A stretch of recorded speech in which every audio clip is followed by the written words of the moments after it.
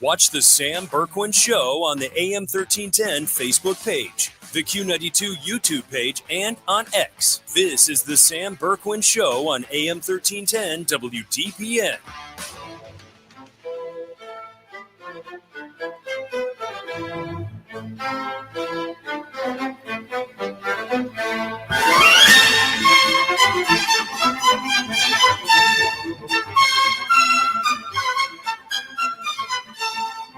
And welcome to the Sam Bourquin Show, AM 1310 WDPN. It is another AWP Safety Football Friday, and we are brought to you by AWP Safety. Now hiring, visit awpsafety.com. That's jobs at awpsafety.com. Shout out to the crew and Drew at AWP Safety. Sam Bourquin here. We are live at the University of Mount Union. Of course, it is KEHRES Stadium, and we are here today. It is the first. How about this? I didn't even know this until I was doing a little research last night. Did you know Alliance High School the Aviators, high school football team, has never hosted a playoff game? They have never hosted a play. I still find that incredibly hard to believe, but it was right there in front of me. So we are here for the big ball game tonight between the Alliance Aviators and the Geneva Eagles. Both teams are 8-2. We are going to be checking in with head coach Tim Goodman coming up around 4:35. He'll be coming up to the booth. We'll have a little conversation with him and get his thoughts on the game against Geneva tonight. We'll see how practice went this week, how the health situation is for the Aviators, and we will break things down tonight, no doubt about that. I apologize for the picture. I'm going to have to redo the blinds here, but I can't do it right now. So you know what, Sam? I think if there's any day for you to be the man in the shadows, the spooky man in the dark, Halloween, right? Exactly. There I am. So I'll get to that during the break. But anyhow, welcome in. We're going to have a fun time today. Happy Halloween to everybody. Happy high school football playoffs to everybody, and happy first day of high school basketball practice today. Yeah, how about that? Bet you didn't know that. So a lot of stuff going on today. We'll be talking plenty of high school football playoffs. We are going to be talking college football today. Get you ready for the big Penn State-Ohio State game at noon tomorrow. Big NFL weekend coming up. The Browns are off, but we'll go over some of the big ball games. We had to make a couple of switches with interviews between yesterday and today. So let's kind of set the table here for you before we bring in Mike Vorhies from MLB Guards cast, and we'll talk a little high school football with Mike too. So here's the scoop for today. Mike is going to come up here in a couple of minutes. We will be talking to Coach Goodman and an Alliance Aviator coming up at 4:35 today. Ross Benjamin, WagerTalk.com, will be joining us at 5:10. We had to move Ross from yesterday to today. And we may be checking in with Lee Foster. Lee Foster, my good buddy from Courtside with SammyB and Lee. If Lee is able to come on today, we'll talk a little high school hoops as we kick off the practice season today. Get you a little shot in the arm for that. If he's able to come on today, it'll be around 4:50. Just be a quick visit, but we'll see if we can pull that off today. All right, we've got lots of stuff going on, but we've also got World Series Game 6 tonight between the Blue Jays and the Dodgers. So let's talk a little baseball. Let's talk a little high school football. Maybe squeeze a little Guards in. Mike Vorhies from MLB Guards cast joining us here on the show, 1310 WDPN. Mike, good afternoon. Happy Halloween. Happy football. Happy baseball. How we doing? No, I'm doing well, Sammy. How are you doing, brother? Good to see you. I know you're going to be busy tonight. We'll chat about that in a minute. But I wanted to talk just a little baseball with you as we might be crowning a champion tonight in Toronto. Game 6 between the Blue Jays and the Dodgers. And man, what a series this has been. A lot of the experts thought Dodgers sweep, Dodgers in a gentleman's sweep. The Blue Jays says no. We're going to win this thing. What are your thoughts on the first 5 games? It's been incredible. Obviously, if you're a baseball fan, you love it. Obviously, you're getting to see Shohei Ohtani and the Dodgers, and he's just a cyborg. He's not human. The things that man is able to do is incredible. We are watching probably one of the greatest to play the game. He's a pitcher. He's a DH. There's talks of him being in the outfield. I mean, the Dodgers are going to look to do what they can to get him anywhere they can. But the Blue Jays, I mean, Cleveland North, as I call them, as they have several former guards on their team. But everybody has stepped up. Shane Bieber's pitched well for them. Ernie Clement, Andres Jimenez, Miles Straw, just to name a few. I didn't see it being a 3-2 Toronto lead after 5, but I'll take it because as long as the Dodgers don't win, I'm a happy camper. Yeah, I've been openly pulling for the Blue Jays too, and not just because the Cleveland connections, but I'm kind of happy to see Mark Shapiro maybe got a chance to get a World Series. Obviously, the 4 or 5 guys that used to play for us are there, but I think Toronto's a really cool baseball city, Mike. I don't know if you've been there for a game or what have you, but yeah, they're very taken in a few. Yeah, they're very supportive. They packed that place more times than not. And it's only been 32 years, so I mean it's a pretty good fan base to hang in there like that. I'm kind of hoping they do the trick tonight. Now Yamamoto for the Dodgers and Gausman is going for Toronto. Again, all the experts are leaning toward LA tonight because of the pitching matchup. But who do you like tonight? Maybe why or why not? I think Yamamoto's been incredible. He has come as advertised. He is a very dominant pitcher. If he can locate his pitches and get ahead of hitters, he is very difficult. But Kevin Gausman is a veteran, and Toronto is leaning on that experience tonight for him to take the mound and to give them 4, maybe 5 innings. Probably not 5. It would probably be closer to 4. I mean, but Toronto will take what they can get. If they can get 6, 7 out of Gausman, that'll be incredible. How do you look at the way these teams have their approach at the plate has been this series? You know, both teams can hit the heck out of the ball. They can make contact. They can hit the big 3-run home run when needed. It just seems like Toronto, for whatever reason, Mike, has been able to put the ball in play, be a little bit more active, create more things, and that's why they got the lead right now.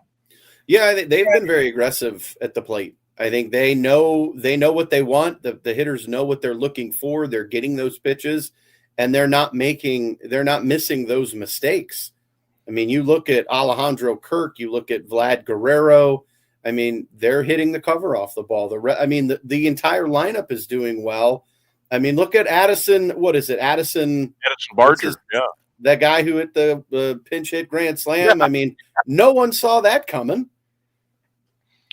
Yeah, they've been really fun to watch. And then, I look at the John Schneider, the manager of Toronto, Dave Roberts for the Dodgers. I mean, look, the pressure on LA every single year with that almost $400 million plus payroll. But it's, when it comes down to 2 games, once it got to a tie, it was the best of 3 series, but you knew the Jays had the advantage because they had 2 in their building if need be. Pressure-wise tonight, is there more pressure on one team? I know the Dodgers need to win tonight, obviously, but you really don't want to go to a Game 7, but Game 7's mean what? Anything can happen. Exactly. I think you're absolutely right. We know the pressure's on the Dodgers tonight, but I think there is an equal amount of pressure on the Toronto Blue Jays because you don't want to let the Dodgers back in this series. If you can win it at home tonight, you do it. Whatever you need to do to get it done, keep doing what you've been doing. It has worked for the Toronto Blue Jays, but I would definitely not want to give the Dodgers a win tonight because, again, then the Game 7, you're right, Sammy, anything can happen, and you're going to see everything, including the kitchen sink, because there is no tomorrow if there's a Game 7. No, and, after sitting through an 18-inning marathon, we have seen just about everything that the World Series can throw at us, so I'm really excited at least to maybe catch – I'm hoping to catch at least the 9th inning tonight, and hopefully maybe a couple extra innings. We'll see. Mike Vorhies is our guest. MLB Guards cast. Mike is also going to be pulling double duty tonight as he will be broadcasting whatever high school football playoff games on the Q92 Radiosports.com. We'll be up at Garfield Heights We'll talk about that here in a minute. I want to shift to the Guards a little bit, and then we'll get to football. We talked the last couple of days about possible moves by this team, a possible increase in payroll maybe by the Guardians. We're not sure what that is going to look like, and maybe a couple of names that could be out there that they may have an interest in. Where are we at with that conversation? So I'm definitely hearing the Phillies are trying to get rid of Nick Castellanos, the right fielder. Sounds like his tenure in Philly is up. So he would be a guy that the Guardians could get pretty much dirt cheap. I hate to say, but league minimum at the most. But he's a guy that hit 250 last year, 17 home runs. It's definitely something that would be an upgrade in right field, although George Valera may have a say on that because he obviously came on late, hit the ball well, and he was playing right field and center field for the Guards.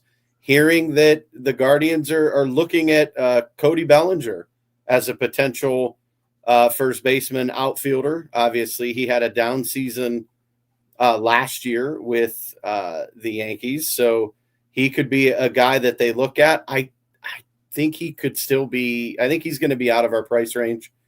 I do think somebody kind of will pay more for him.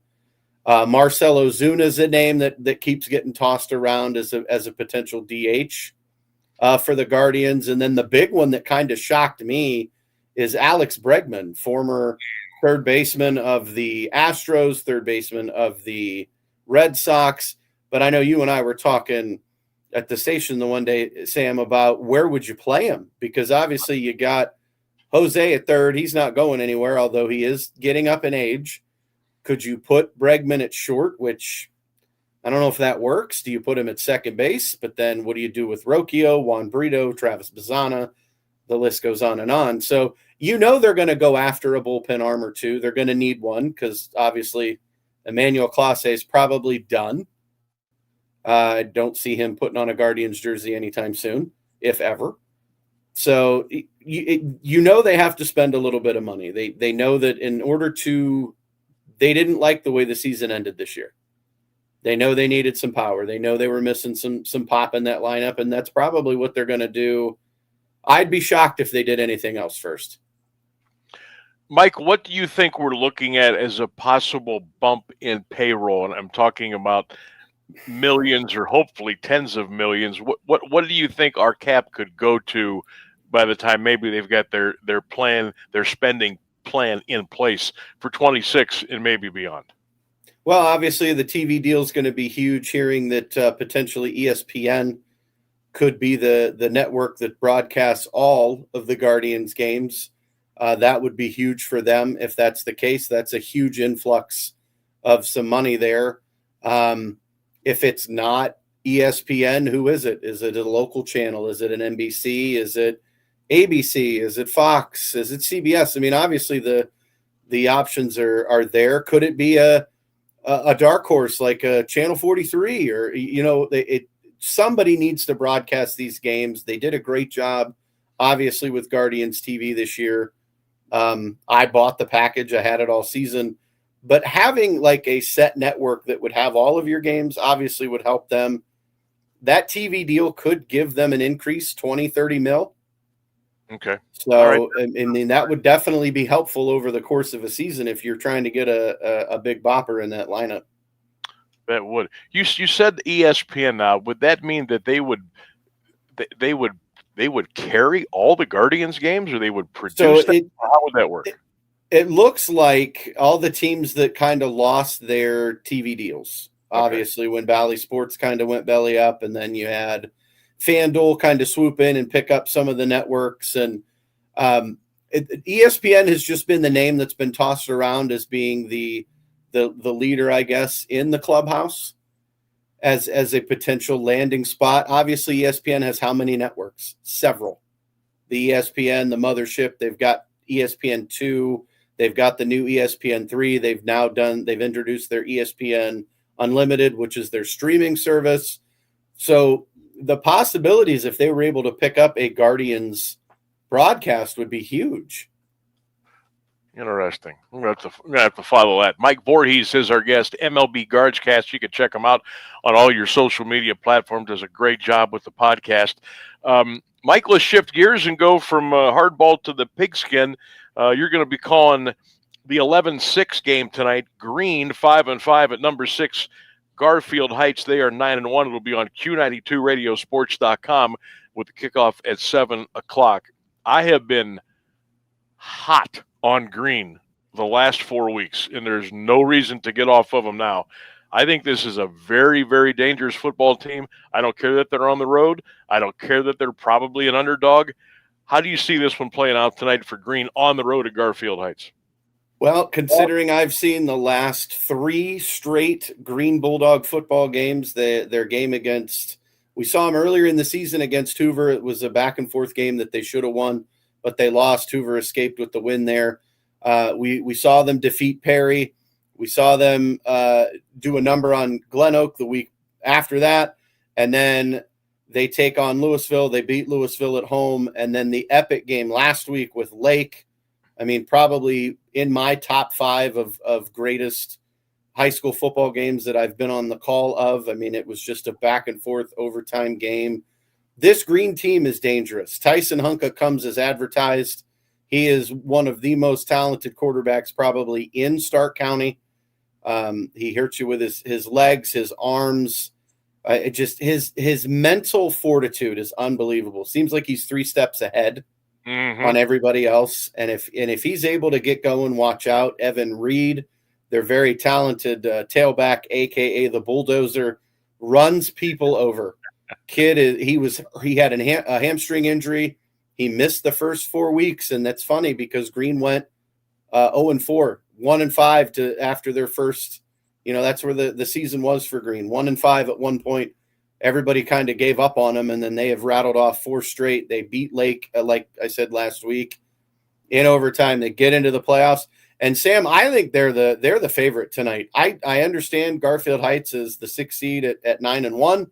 They have a first-year head coach in Mac Stevens, who was at Cleveland Heights for many years prior.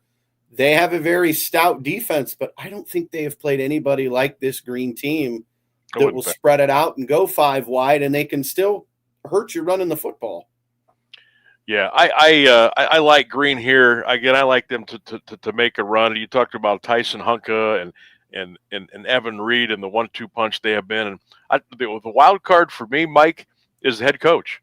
It's Mark Geis. I think he is one of the top coaches in the area.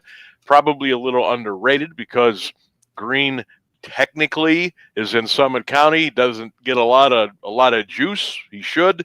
That's my thought on that. Your thoughts on the coaching and how he has really got this to be a really nice football program. Mark Geis is one of my favorites to talk to. Obviously, I went to Green. I'm an alum, so I try not to let my Bulldog pride go too much. But hey, you're allowed now. I'm very happy for what Mark Geis has been able to do with that Bulldog team. I think we talk about their offense so much, but anytime I've had a chance to talk to Coach Geis, it's always been the defense. The defense has come around. The defense has turned it on, and they're getting the stops. They're getting the turnovers. They're doing the things that they have to do to keep the offense in the game and allowing them to go down the field and score. Such a talented crew. But, yeah, Coach Geis has them ready to go. Tonight's going to be a lot of fun. I think so, too. Well, safe travels, partner, and bring back a win. And we appreciate your time on the show today, talking a little baseball, a little World Series, a little Guards, doing a little bit of everything on this Halloween Friday. Mike Vorhies, appreciate you, brother. Have a great trip tonight. We'll talk to you soon. Sounds good, Sammy. I will see you tomorrow, my friend. Keep that seat warm for me, will you, please? You got it. All right, thanks, brother. Mike Vorhies, and he'll be joining me tomorrow. Ryan Bevere out this weekend. He'll be joining me on the call for Mount Union tomorrow here at 1:30 on AM 1310 WDPN. All right, just a reminder, we've got high school football coming up tonight. We've got Alliance Geneva pregame at 6:30. Caleb Norrick will join me then, and the kick at 7 here on 1310 WDPN, and, of course, Q92radiosports.com. We'll take our break. We'll run this right into the news and weather, and we'll come back on the other side with more on AM 1310 WDPN. Stay with us, everybody. shadows fall, the fear returns. Enter the Akron Haunted Schoolhouse and Laboratory. 2 terrifying attractions, 1 horrifying night. Face your deepest fears across 3 haunted floors of spine-chilling terror. Are you brave enough to make it out alive? Open now. Get tickets at hauntedschoolhouse.com. Donnie Iris and the Cruisers, Saturday, November 8th at the historic Canton Palace Theater. Donnie Iris and the Cruisers with special guests Beauty and the Beat and drummer Joe Vitale. It's a show you won't want to miss. Join Donnie Iris and the Cruisers for an unforgettable night, November 8th at the Canton Palace Theater. Tickets on sale now at cantonpalacetheater.org. The latest news and the current Alliance area weather forecast are up next on AM 1310 WDPN. Good afternoon. It's 3:30. 2 federal courts say the Trump administration must keep providing SNAP food assistance despite the government shutdown. ABC News national correspondent Stephen Portnoy has the latest. 2 federal judges, one in Massachusetts and another in Rhode Island, now say the administration is misreading the law and that it has to use contingency funds to provide SNAP benefits. $5 to $6 billion in the fund is not enough to cover the whole month of November, but Rhode Island-based federal Judge John McConnell says the government must distribute that money as soon as possible.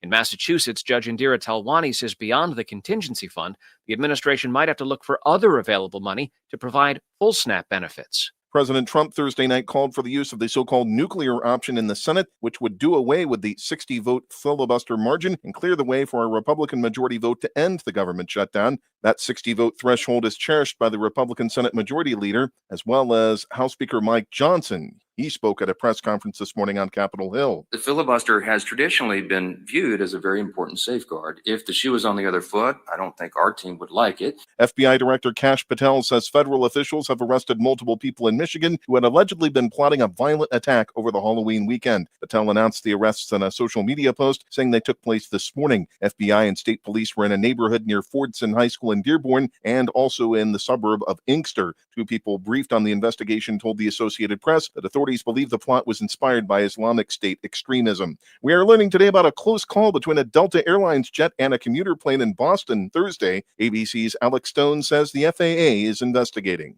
A Delta Airlines jet originally headed to New York, but that was diverted to Boston due to weather, was cleared to land at Boston's Logan Airport. But at the same time, air traffic control also gave a Cape Air commuter plane clearance for takeoff on an intersecting runway. The Delta plane was just 125 feet from the ground when it got an order to pull up, and Cape Air was told to stay low to avoid hitting. Pilots of the commuter plane reacting. What the heck? The audio from liveatc.net. The Delta pilots reacting as they read back instructions to climb and turn. Mustang 300 up to 3000, 263 heavy. That was close. Alex Stone, ABC News. It's 51 degrees in Alliance at 3:32. This is WDPN News. I'm Jeff Mears.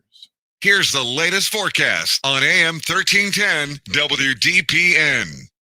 Partly sunny skies, breezy Friday with a high near 52 degrees, gusts as high as 34 miles per hour. Chance of showers overnight, gusty winds continuing, low 35. Saturday, a slight chance of showers, mostly sunny, a high near 53. Sunday, sunshine, a high near 54. That's your WDPN weather.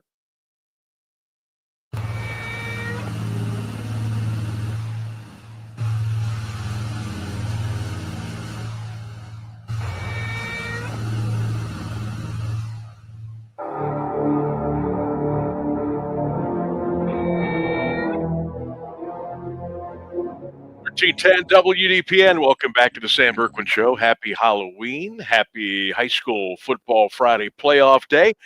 Welcome in, everybody. The text line is open for you. 330-924-7088. There it is, 330-924-7088. We're broadcasting live again today from KEHRES Stadium on the campus of the University of Mount Union. Tonight, Alliance Aviators are hosting playoff football for the first time. And they'll be hosting a very good Geneva team tonight. We'll have it for you at 7 right here on 1310 WDPN. Of course, we'll be streaming live at Q92radiosports.com And you can check us out on X, Facebook, and the Q92 Radio YouTube channel as well. I want to thank Mike Vorhies from MLB Guards Cast for joining us in the first segment. Coming up a little bit later this afternoon, 4:35-ish, we're going to have Alliance head football coach Tim Goodman. He'll be coming up to the press box to talk a little Aviator football. We may get courtside with SammyB and Lee Foster at around 4:50 today. Today is the first official day for boys high school basketball practice. So we want to kind of get you a little juice for that. And then coming up at 5:10 this afternoon, 5:12, we'll have Ross Benjamin from wagertalk.com. We'll look at some of the big games coming up this weekend for college and pro football, and we'll get some winners for you. That's Ross Benjamin from wagertalk.com. All right. I got to ask my producer, Ryan Rainsberg. I see there was quite the group of characters in the station today with our friends down the hall, Q92, with the costume contest. Anything else that was going on today? Any creeps and crawls going on in the building right now? Not that I am aware of, but if something jumps up and scares me, I'll be sure to let you know. I definitely. It's funny that you asked me too, because I didn't make the Halloween party this morning. So no, I didn't. I didn't either.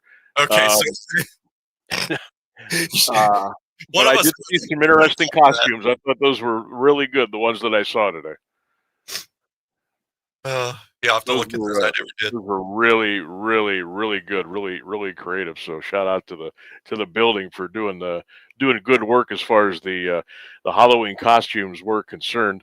I'll tell you what, right now here at the stadium, it is very windy. I actually had to, I've got the crowd mic out the top little vent area of the window here, and I had to turn it completely off, at least for the show. We'll fire it up for the game, but it is very, let's see how it sounds right now. Yeah, hear that? Oh, yeah. That's windy. It's whipping. So it's blowing left to right, which is toward the scoreboard here at Mount Union. And I think we're supposed to have pretty good wind activity, 20, 25, 30-mile-an-hour winds. I don't really know when these are going to settle down, but I do know if it stays this way, this is going to hamper the passing game for anybody who is going into the wind. Now, we know Geneva loves to run the football. They got 2 1,000-yard rushers coming in here tonight.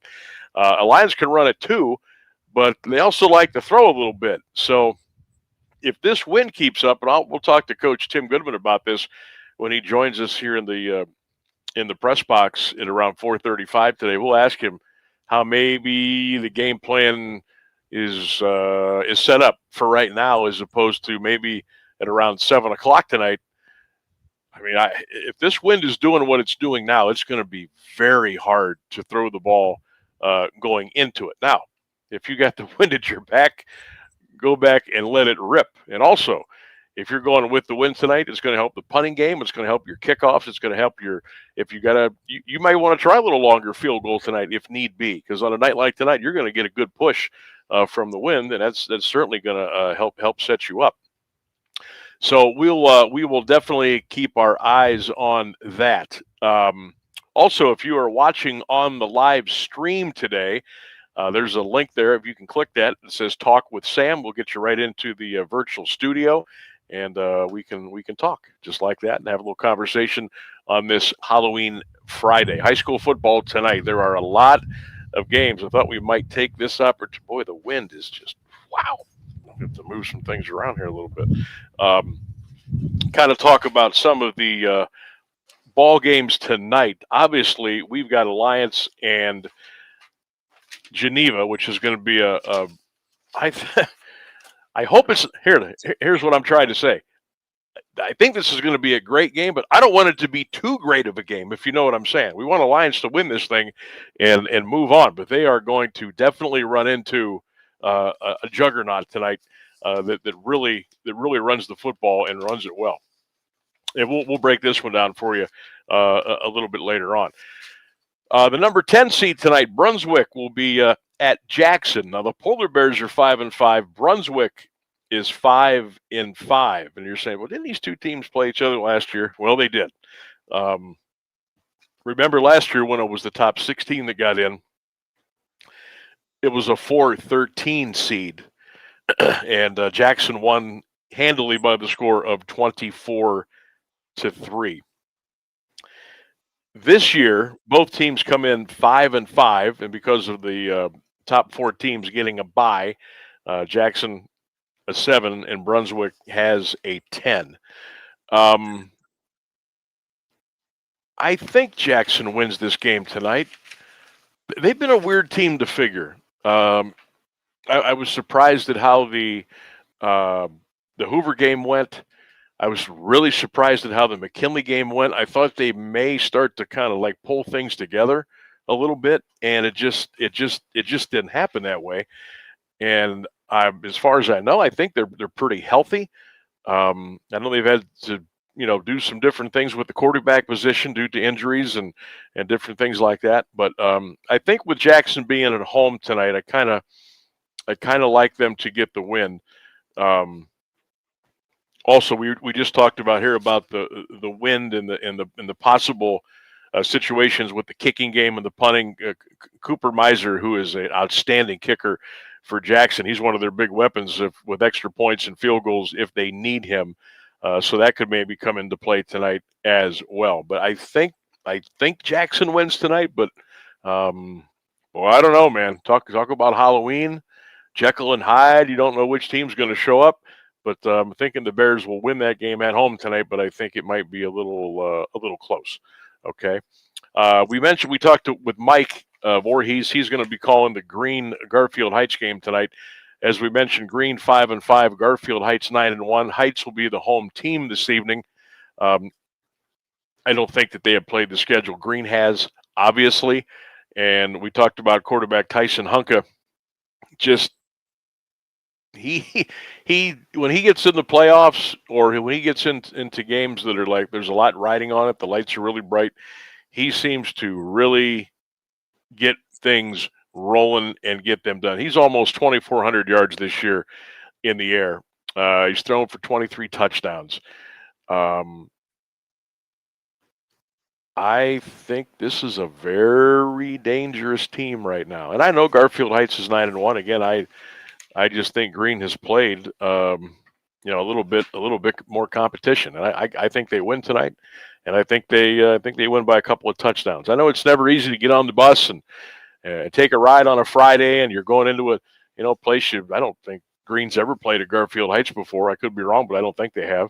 So we'll see how this plays out tonight. But I like Green in this one.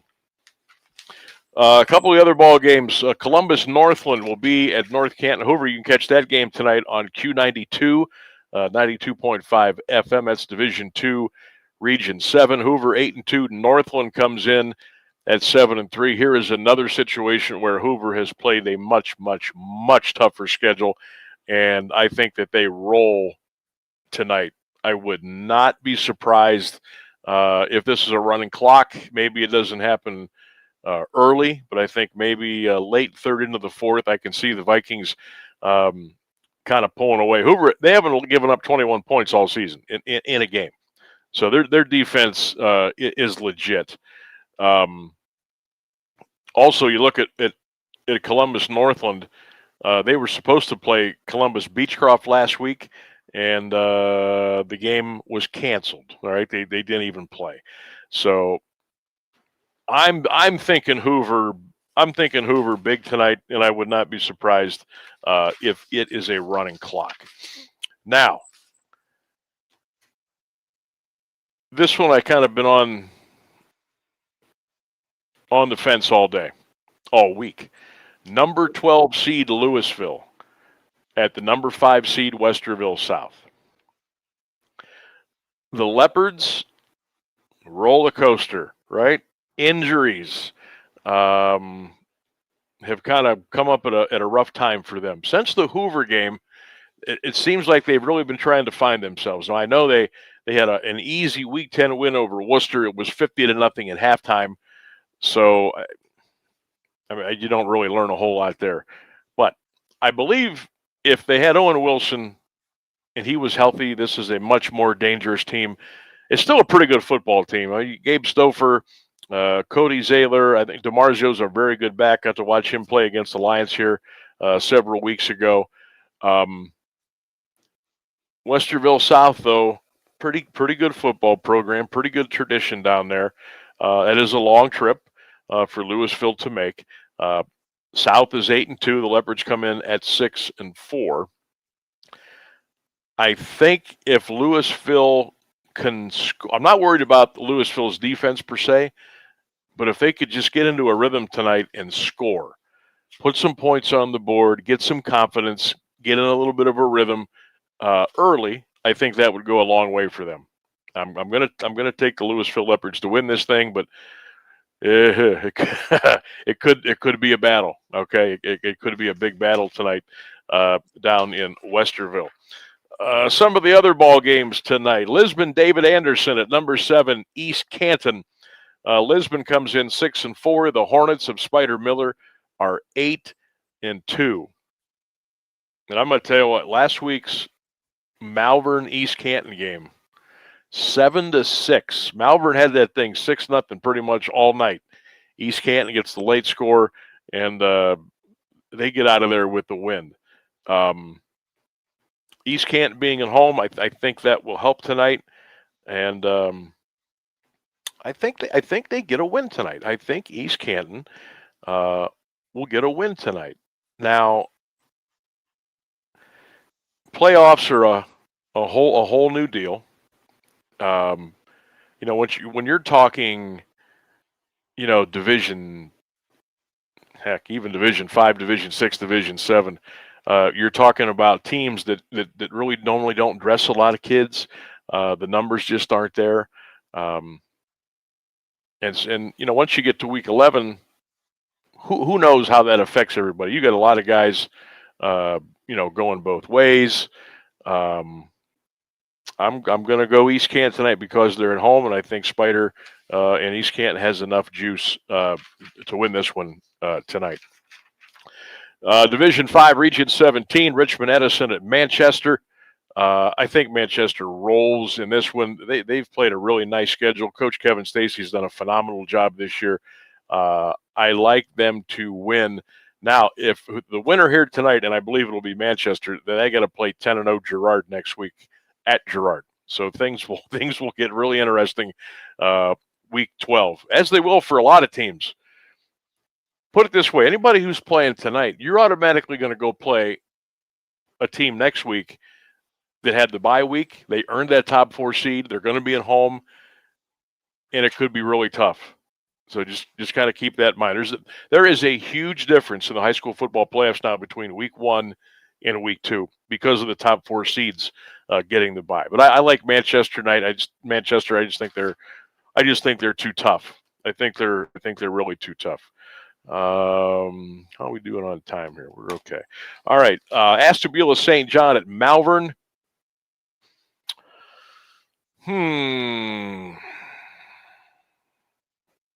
How do they bounce back? How do they bounce back after that 7-6 loss to East Canton?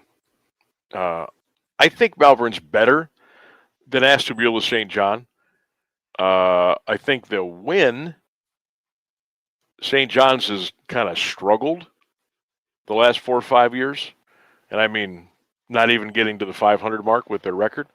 So I think Malvern being at home, and I know that those kids will bounce back. I know that was a tough loss for them against East Canton last week. And Coach Churko, he'll have them ready to go. And I'm going to go with Malvern in that ball game tonight. Now, I want to kind of circle back a little bit to our ball game with Alliance and Geneva here tonight. That's at 7 o'clock. We'll have it on AM 1310 WDPN. We'll be streaming live at Q92radiosports.com. Again, I've got to go back to the wind situation. Again, it is still rolling through the stadium right now. If you've never been to Mount, or if you have been to Mount, and we are broadcasting, we are located here on the visiting side. So as we look out the press box, the wind is whipping strong from left to right. It just actually shook the camera a little bit. The wind did. Because the blinds are moving, so they get bumped to the camera. Yeah, here's the thing. I've got both the blinds are down. This one behind me is all the way. It's getting blown a little bit from the crosswind where I've got the crowd mic at the top up by the ceiling here. And this, I can't show it to you, but the blind here is being blown about as far as it can be blown. And it's nestled right up against a really strong window. So what is happening is the wind that's blowing crossways is getting up under into the little area where I've got the mic at.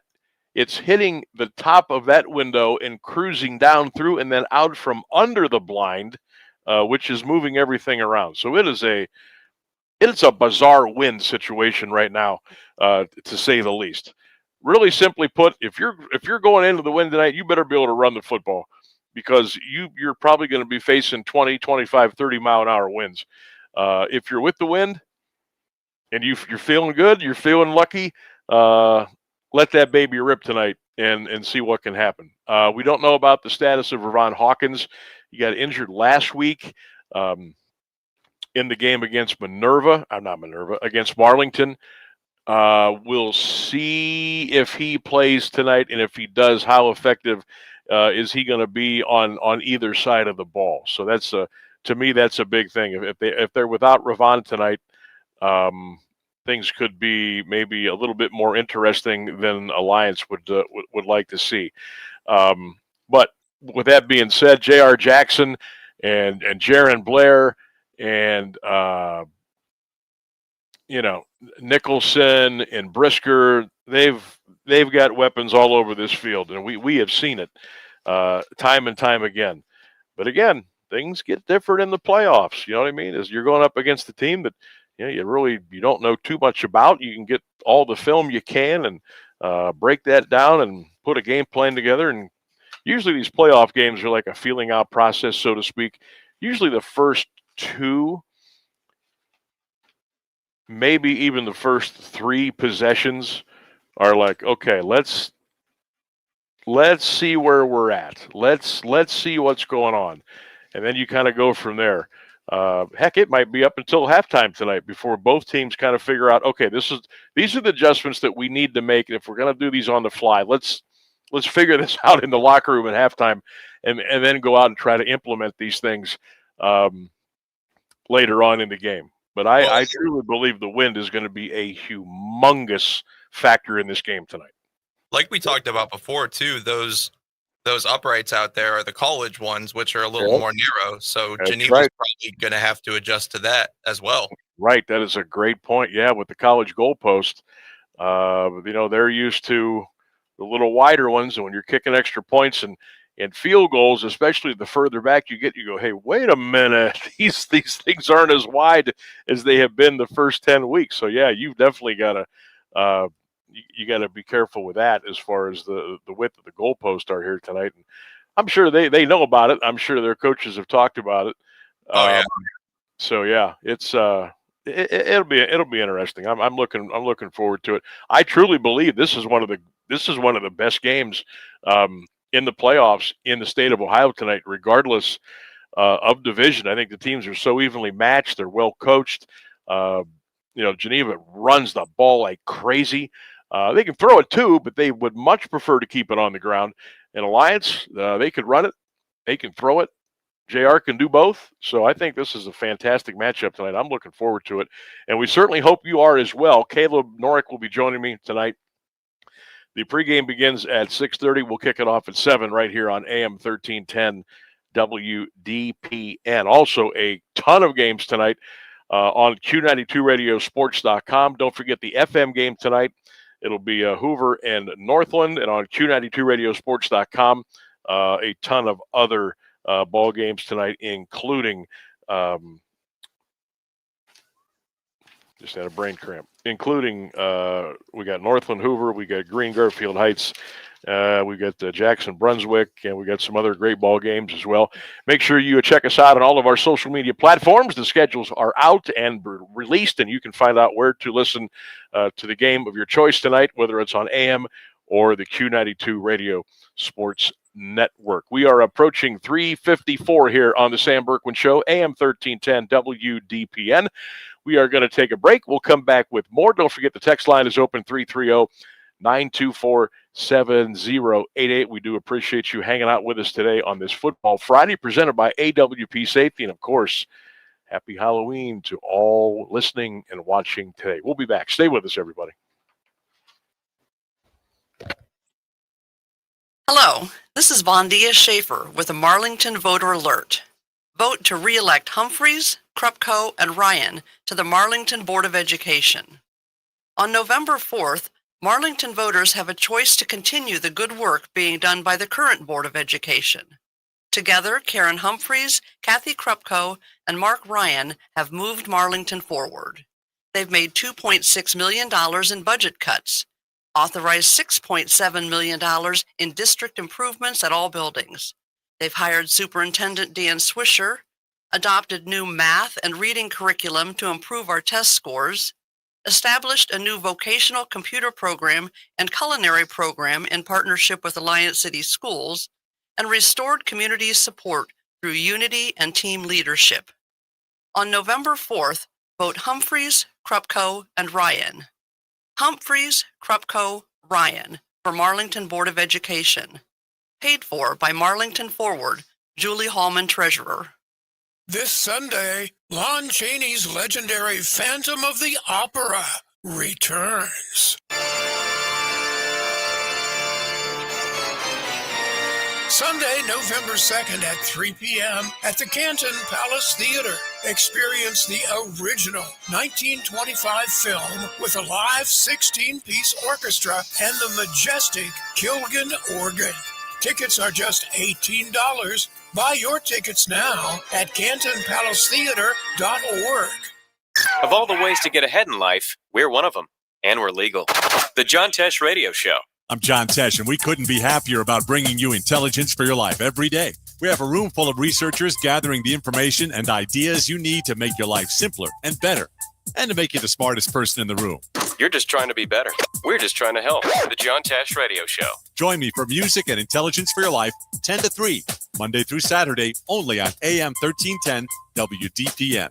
It's intelligence for your life. Is your foot or ankle pain slowing you down? At Alliance and Salem Foot and Ankle Clinics, we believe every step should feel good. From heel pain and ingrown toenails to diabetic foot care and custom orthotics, our expert podiatrist is here to keep you moving comfortably. Located right here in Alliance and also a clinic in Salem, we believe in treating every patient like family. Take the first step toward your foot care. Call 330-821-6438 or visit alliancefootanankle.com to schedule your appointment today.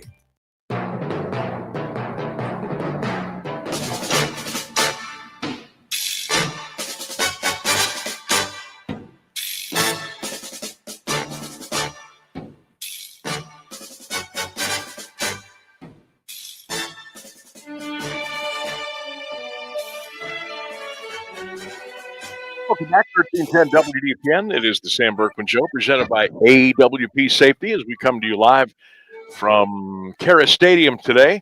We'll actually be here tomorrow, too, as Mount Union takes on Capital 1:30 here on 1310 WDPN. Tonight, it's high school football. The Alliance Aviators playing host to Geneva. Pregame at 6:30, the kick at 7, right here on 1310. Right now, we'll see if we can do the old lift the blinds, pull the blinds up here a little bit, see, take a look outside there. You can see, I don't know if you can see those trees or not in the wind. There I am. I'm the shadow man. I just want to let you look out here real quick, and we got a lot of white puffy clouds. We got some blue skies. I don't know if you can tell, probably not. See the pole right there? Let me see, right there. See this here? That's one of the light standards. Look at it. Look at it moving back and forth. Look at it because of the wind. Oh, I see it now. Okay. Holy crap. Yeah, that gives you a little look-see of how strong this wind is right now. But I'm pointing at it here. This is one of the light standards, and it's been going for a ride for like the last hour and a half, 2 hours. Now we've got 4 total standards here, 2 on each side, and they're all moving really. I mean, yeah. So it's very windy. You know what? I'm just going to pull these down because the more I look at that that light standard teeter-totter back and forth, the more worried I get. So we're just going to close that down. But yeah, it is going to be very windy tonight. So make sure you bundle up. I think we're supposed to get down to like 40, between 38 and 40 tonight. So I think you'll be fine. A little coat, maybe some gloves. You'll be fine. It'll be a good night for high school football. Raptors taking on the Cavaliers tonight, 7:30 at Rocket Arena. The Cavaliers are about a 6-point favorite against the Raptors tonight. Don't forget the World Series, 8:08 tonight in Toronto. The Blue Jays and the Dodgers, if Toronto wins, they are your World Series champions for 2026. The Blue Jays lead Los Angeles 3-2 in that best-of-7 series. College football tonight, there are 3 games, only 2 of them, I guess, worth noting. North Carolina is at Syracuse tonight, and number 25, Memphis, is at Rice. So that's what's going on there. Of course, the Bucks and the Nittany Lions are coming up tomorrow at noon in Columbus. Ohio State's still hanging in there with about a 20.5, 21-point favorite against the Nittany Lions coming up tomorrow. And don't forget, we got Mount Capital tomorrow, 1:30 here on 1310 WDPN. Later on today, we're going to check in with Alliance head football coach Tim Goodman. He'll be joining us up here in the box around 4:35 or so. Courtside and SammyB and Lee. Lee Foster's going to check in for a quick visit today. Got him in for about 4:50 this afternoon. And then at 5:15, we'll talk to Ross Benjamin from WagerTalk.com. He'll break down all the big college and pro football games for us this weekend. Right now, we'll jump into the newsroom and see what's going on in your world. We'll be back with hour 2 right after this on 1310. An important part of the Alliance community since 1953. You're listening to AM 1310, WDPN Alliance. ABC News, I'm Michelle Franzen. The Trump administration has been ordered by federal courts to keep providing SNAP food assistance despite the ongoing government shutdown. Here's ABC's Stephen Portnoy. Earlier this month, the Trump administration reversed its initial promise that it would keep SNAP benefits flowing by using a contingency fund. It decided that fund is for disasters like hurricanes. But now 2 federal judges say that's a misreading of the law. The $5 to $6 billion in the fund would not be enough to cover the program for the month of November, but both judges sitting in Massachusetts and in Rhode Island say it must go out ASAP. An estimated 42 million Americans rely on federal food assistance programs. Hurricane Melissa out to sea after grazing Bermuda last night. The massive storm, though, being blamed for at least 19 deaths in Jamaica after it hit as a Category 5 storm. U.S. military helicopters are delivering aid. And on this Fright Night, the Mega Millions jackpot is monstrous, up to $754 million. This is ABC News. Offer not valid in all states or where prohibited by law. Loans are subject to lender approval. See website for details. Honey, the credit card bill came, and we're maxed out. Maxed out cards, rent is due. We just need some extra cash to help us get by. Maybe we should go to 27cash.com. With our bad credit? 27cash.com is one of the largest personal loan networks. They can help people with any type of credit get up to $5,000, and cash can hit our bank account as soon as tomorrow. When you need extra cash, go to 27cash.com. That's 27cash.com. 27cash.com. Think Verizon, the best 5G network, is expensive? Think again. Bring in your AT&T or T-Mobile bill to a Verizon store today and we'll give you a better deal. Now, what to do with your unwanted bills? Maybe turn them into paper airplanes headed to see and ever AT&T and T-Mobile. Jokes aside, the best 5G network has you covered with the most ways to save on plans, streaming, and phone deals. So bring in your bill to your local Verizon store today and we'll give you a better deal. Rankings based on Root Metric True Score report dated 1H2025. Your results may vary. Must provide a postpaid consumer mobile bill dated within the past 45 days. Bill must be in the same name as the person redeeming the deal. Additional terms apply. Now, the latest Alliance area news from Jeff Mears on AM 1310 WDPN. Good afternoon. It's 4:02. This news is a service of Cars Auto Repair. The Catholic Diocese of Youngstown is mobilizing to fight hunger amid the federal government shutdown. Bishop David Bonar has announced a non-perishable food drive through year's end to help families struggling with food insecurity. Parishioners are urged to donate at their local church or through Catholic Charities and St. Vincent de Paul sites. Bonar says it's a chance to live out the gospel and do everything we can to bring hope to the hopeless. A driver from Tucson, Arizona is under investigation after a crash that seriously injured a Canton bicyclist in Perry Township. Highway Patrol says it happened around 12:20 this morning on Whipple Avenue near 11th Street Northwest. An SUV hit 32-year-old Timothy Coverdale, who was riding southbound. He was taken to Mercy Hospital. The woman driving the vehicle was taken into custody. Investigators say alcohol is believed to be a contributing factor. Workers for Metallus and the union that represents 1,200 employees at its operations in Canton have rejected a tentative contract agreement. The deal between the Canton-based steelmaker and United Steelworkers Local 1123 was reached October 3rd. The contract was to expire in September, but was extended through October 15th as negotiations continued. After the vote, the company said it would agree to extend the current agreement to January 29th to allow for more talks. A suit has been filed against the co-owner of a local baseball school. Two other owners of Massarelli Baseball School have sued John Massarelli to remove him from daily operations and coaching responsibilities. MBS operates training facilities in Lawrence and Springfield townships. The other owners allege Massarelli kept cash payments for baseball instruction off the company books and used the money for personal items or failed to turn them over to the business. He is also accused of giving lessons to minors while intoxicated. The suit seeks damages in excess of $25,000. A standoff in Jackson Township last year has led to national recognition for the Canton Regional SWAT Team. The unit was named Law Enforcement Partner of the Year by the U.S. Marshals Service for the Northern District of Ohio. The honor stems from a November 2024 motel standoff involving a federal fugitive when North Canton sniper Patrick Lewis was shot in the arm.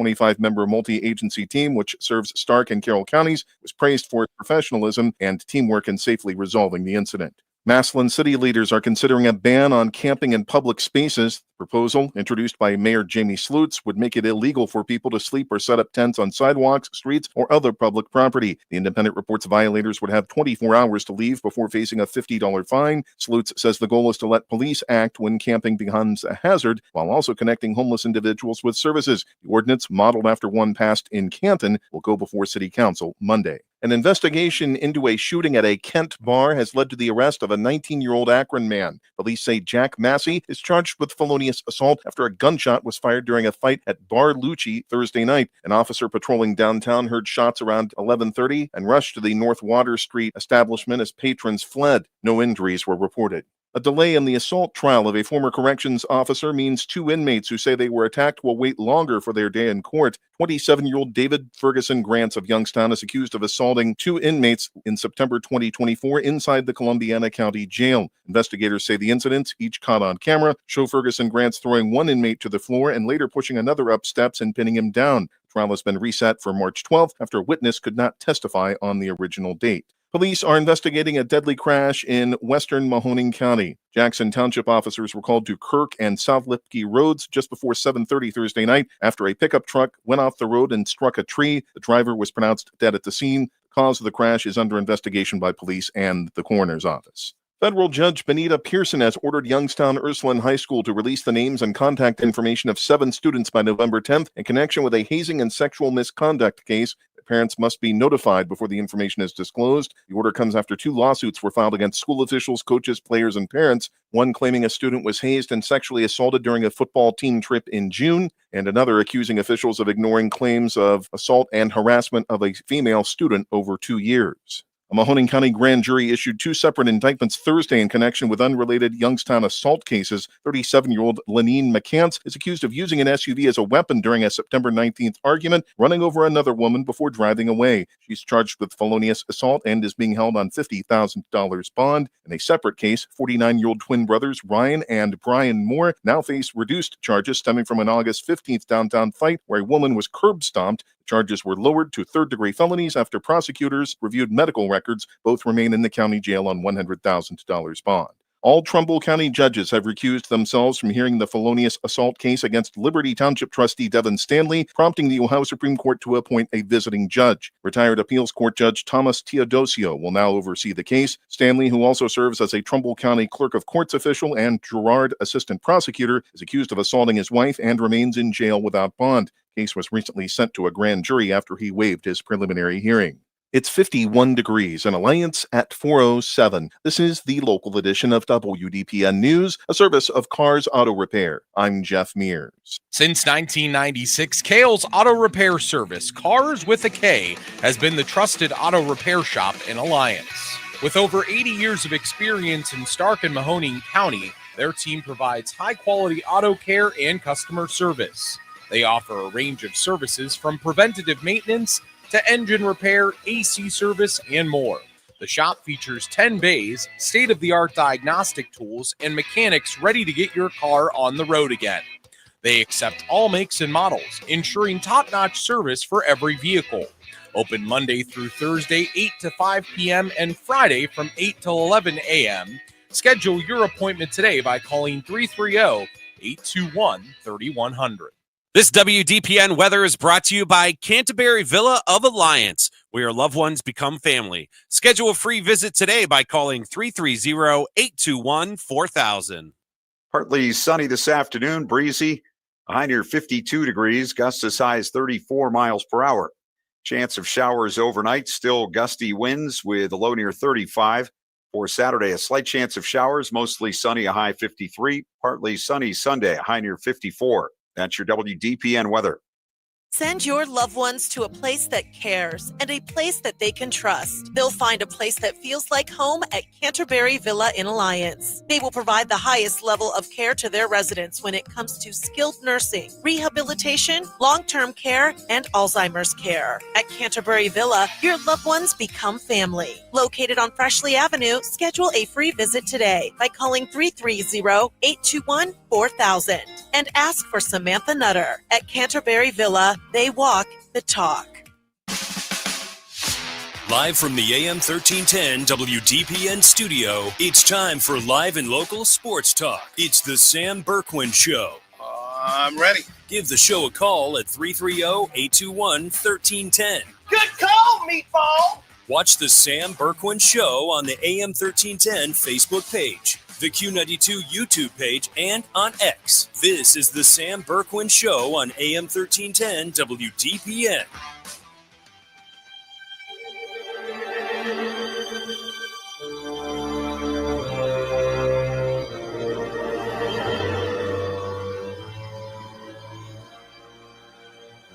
It's Halloween. Happy Halloween, everybody. Welcome back to the Sam Bourquin Show, Hour 2, right here on AM 1310 WDPN as we come to you live from KEHRES Stadium, the home of the University of Mount Union. Tonight, it's the home of the Alliance Aviators. High school playoff football tonight. Alliance will be hosting Geneva. Both teams come in 8-2.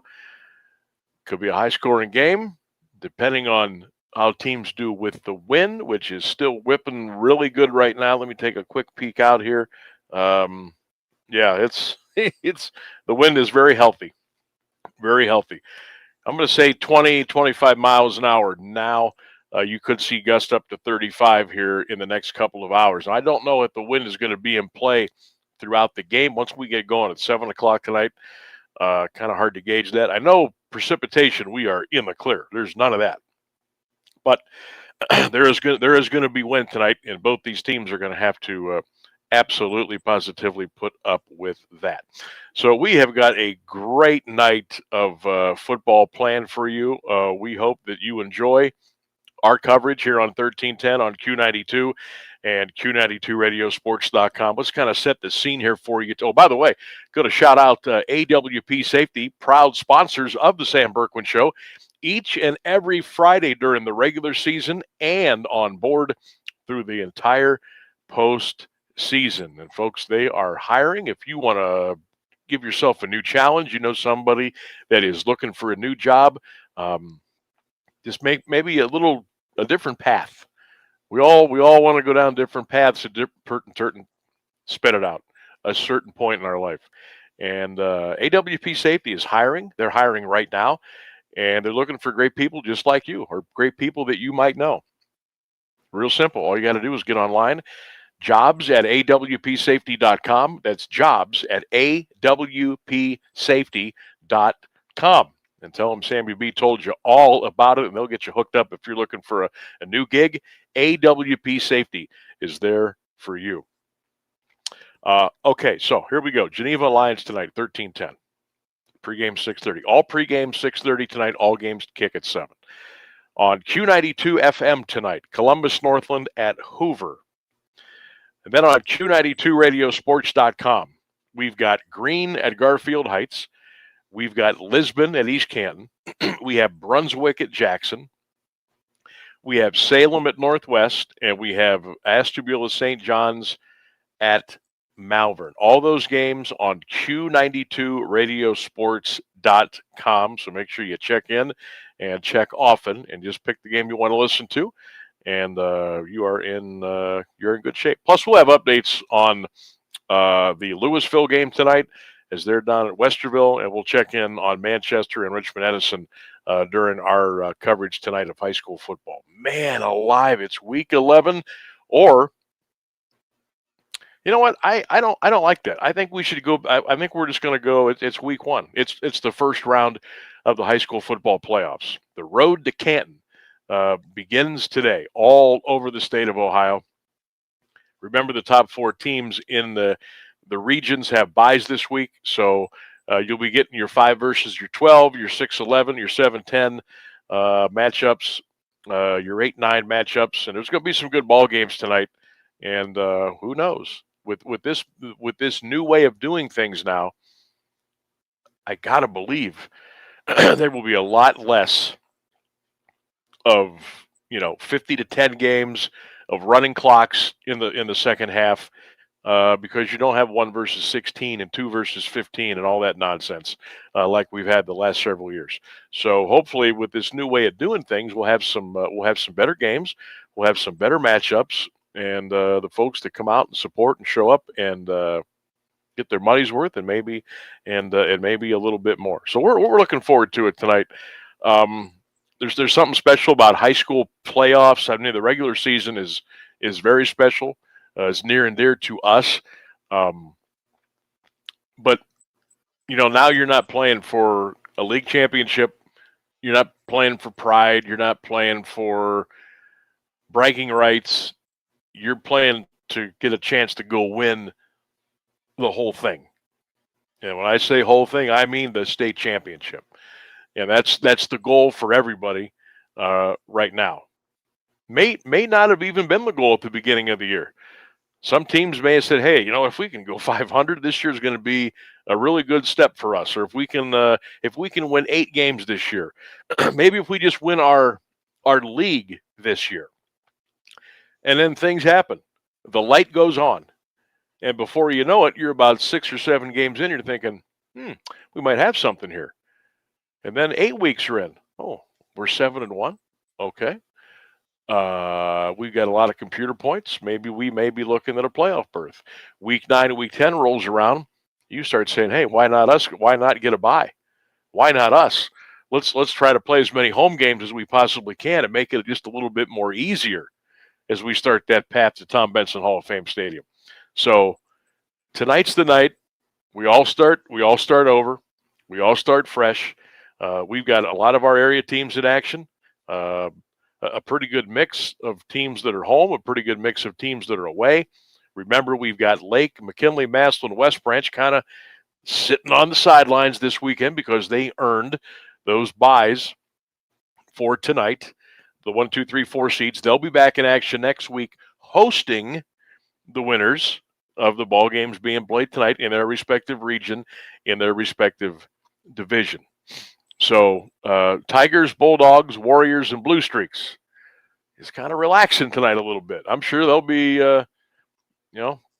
coaches will be out and about scouting. I'm sure some of the players will be out and about scouting, checking scores and all those fun things. But we wish everybody all the best of luck tonight.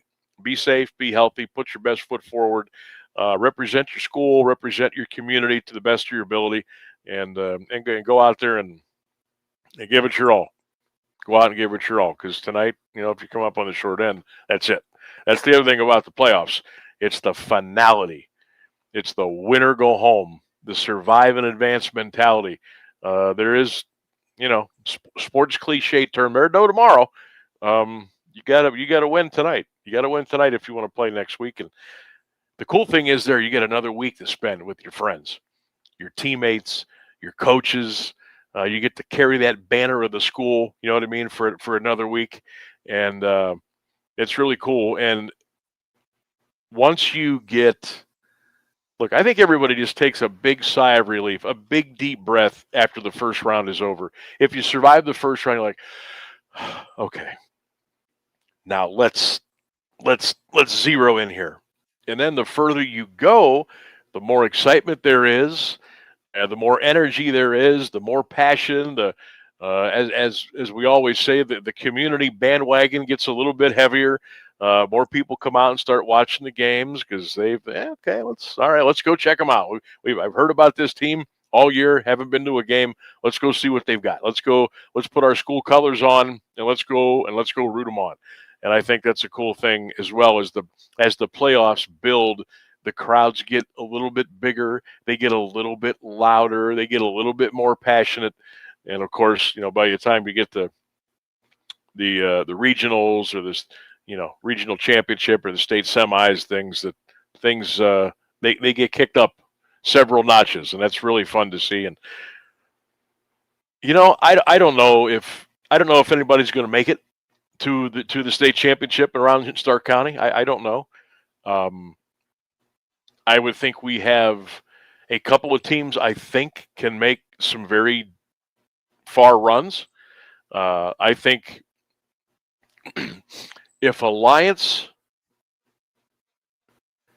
can clean up their penalties, and if they're healthy, I think they could be a very, very, very dangerous football team.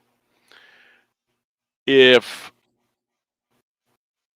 Massillon can draw off of the different types of competition that they played this year from all over Ohio and all over the country, and they can use that as they prepare to play teams in the postseason, I think they can be a very dangerous team.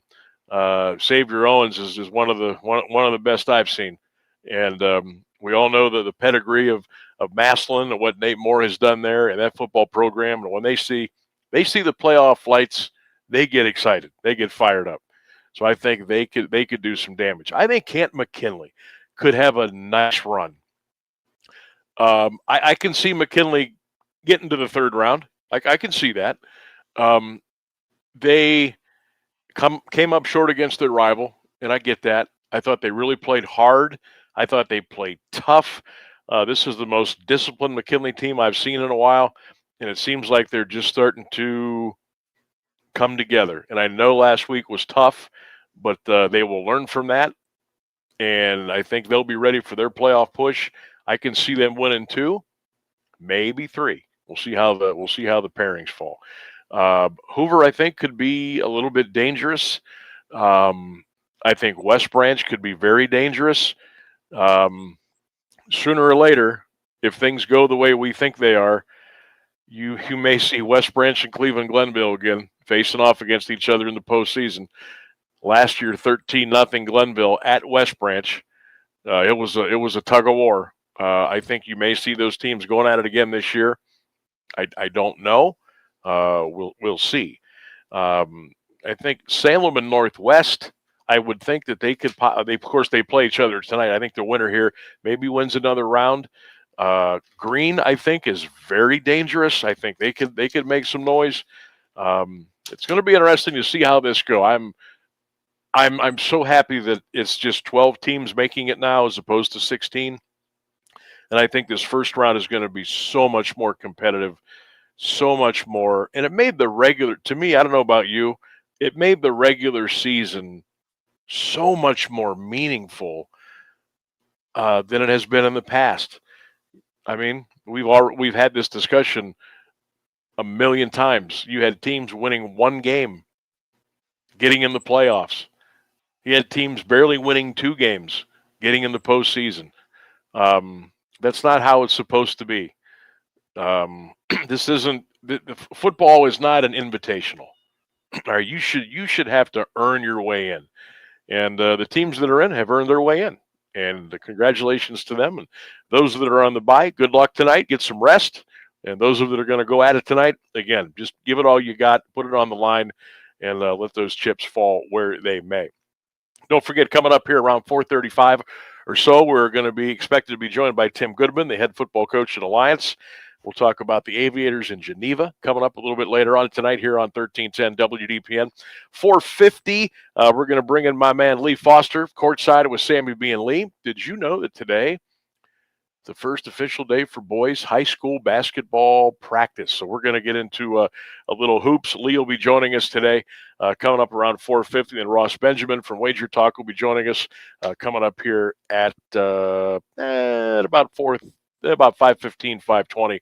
And then our big pregame show tonight is coming up, and then 7 o'clock to kick off between Alliance and Geneva. Tell you what we're going to do. Coach, you want to go now? I'll tell you what we're going to do. Ryan Rainsberg back at the studio. We're going to switch things up here a little bit. Coach has arrived. He's got a young man with him, so we're gonna talk to them until 4:30, 4:31, 4:32 in that area. Then we'll go for news, and then we'll pick it up from there. So, without any further ado, welcome in out of the wind tunnel and into the press box, head coach Tim Goodman of the Alliance Aviators, joining us here on the Sam Bourquin Show. Coach, happy Friday, happy playoffs. How are you? Good to be here. Good to have you. When I walked in here today, I said, okay, the first question I'm going to ask Coach is the wind. I don't think it's going away tonight. I think we're going to have to deal with it all night long. So I know you guys game plan all week for what you want to do on Friday. I know you got an eye on the weather, but until game day gets here, you don't really know. So how have things changed? Have they not changed as far as how you're going to tack when you've got the ball with 25, 35 mile-an-hour winds? Right, yeah, we're going to come out pregame and kind of throw the ball around a little bit and see how it affects our throwing game. But, we always want to establish a run game first. So that's kind of our mindset going in regardless of the weather tonight. So we're going to try and run the ball to get us going. And then hopefully, we're dynamic when we can throw the ball. So hopefully we'll still be able to throw the ball a little bit tonight. So how has practice been this week? You got your rivalry win last weekend against Marlington. And then it's okay. It's time to get the nose to the grindstone. So how's it been this week for you? Really great week of practice. High energy week. Our kids know the opportunity we have. We have the first home playoff game in program history. So they're really excited about that. And they know we have a great opportunity here to get some playoff win, hopefully a playoff win tonight, and continue to advance in the playoffs. So we have a great senior leadership group, and they've been driving us all year and all week. I'm glad you brought that up about hosting for the first time. I had it in my notes. I saw it all day. Go, there's no way. That's wrong. It's absolutely wrong. And I looked a little bit further and I said, oh my God, it is the first time. What does that mean to you as a coach? First time to host a playoff game? That's huge. That's something we talked about coming in the year, being able to do some things that our program hasn't done ever or in a long time. So that was kind of a goal we've had in the back of our mind all along, something driving us even in our losses, that we knew we could still accomplish some special things. And so to do that this year with this team, this group of kids, and do that for our community is really special. Health of your football team. I'm not going to ask you who's out, who's starting. I may ask you off the air, just for work purposes. But how are we feeling about health as we get ready for Week 11? Yeah, everybody's banged up Week 11, right? Everyone is, and that's the conversation we have with the kids. And we have tough kids, so our kids will be ready to play football tonight. And no matter who's called on, whether we got a guy dinged up or we got a backup in there, they'll be ready to play football. How excited are the kids to play football, to host a game, to come out at least one more time with their buddies on a Friday night here at KEHRES Stadium? I imagine they got to be chomping to get out there and play. Oh, yeah. I think they were ready to play on Monday. If we could have suited up Monday, they would have been ready to go.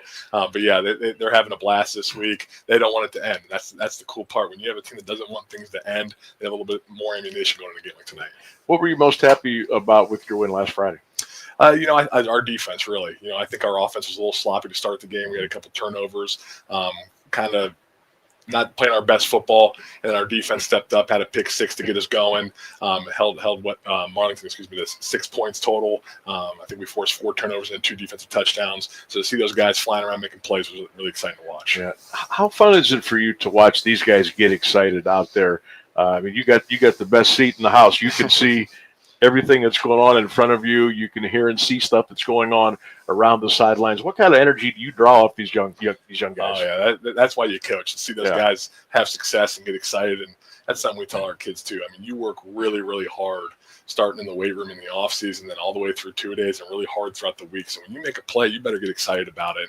And our kids have no problem doing that. So they get excited, and it builds the whole team energy up, and it brings our coaches up too. Tim Goodman is our guest. There he is, live here on AM 1310 WDPN, the Sam Bourquin Show, presented by AWP Safety. So to go out there on this tonight, Friday night, week 11, you're carrying the banner for Alliance High School. You're carrying the banner for the city. You're carrying the banner for the alum, all the former players that played here. Does that kind of thing hit you before you go out on the field, or are you already feeling that right now? Yeah, you feel it a little bit, but I think it'll really kick in once we get in the locker room and we see the fans show up and our alumni show up. I think it's going to really drive the point home for us. And again, when you have that home game and you see all that support coming out, it gives you a little bit of a kick in the butt to get going. Yeah. What's it been like in the school this week? Oh, it's been an exciting week. Besides Halloween, this has made it even more exciting. So, there's been chatter all week long, people talking about the game. Kids are excited. I mean, everybody's ready to go. I think we'll have a pretty good crowd tonight. So this is what makes high school football fun. Good stuff. Well, I appreciate you coming up here, table. We'll kick you out a little bit loose because kick you out a little bit earlier. This is the big one today, obviously. Who you got bringing in for this? This is going to be Johnny Belts coming in. He's a senior okay, outside number backer. 4. Okay. Yeah, tons of tackles for loss, tons of tackles. He's got a high energy, and he's a great player to have on our team. Good stuff, Coach. Thank you so much. Yep. Good luck tonight. There you go, Tim Goodman, head coach of the Alliance Aviators. He is exiting the studio and coming in here right now. We're going to talk to one of the hard hitters here in Stark County football. That is Johnny Belts, who has joined us. Go ahead and slap those headphones on, my man, and we'll get this thing rolling for you. Alliance in Geneva, again, coming up tonight, 7 o'clock right here on AM 1310 WDPN. And, of course, we'll be streaming live all over at Q92radiosports.com. Number 4, Johnny Belts. How you doing, my man? Good, sir. How are you? Good. Thanks for coming up today. What's this like been for you? What's this week been like for you, knowing that for the first time ever in the history of the school, you guys are hosting a playoff game? I mean, we've been waiting for this since we've been little. I mean, this group of class, like my class, I've been playing football with them since Pee-wee, since we've been nice. So we're a great family. I mean, this is what we wanted. I mean, we wanted that West Branch win more than anything, but I think God has a plan for us for today, and we're going to take advantage of that. I would agree. We did that game. That was a great game, 34-28. I know you guys wanted it badly. But the more important thing is now, Johnny, at this point in the year of playoffs, what did you guys learn from that game to help you prepare for hopefully week 11, 12, 13 moving on? We learned how hard we can fight. Even when we're down, like we were down 20 points. Yeah. And we fought. We fought hard. And as a defensive guy, I know we're tough. And we could take hits, we can take passes, anything, blown coverages. But we came back and we stopped them. And I just know we're tough. We're tough. How anxious are you guys to get out there tonight? Coach said you were ready to play Monday. You guys wanted to go out there and play. What's it been like having to wait a whole week just to go out there and do what you love to do? If I could have played Friday night, I would. I mean, it's been very, very the hype, just the energy, just this week of practice was amazing for us, especially on the defensive side. Like, again, wing T offense, I mean, we love contact, so run the ball all game. We love it. So it was a great week. Great. Yeah, they do run the heck out of the ball, and especially with the win tonight, I'm sure they'll really want to pound it. Yes, sir. What do you guys look at? I know you're on the defensive side of the ball, but what do you guys think looking your do offensively tonight with the wind? You guys can throw it, you can run it, you can spread it out, you can jam it down their throat if you want to, but what are you looking for out of your O tonight to keep you guys fresh and you can go out and do your thing? I mean, like every week, try and get our run started. If we get a run game, I mean, we're unstoppable. But, I mean, with J.R. Jackson in the pocket, he can make anything work. So, what's your favorite thing about playing defense? Because we've done 8 of your games. So I've got to watch you a lot, and I've called your name a lot, and I'm like, oh, another big hit. This guy's all over the place. What do you love most about playing defense? I mean, the drive, the adrenaline, just getting to go and hit somebody. I'm not on offense. I'm not avoiding the tackle. I'm going to make it. I love it. And I love getting tackling behind the line of scrimmage. Yeah. I love it so much. I just the adrenaline of it is what I love. Nothing like a little TFL. Nothing like a TFL. What's your favorite thing for you about playing football here with Alliance and playing with your guys and going to battle every practice, every down, every game? What's that like for you? It's awesome. I mean, to have a group of guys that wants it just as much as you, that gives you an extra bit of confidence in your win. So just us going out tonight with everybody on it, with everybody in the game, we want it so bad all together. It's not because, if one guy don't want it, then it's the odds aren't that right. But every guy wants it, and I know it. So I feel great. It's awesome. Are you surprised how fast it's gone this year? Very. I still feel like I remember summer, like the back, Like I just remember working out in the summer. I feel like it went by so quick. When did you start playing football? Remember what age? Second grade, first grade. We played in, I can't forget what league it was called, but we played in a league. All of my buddies, we played for a team called the Raptors. Okay. So, yeah, I've been playing with these guys since we were itty bitty, this tall. That's got to be just fully pads. Yeah. I mean, I've been playing before that, probably little flag football. I've been playing football all my life. Did you, when you started, did you always think that you would be, like, was defense going to be your love? Did you want to get on the other side of the ball the more years that you played? What was that like? Well, beginning, I'm a wrestler. And I can see you got the pin on your I your love wrestling, but just football has been awesome this year, really. But yeah, I ran the ball a little bit. I liked running back, but just growing up, I was so quick, and I could just get back there and get somebody, and just I love it. I love defense. I run the ball, having the ball is okay, but I like tackling. I like making the play. I tell you what I would do. If I was Coach Goodman, I'd line up in the T in the backfield. I have 3 backs. I'd put you in an H-back. I'd put you in motion. I'd have you cut right up the B gap and blow somebody up. I would. Which you would do, and then your runners could just take it and go 80 yards. That's what I would do. My buddy can also do that, Brody Fast. I mean, he's already out there pancaking guys left to right, so he can do it just fine. You guys are fun to watch, man. I appreciate you coming up. Best of luck tonight. Yes, Stay sir. healthy. Go get them. And Yes, hopefully sir. we'll see you next weekend. Yes, okay? sir. There I he goes. appreciate it. You bet. Johnny Bell's number 4. He is a sticker on defense for this Alliance club, and we're looking forward to calling his name a lot tonight here on AM 1310 WDPN. That's a great young man right there. And best of luck to him and his teammates tonight as they take on Geneva at 7 o'clock right here on AM 1310 WDPN. All right, I said we'd go a little bit further. We did. So we got to play catch up. So let's take a break. We'll get you news and weather, get some spots knocked out, and we'll come back here to KEHRES Stadium with more of the Sam Bourquin Show on AM 1310 WDPN.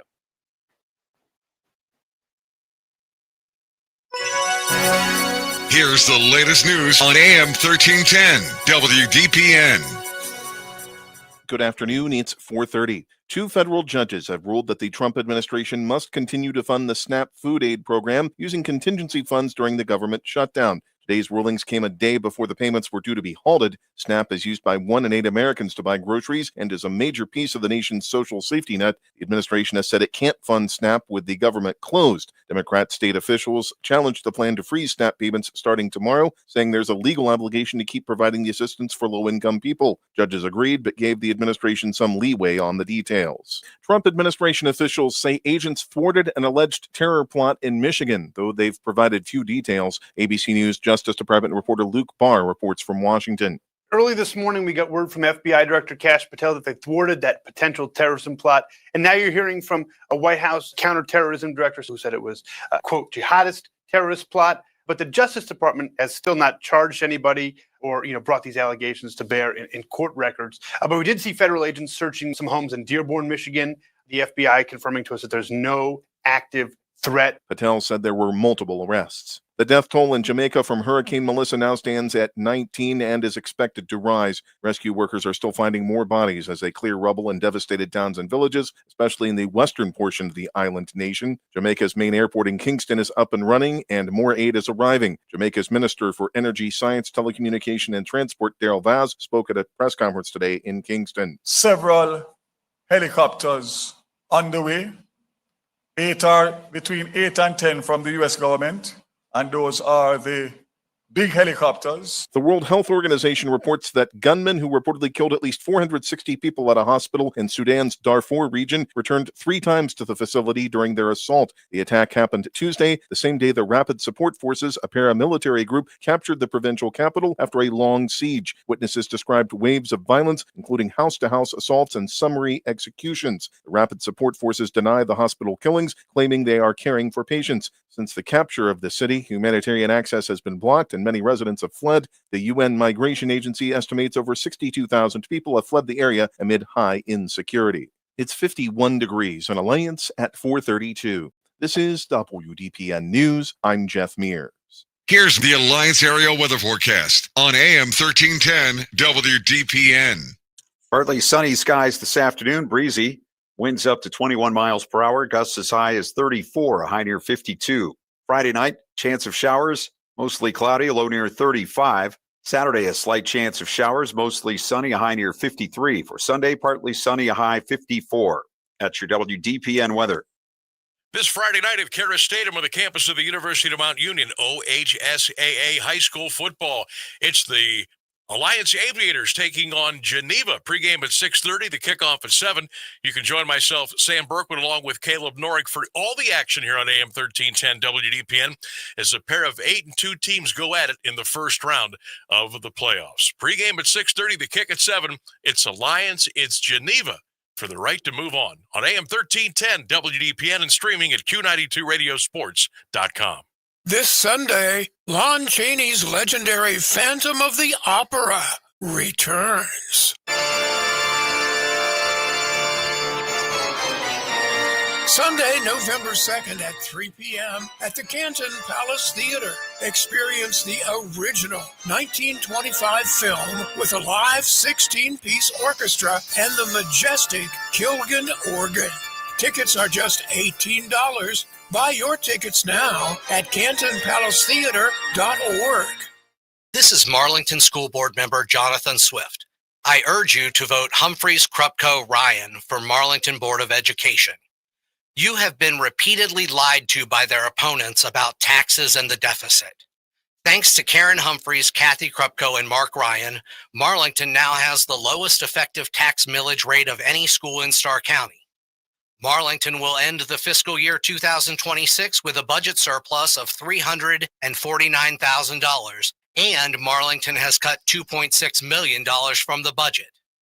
Humphreys, Krupko, and Ryan pledged no new taxes. On November 4th, Marlington voters have a choice to keep moving Marlington forward. Their opponents will do or say anything to get elected.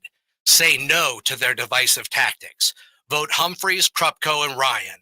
On November 4th, vote Humphreys, Krupko, Ryan for Marlington Board of Education.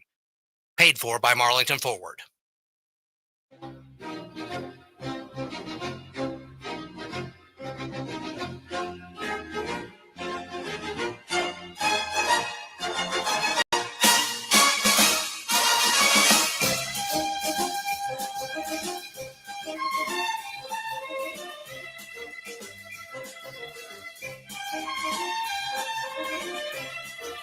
AM 1310 WDPN. Welcome back to the Sam Berkman Show. We broadcast live from KEHRES Stadium here at the campus for the University of Mount Union. It is a Halloween, a little spooky out there today. The dark clouds are kind of rolling in, kind of overtaking the blue sky. We've got plenty of wind. If you're a fan of wind, we've got a lot of that. It's been gusting 20, 25 miles an hour since we got here this afternoon, and I think it's going to stay with us throughout tonight's ball game. So if you're coming out tonight, and we certainly hope that you are, bundle up a little bit. Make sure you got a little hat, little coat, maybe some gloves. I think you should be okay. We're going to be in the 40s tonight.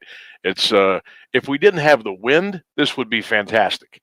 But it's just the wind has just been howling, if you will, all day long, and it's expected to stay with us tonight here at least through 7 o'clock, maybe at least the first half of the game here between Alliance and Geneva.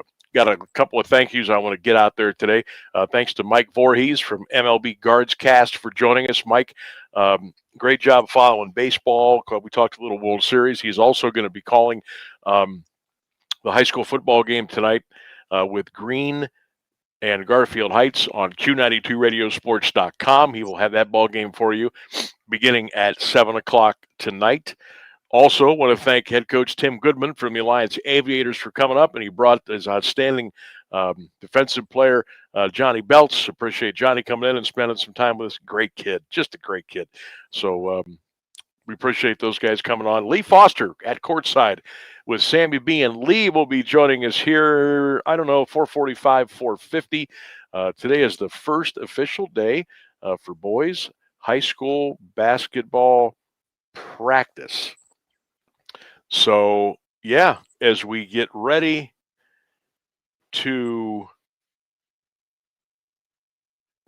for the high school football playoffs, the girls started practice last week. The boys' first day of high school basketball practice was today. So we're going to talk a little bit of hoops. We're going to tell you about some of our plans for our broadcast this year of high school football.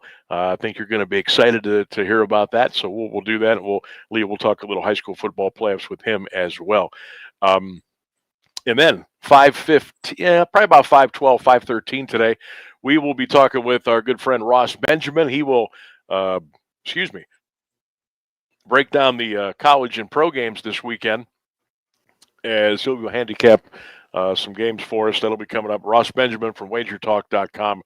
I'm trying to do a million things at once. I apologize. I sound like I'm all over the place here. I apologize for that, but just trying to make sure we got everything needs where it needs to be. Ross will be joining us at around 5:10 here this afternoon. So Ryan Rainsberg holding it down back at the studio. I am on location here, and the wind is whipping. The wind is whipping here tonight. So, boy, if anybody can throw the ball in this, and I'm talking about throwing into the wind, that is going to help. But I think for most of the night, you may see the ball on the ground. We know it will be on the ground for Geneva. All right, they got a couple of 1,000-yard backs that are going to be in this ball game tonight, and it's Bryce Pete and Caden Proy. They both have gone over 1,000 yards on the ground. Pete is the school's career rushing leader. Proy set a single season touchdown record. Pete has more than 3,900 rushing yards in his career. So this young man, I'm excited. I have never seen Geneva play high school football in my life. So I'm excited to watch them play tonight and see what they've got. And I'm anxious to see what Alliance can do tonight to, I don't know. I don't know if they're going to be able to stop them, but for a team that runs the ball like they do, if you can get them to run it to maybe like 55 to 65% of what they're used to getting, I think that gives you an opportunity to get the job done. Like if Geneva goes out here tonight and both these guys go over 100 yards and they get 3 or 4 touchdowns on the ground, it could be tough for Alliance. If the Alliance defense can say combined hold Geneva's running game to like 120, 125 yards total, I think that gives them a great chance, a great chance to win the ball game here tonight. Now, I did not ask Coach. I was going to ask him off the air, and I said, "Nah, we'll go with what we've got." So I don't know the status of Ravon Hawkins tonight, the running back. He got injured last week against Marlington, had to come out. He was out for about 2 or 3 series. Then he went back in. He took a play, ran the ball. Yeah, we did not see him. The rest of the night. So I am not sure. Thank you. I'm not sure what his status is for tonight, but if he's able to go, that will certainly help Alliance's cause. Now, the Aviators, they can certainly bring some guys in if Ravon is not able to go. Yeah, we saw that last week against Marlington. But obviously the key, and everybody knows it, And because everybody knows it, it doesn't matter because he's this good. And I'm talking about J.R. Jackson, the outstanding quarterback for Alliance. Again, we've seen him. I think this is our 8th Alliance game this year. So I think I'm pretty qualified to know what I'm talking about here. This young man should be the county player of the year, and it shouldn't even be close. He's incredible. 2,327 yards throwing, 24 touchdowns. Defensively, he has 5 interceptions. Probably should have 7 or 8. A couple of them got bobbled, hit the ground. Running the ball, he's gone for 672 yards and 9 touchdowns. So J.R. Jackson can run it. J.R. Jackson can throw it. And when he throws it, Jaron Blair, Tajay Nicholson, Cash Brisker, all these guys can get it done. So this could be an incredibly high-scoring game. But if the wind gets involved, then I don't know. I don't know. All right, let's turn our attention here. We're going to talk a little high school football and a little high school basketball. My guy who is just out running around today, just doing things. Courtside with SammyB and Lee, and my basketball partner and my good friend Lee Foster, joining us here on the Sam Bourquin Show, AM 1310 WDPN. There he is. He got a haircut today. How you doing, Shooter? I don't need those anymore, buddy. You know that. Neither do I. Neither do I. I just get to live through Cam. I take him, he gets his, and I think about how I used to get faded. Now I just straight razor. That's what we need. Straight razor. You're good to go. That's hey, right.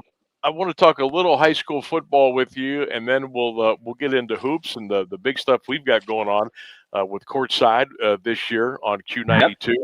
Yep. Obviously, the first week of the playoffs here, you got a lot of teams sitting out because they got the bye. So no McKinley, Maslin, no Lake, no West Branch, but we got some good games with some teams from 1 all the way down to Division 7. What are the couple of games that stick out to you tonight? Oh, I do kind of like your game. I think Geneva Alliance, I think it should be good. I think we got a good game, yes. Salem Northwest is intriguing to me. Northwest obviously plays good defense but has not been able to score at all. And I know Salem's young quarterback is pretty good. I think they can put up some points. That's kind of intriguing to me. Other than that, it's hard to get out of the county because I don't know these Columbus teams. I don't know these Mahoning County teams. So I don't really know what they are. I think Canton South should probably be a good game with this but they're down in Columbus at Columbus East. Brunswick Jackson kind of entertaining, and I think Green probably wins, but Garfield Heights is 9-1. But again, strength of schedule, I'm not really sure who they beat, up there in that league that they play in. Yeah, were you surprised at the outcome of the Hoover Jackson game last weekend at all? I really wasn't. I feel like the home team for a long time has had that advantage, and for whatever reason, it just seems when Jackson's came to Hoover the last 3, 4, 5 times, it's just been an onslaught of Hoover's up. They get up early and they just kind of run away. Jackson, to me, has been very streaky. The quarterback play, obviously, and knee injuries and assortment of things. So they played him, they played the backup, they played another kid. I don't think there's a ton of continuity offensively for Jackson right now, and I think that set them back. And hopefully they can find a way to win tonight so we can get another Stark County team moving to Week 12. No doubt. Also last weekend, McKinley Maslin, you were there at the game. Yeah. You had the little guy Cam with you, 21-14. How far do you think each of those teams can go this year? Obviously, McKinley in Division I, Maslin in 2. Realistically, how far can the Tigers and Pups go?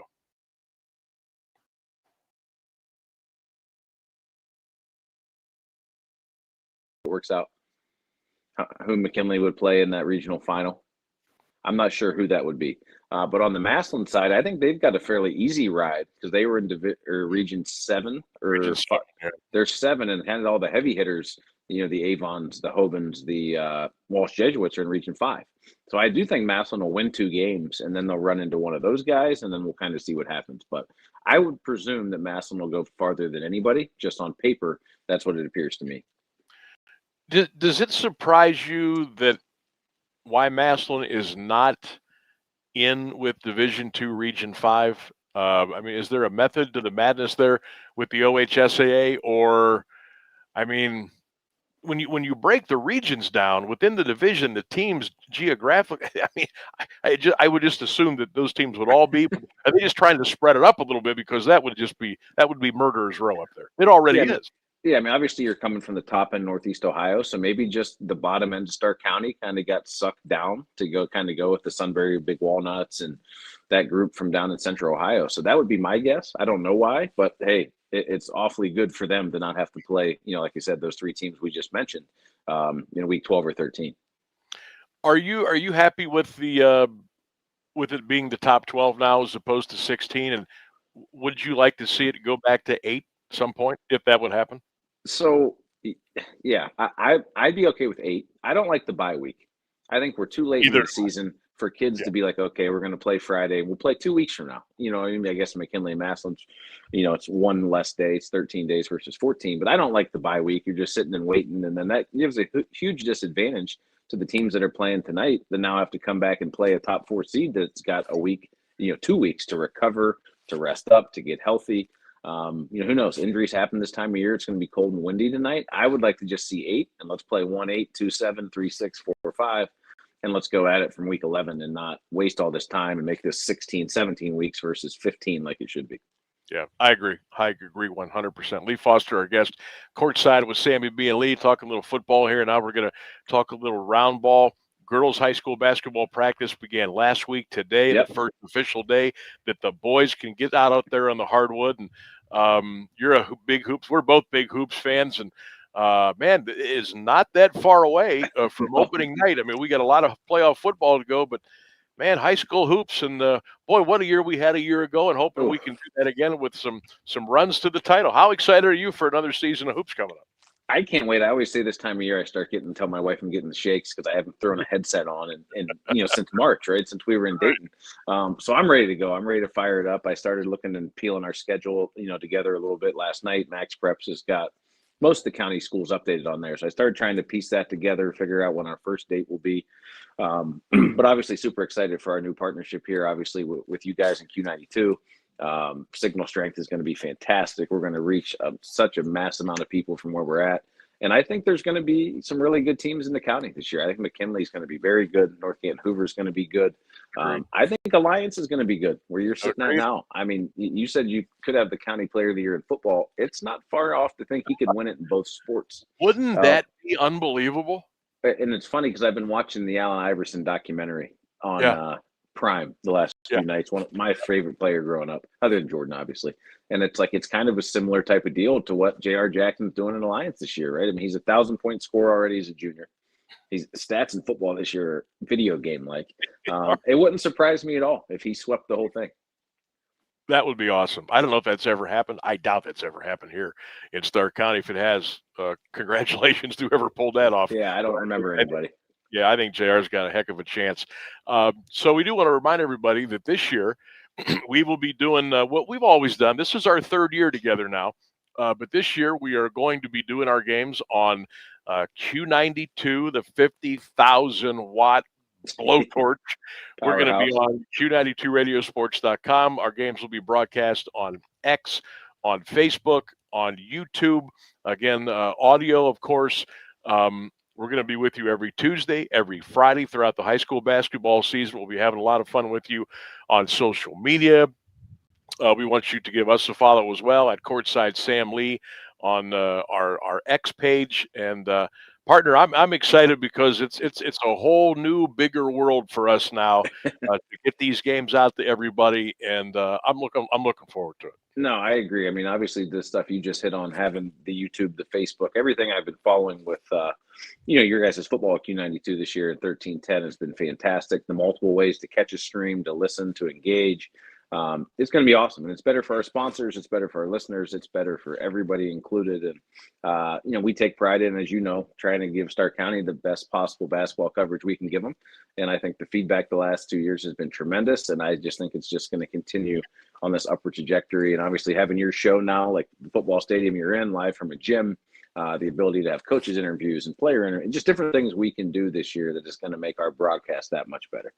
It's going to be awesome. And we're probably looking for, second week of December, probably, before we get started, I'm thinking. As I look, there's a few people that open up that weekend right after Thanksgiving. December 2nd is the first Tuesday.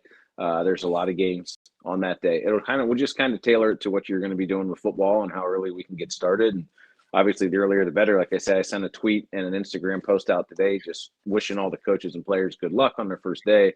And the feedback was tremendous. It was rolling through. We were getting shares and likes. And I think the basketball community has been humbled down and just hunkered down, I should say, and waiting just to kind of explode to the scene because they're ready for round ball to hit it, and they get the kind of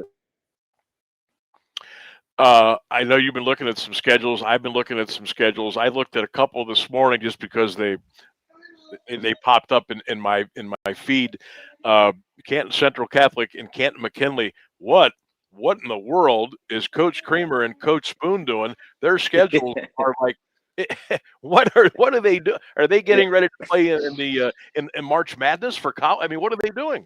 I've looked at both of them, and I think you sent me Central's schedule. Absolute slobber knocker games. I mean, they're playing up, and I don't know. And again, I guess I know some of the kids coming back, but I think they've had better teams on paper in the last 4 or 5 years. So I was a little surprised to see the schedule increase. Spoon, I think, has the dudes. I think they want to challenge themselves as much as possible to be ready to try to make a Final Four run and do what Canton McKinley has always done is go to the Final Four and be the most historic program in Ohio basketball history in terms of wins. So I love what Spoon's doing. And honestly, I don't really mind what Coach C's doing because what do? They just play their season. They do what they do. And if you listen to him, it's 22 scrimmages. And then they go cut down a net and win a district title every year. So the Crusaders will be ready once it's time to get to tournament time. I don't fault either one. I think they're going to be great games, and it gives us better teams to cover and some exciting games to watch all winter long. No doubt. Real quick before we let you go, 2 teams that went all the way last year, Perry and Louisville. Now, I know the cupboard is not completely bare at both schools, but they did lose quite a bit of talent. Louisville's got a new coach. Just ballpark, what do you expect out of Perry and Louisville this year? Ooh, that's really tough. I have no idea. And I don't want to over set the bar too high or too low. I see 2 500-ish esque teams. I mean, I think Perry's got at least the Daisy and the Haley. They what's his name, Martelli coming back. Louisville's group. I mean, they had a good freshman and junior high group or JV group, but they don't have varsity minutes under their belt because of those 8 seniors they had last year. So I would presume 500-ish, maybe a little better, maybe a little worse. New coach in Louisville, so that could take some time just to get that moving with the whole new staff. 100 knocking on the door. And once we get to that tournament, as we saw last year, who knows what can happen in Division 2, 3, 4, and on, all the way down. Yeah, it'll be fun. That we know. Courtside with SammyB and Lee, yours truly, Sam Bourquin, Lee Foster. We'll be with you every Tuesday, every Friday during the basketball season on Q92, 92.5 FM, Q92radiosports.com. We'll be everywhere. Social media. We're looking forward to it. I can't wait. I don't want to rush the football season because I think we got some teams that can run, but I can't wait for hoops and working with you again. It's been a blast, and enjoy the rest of your Halloween. Have a great weekend, and we'll be talking. All right, buddy. Sounds good. There he goes. Lee Foster, the man with the clean-shaven head, joining us here on the Sam Bourquin Show, 1310 WDPN. We are live here on an AWP Safety Football Friday, live here in Alliance, live at KEHRES Stadium, about 2 hours away from Geneva and the Alliance Aviators. It's high school playoff football. We've got lots to get to, lots more to do, but first we'll take a break for the news. Stay with us. More to come on the Sam Bourquin Show.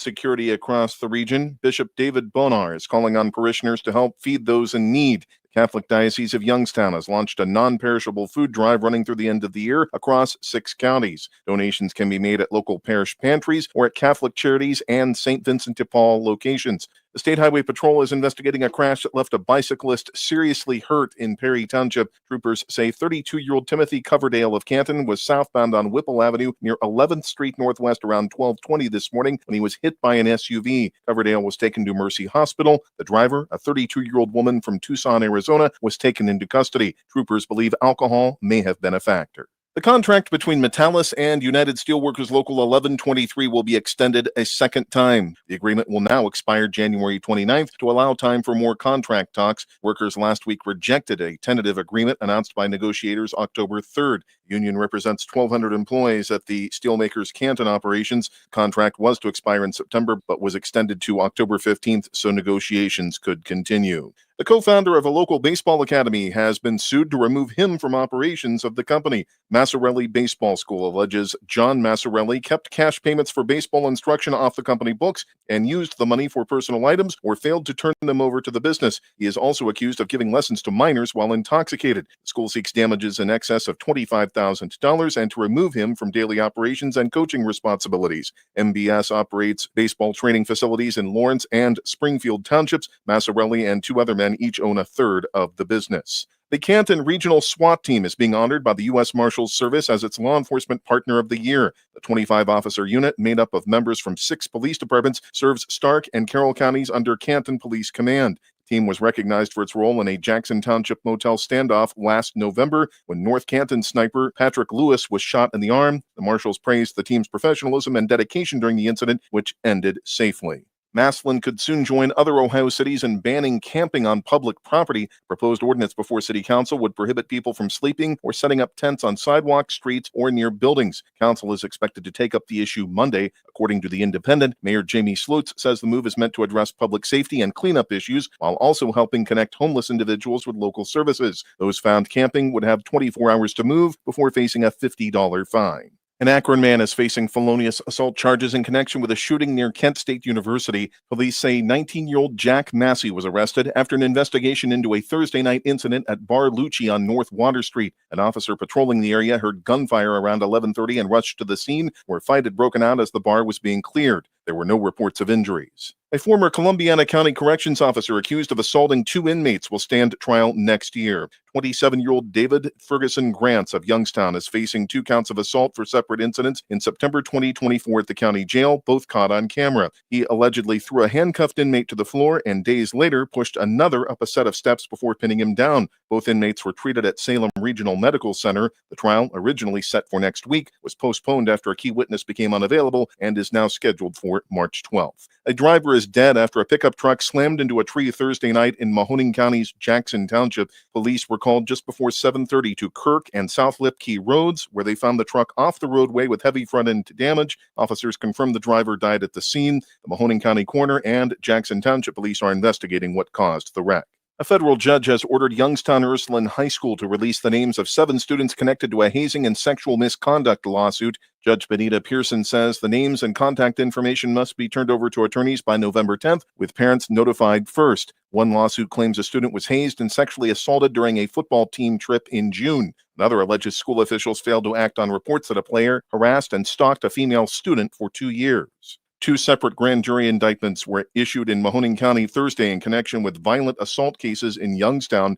49-year-old twin brothers Ryan and Brian Moore now face reduced third-degree felony charges after a downtown fight where a woman was curb-stomped August 15th. Prosecutors reduced the charges after reviewing the victim's medical records. Both men remain in jail on a $100,000 bond. In another case, 37-year-old Lenine McCants was indicted for felonious assault, accused of running over a woman with an SUV during an argument September 19th. McCants is being held on a $50,000 bond. The felonious assault case against Liberty Township trustee Devin Stanley is now on hold after all Trumbull County judges stepped aside, citing conflicts of interest. The Ohio Supreme Court has assigned retired appeals judge Thomas Teodosio to handle the case. Stanley, who also works as a county clerk's official and Girard assistant prosecutor, is accused of assaulting his wife and remains in jail without bond. The 53-year-old's case has been sent to a grand jury to determine if he'll be indicted. A Republican-led panel in Ohio has adopted new U.S. House districts, potentially boosting the GOP's chances of gaining 2 seats in next year's elections. The new map approved today comes as President Trump pushes for Republican states to reshape districts for electoral advantage. Ohio's redistricting was mandated by the state constitution because the current districts were enacted without bipartisan support. Governor Mike DeWine has nominated Scott Partika as the new director of the Ohio Department of Medicaid. Partika, who currently serves as DeWine's policy director, would replace Maureen Corcoran, who is retiring. DeWine praised her leadership and efforts to improve health care for Ohio's most vulnerable residents. Partika has been involved in health and human services policy for several years and must be confirmed by the Ohio Senate. Taking a look at Wall Street, the Dow Jones Industrial Average closed today at 47,562, up 41 points. The Nasdaq Composite rose 144 points, ending at 23,724, and the S&P 500 closed at 6,840, up 18 points. It's 51 degrees and Alliance at 5:09. This is the local edition of WDPN News. I'm Jeff Mears. Now, the Alliance Area Weather Forecast on AM 1310 WDPN. Partly sunny skies, breezy Friday with a high near 52 degrees, gusts as high as 34 miles per hour. Chance of showers overnight, gusty winds continuing, low 35. Saturday, a slight chance of showers, mostly sunny, a high near 53. Sunday, sunshine, a high near 54. That's your WDPN weather. This isn't a haunted house. It's a haunted factory. The Factory of Terror in Canton is now open. 5 blood-curdling haunts under one roof. And when you think you've survived, 5 killer theme bars. If your nerves can handle it. Over a mile of fear, no safe zones, no turning back, every corner, something's waiting. Get your tickets now at FOTOhio.com. Factory of Terror, where the fear never dies. This Saturday afternoon, the Mount Union Purple Raiders look to run their regular season record to 8-0 as they battle the visiting Capital Comets at 1:30 right here on AM 1310 WDPN. I'm Sam Bourquin, joined myself and my partner Ryan Bevere from KEHRES Stadium on Saturday as the Purple Raiders look to stay perfect in 2025. It's Mount Union taking on Capital. 1:30 kickoff this Saturday afternoon, and all the action is right here on AM 1310 WDPN and streaming live at Q92radiosports.com. Live from the AM 1310 WDPN studio, it's time for live and local sports talk. It's the Sam Bourquin Show. I'm ready. Give the show a call at 330-821-1310. Good call, meatball. Watch the Sam Bourquin Show on the AM 1310 Facebook page, the Q92 YouTube page, and on X. This is the Sam Bourquin Show on AM 1310 WDPN.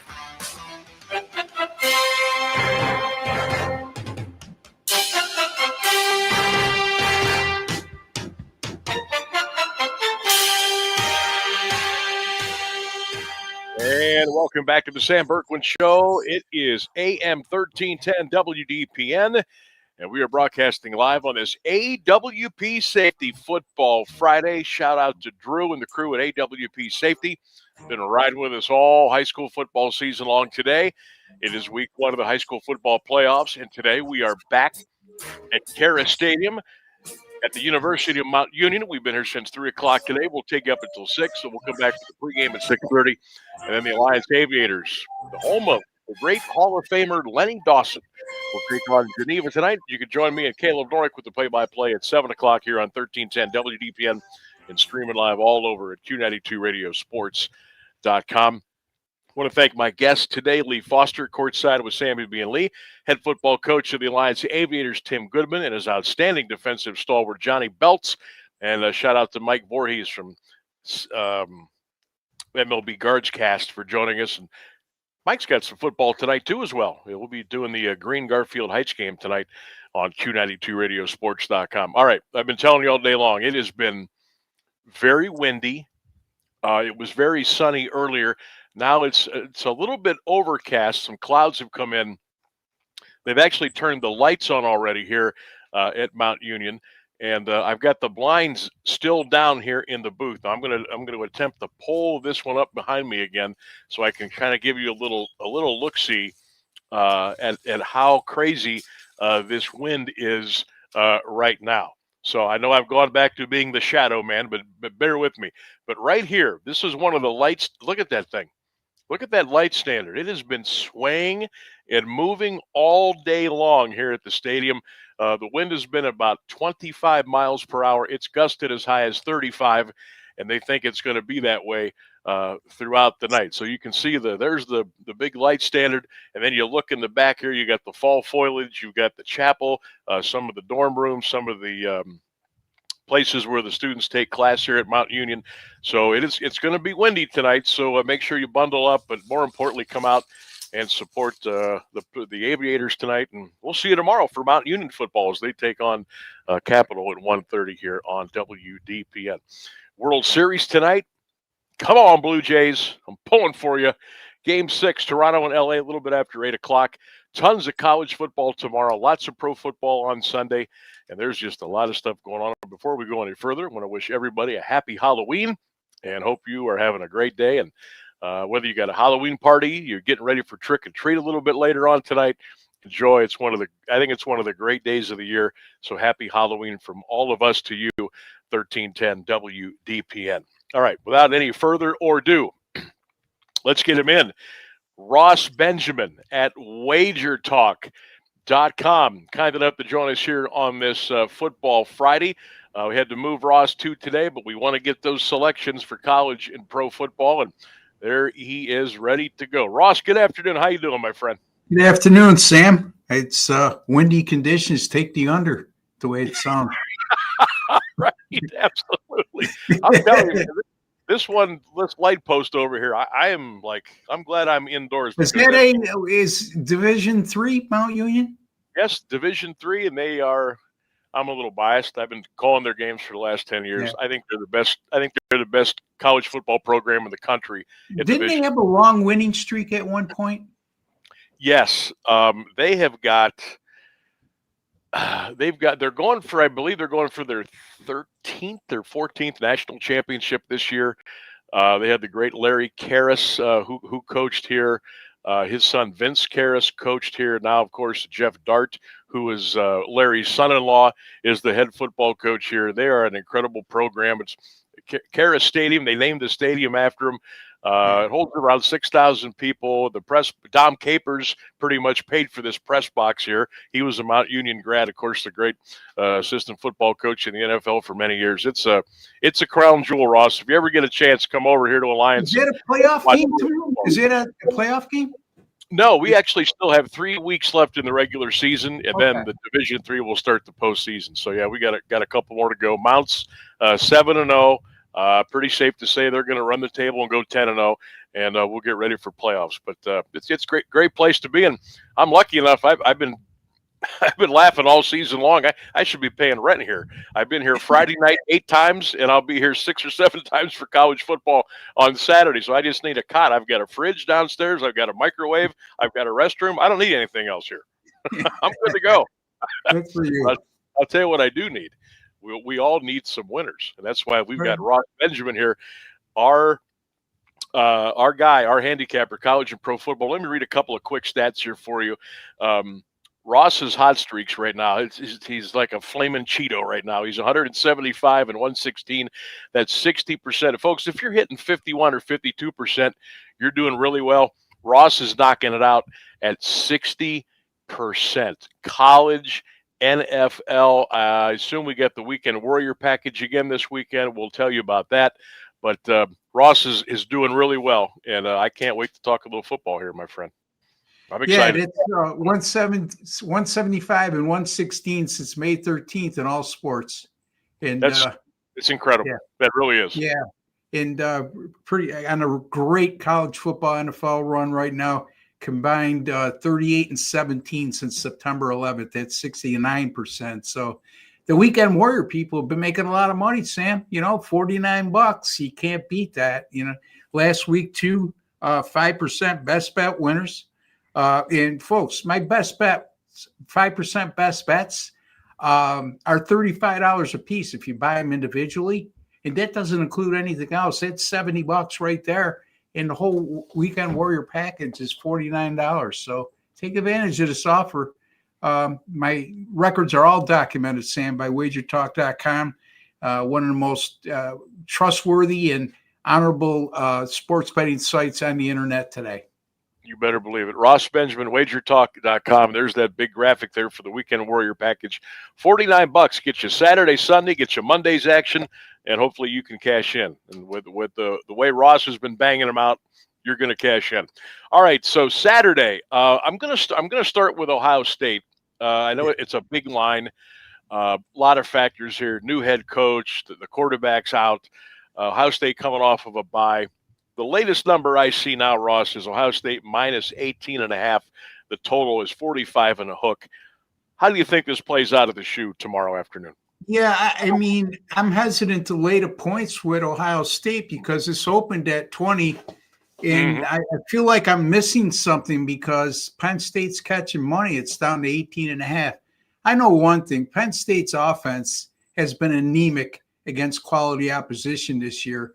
And then without Drew Aller, who was lost for the season, the senior quarterback, you're playing with a lame duck coaching staff right now, meaning Penn State. Why has this gone from 20 to 18.5? I think the safest bet here is you're looking at Penn State's team total, which is 13.5. I would go under the 13.5 on Penn State's team total as the best angle to play this game in my estimation. All right, so Ross likes the under 13.5 total for Penn State, just their point output coming up here on Saturday. All right, I think this is a fun game. This is a nooner. Vanderbilt at Texas. The Commodores are number 9 in the country. Texas is number 20. They look like maybe they're starting to catch fire a little bit here. The Horns are home, laying 3.5 to the Commodores. Yeah. You know, a lot has been made this week about the uncertain status of Arch Manning. And it's like, who cares? You know, really. I mean, I don't know who the backup quarterback is at Texas because, you know, Sam, I don't pay attention to names and player statistics. I'm out to beat the number. But I can't imagine a school that recruits as well as Texas. I can't believe it'd be much of a downgrade when they go to their backup quarterback here because Arch Manning has been a huge disappointment. To me, he's the most hyped and overrated college quarterback I've seen in some time. You know, he's certainly not in the mold of his grandfather or his uncles. So having said all that, I think the best way to go here is Texas's defense is still really good. They had an off game last week. Vanderbilt's a very underrated defensive team. I think this one plays out as a low-scoring affair, and I like it to go under the total. Vanderbilt, Texas, under, I think, 45.5 the last I looked, Sam. Yep, 45 and a hook. Yep.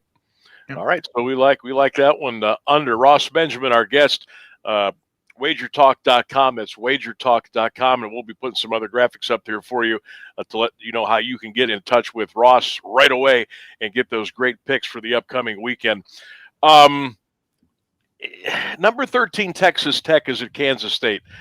Ross, I got a sneaking suspicion it might be a rough afternoon for the Raiders in Manhattan. Am I off base here at all? No, you're not off base at all. Not whatsoever, Sam. You're a sharp dude, man. Let me tell you, because here's the thing. Texas Tech up next, number 10, BYU, who's 8-0. And they're going to be 8-0 when they face Texas Tech. You know why? Because they don't play this week. So you can't – this really shapes up as a dangerous and a flat spot for Texas Tech. Now, Kansas State is 4-4. Obviously, there's a big disparity in the records. Kansas State, though, folks, this was a team that was in the top 25 when it came to preseason polls. Vastly underachieved this year. There are 4 losses, though. Kansas State's 4 losses. They now won 2 in a row. But their 4 losses this year have come by a combined 13 points, and none of those defeats were by 6 points or more. They lost all 4 of those games by 6 points or less, I should say. And here's the thing, too. I mean, Kansas State has defeated Texas Tech 8 times in a row, 12 of their last 13. In the last 6 times the games these teams have met in Manhattan, the Wildcats have come out on top. So I think I don't know about an outright upset. Wouldn't shock me, but I adding that extra hook to the 7 to make it 7.5 is a very inviting number for me. And I like Kansas State in this game. I think they continue their momentum, and at the very worst, they take this game down to the wire. Yep, I 100% agree. Ross Benjamin, our guest, outstanding handicapper, wagertalk.com. Talking a little college, we'll jump into the pros here in a couple of minutes. What they used to call the world's largest outdoor cocktail party, I still call it that. Number 5, Georgia, going up against unranked Florida. Gators, interim coach, they're looking for a new one. Here comes Kirby and the Dogs, Ross, minus 7.5, the total 50.5. You got to lean here. Yeah, I mean, why is Georgia just 7.5 point favorite here? Let's think about this for a second. Yeah. You've got the number 5 team in the country whose only defeat came at the hands of number 3 Alabama and by a narrow 3-point margin. And they're playing a team in Florida that's 2-4 straight up against FBS opponents, playing with a lame duck coaching staff, as you just pointed out, Sam. Why are they just 7.5? Something smells fishy here to me. And when you look inside the numbers and you look at Florida's 4 losses, they were right there in a few of those games. Could have went either way. Rivalry game. I'm going to go with the underdog. Small lean on the underdog here. Take Florida plus the 7.5 over Georgia. All right, chomp chomp. Gators plus the 7.5. Here's another interesting one, Ross. I'm drinking the Kool-Aid, man, of the Ramblin' Wreck. I really am. Number 8, Georgia Tech on the road at sneaky NC State. Georgia Tech minus 5.5. Are they in danger here, Ross? Yeah, this might be a tough spot for them. This is going to be a close game in my estimation. I'm not willing to go out on a limb and a side. I will say that both of these teams are very capable of putting up big offensive numbers. And both defenses, especially NC State, are a bit vulnerable if you look inside the numbers as well. The total right now, I got 57.5. There's a 58 and a 58.5 out there as well. That's what I'm saying. But I like this game to go over the total. I think it'll be a high-scoring, entertaining affair. And, Sam, Georgia Tech, I have a plus 700 ticket on them, meaning for every $100 I bet, I get 700 back if they win the ACC. So it puts me in a precarious position. This game really scares me, though. But I also predicted before the season, I think Haynes King, hands down, I thought this before the season, and I think it right now, is the best quarterback in the ACC. Okay. I mean, the kid could do it with both his legs and his arm, and the kid's a proven winner. I really like this Georgia Tech team. I just don't like this number right now, what they're laying on the road against a team that could put up offense, and that's always dangerous. Ross Benjamin is our guest. We'll throw that graphic up there one more time, maybe a couple more times for the Weekend Warrior package. You can check that out. Only $49 for the entire weekend. That's like stealing, folks. You need to take advantage of that with our guy Ross Benjamin. All right, one more college, and we'll move into the NFL.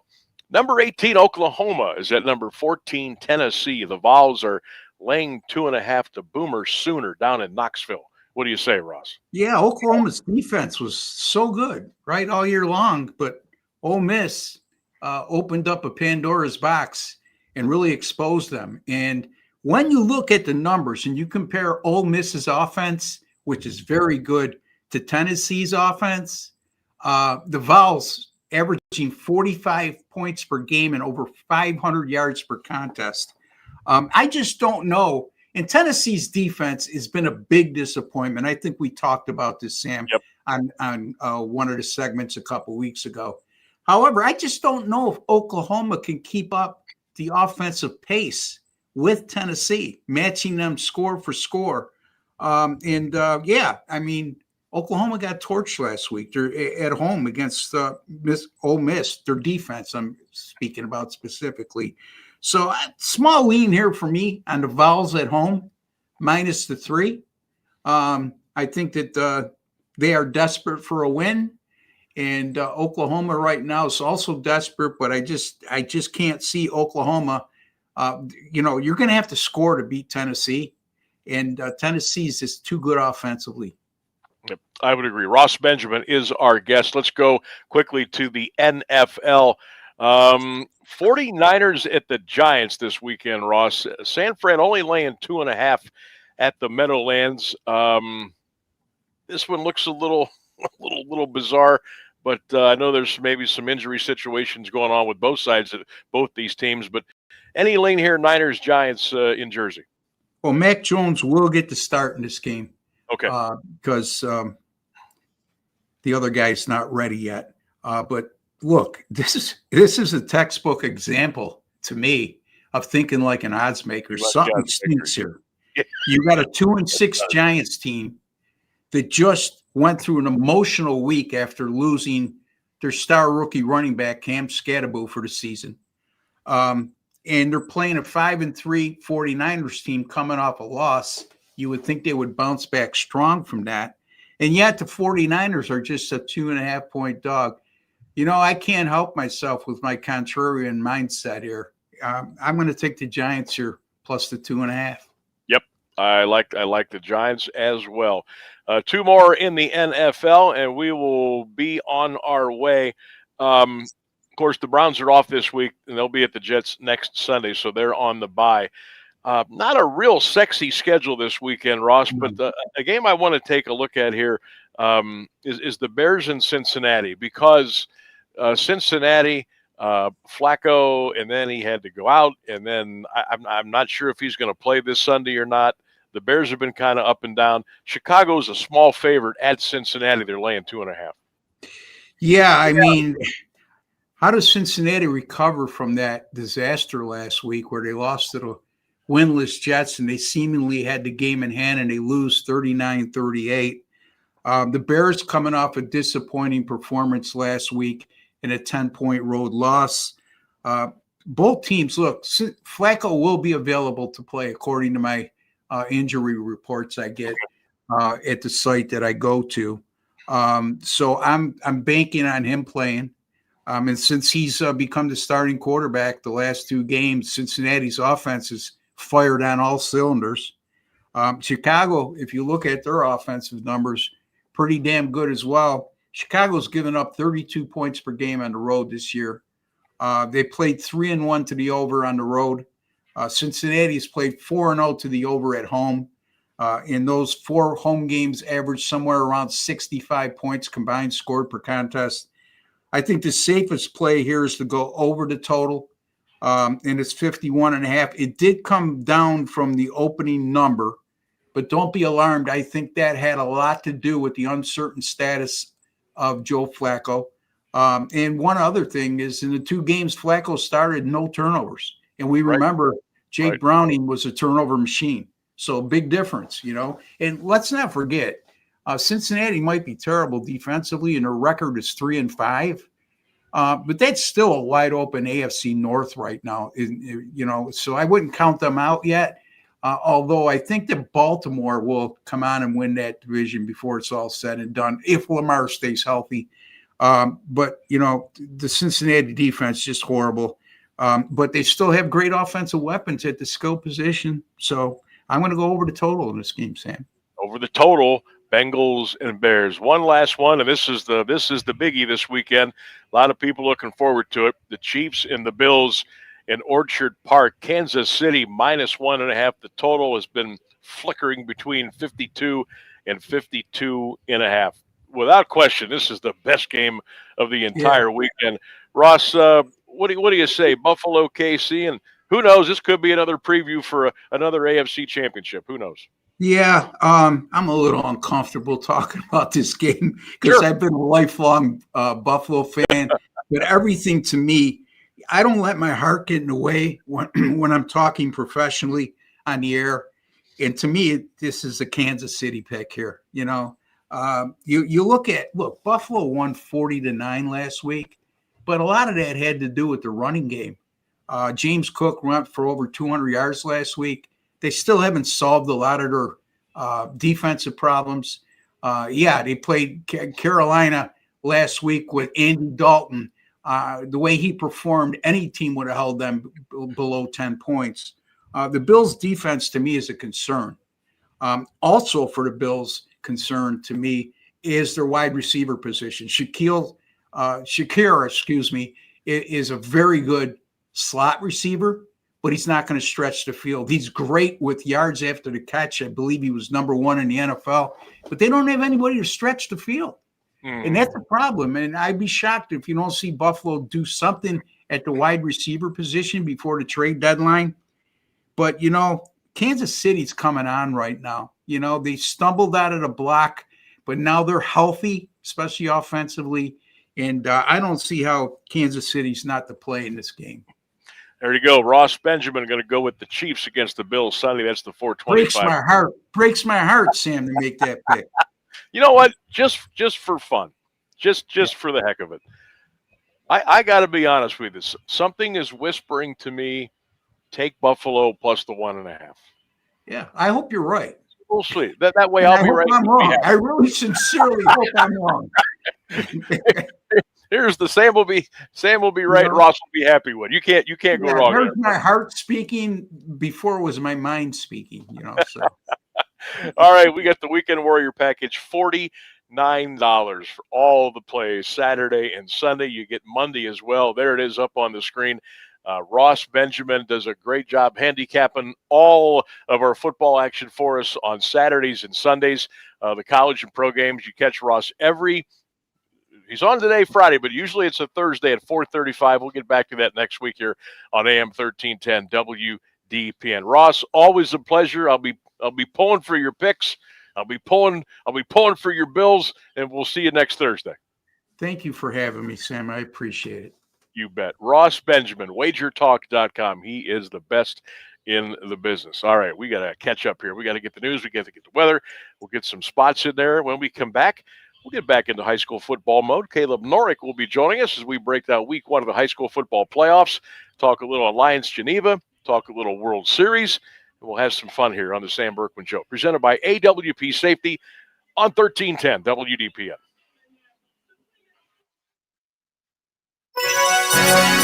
Now, the latest area news on AM 1310 WDPN. Good afternoon. It's 5:30. 2 federal courts say the Trump administration must keep providing SNAP food assistance despite the government shutdown. ABC News national correspondent Stephen Portnoy has the latest. 2 federal judges, one in Massachusetts and another in Rhode Island, now say the administration is misreading the law and that it has to use contingency funds to provide SNAP benefits. $5 to $6 billion in the fund is not enough to cover the whole month of November, but Rhode Island-based federal Judge John McConnell says the government must distribute that money as soon as possible. In Massachusetts, Judge Indira Talwani says beyond the contingency fund, the administration might have to look for other available money to provide full SNAP benefits. President Trump Thursday night called for the use of the so-called nuclear option in the Senate, which would do away with the 60-vote filibuster margin and clear the way for a Republican majority vote to end the government shutdown. That 60-vote threshold is cherished by the Republican Senate Majority Leader, as well as House Speaker Mike Johnson. He spoke at a press conference this morning on Capitol Hill. The filibuster has traditionally been viewed as a very important safeguard. If the shoe is on the other foot, I don't think our team would like it. FBI Director Kash Patel says federal officials have arrested multiple people in Michigan who had allegedly been plotting a violent attack over the Halloween weekend. Patel announced the arrests in a social media post saying they took place this morning. FBI and state police were in a neighborhood near Fordson High School in Dearborn and also in the suburb of Inkster. 2 people briefed on the investigation told the Associated Press that authorities believe the plot was inspired by Islamic State extremism. We are learning today about a close call between a Delta Airlines jet and a commuter plane in Boston Thursday. ABC's Alex Stone says the FAA is investigating. A Delta Airlines jet originally headed to New York, but that was diverted to Boston due to weather, was cleared to land at Boston's Logan Airport. But at the same time, air traffic control also gave a Cape Air commuter plane clearance for takeoff on an intersecting runway. The Delta plane was just 125 feet from the ground when it got an order to pull up, and Cape Air was told to stay low to avoid hitting. Pilots of the commuter plane reacting. What the heck? The audio from liveatc.net. The Delta pilots reacting as they read back instructions to climb and turn. Okay, 300 up to 3000, 0263 heavy. That was close. Alex Stone, ABC News. it's 50 degrees in Alliance at 532. This is WDPN News. I'm Jeff Mears. Here's the latest forecast on AM 1310 WDPN. Partly sunny this afternoon, breezy, high near 52 degrees, gusts as high as 34 miles per hour. Chance of showers overnight, still gusty winds with a low near 35. For Saturday, a slight chance of showers, mostly sunny, a high 53. Partly sunny Sunday, a high near 54. That's your WDPN weather. Is your foot or ankle pain slowing you down? At Alliance and Salem Foot and Ankle Clinics, we believe every step should feel good. From heel pain and ingrown toenails to diabetic foot care and custom orthotics, our expert podiatrist is here to keep you moving comfortably. Located right here in Alliance and also a clinic in Salem, we believe in treating every patient like family. Take the first step toward your foot care. Call 330-821-6438 or visit alliancefootанdankle.com to schedule your appointment today. This Saturday afternoon, the Mount Union Purple Raiders look to run their regular season record to 8-0 as they battle the visiting Capital Comets at 1:30 right here on AM 1310 WDPN. I'm Sam Berkwin, joined myself and my partner Ryan Bevere from KEHRES Stadium on Saturday as the Purple Raiders look to stay perfect in 2025. It's Mount Union taking on Capital. 1:30 kickoff this Saturday afternoon, and all the action is right here on AM 1310 WDPN and stream it live at Q92radiosports.com.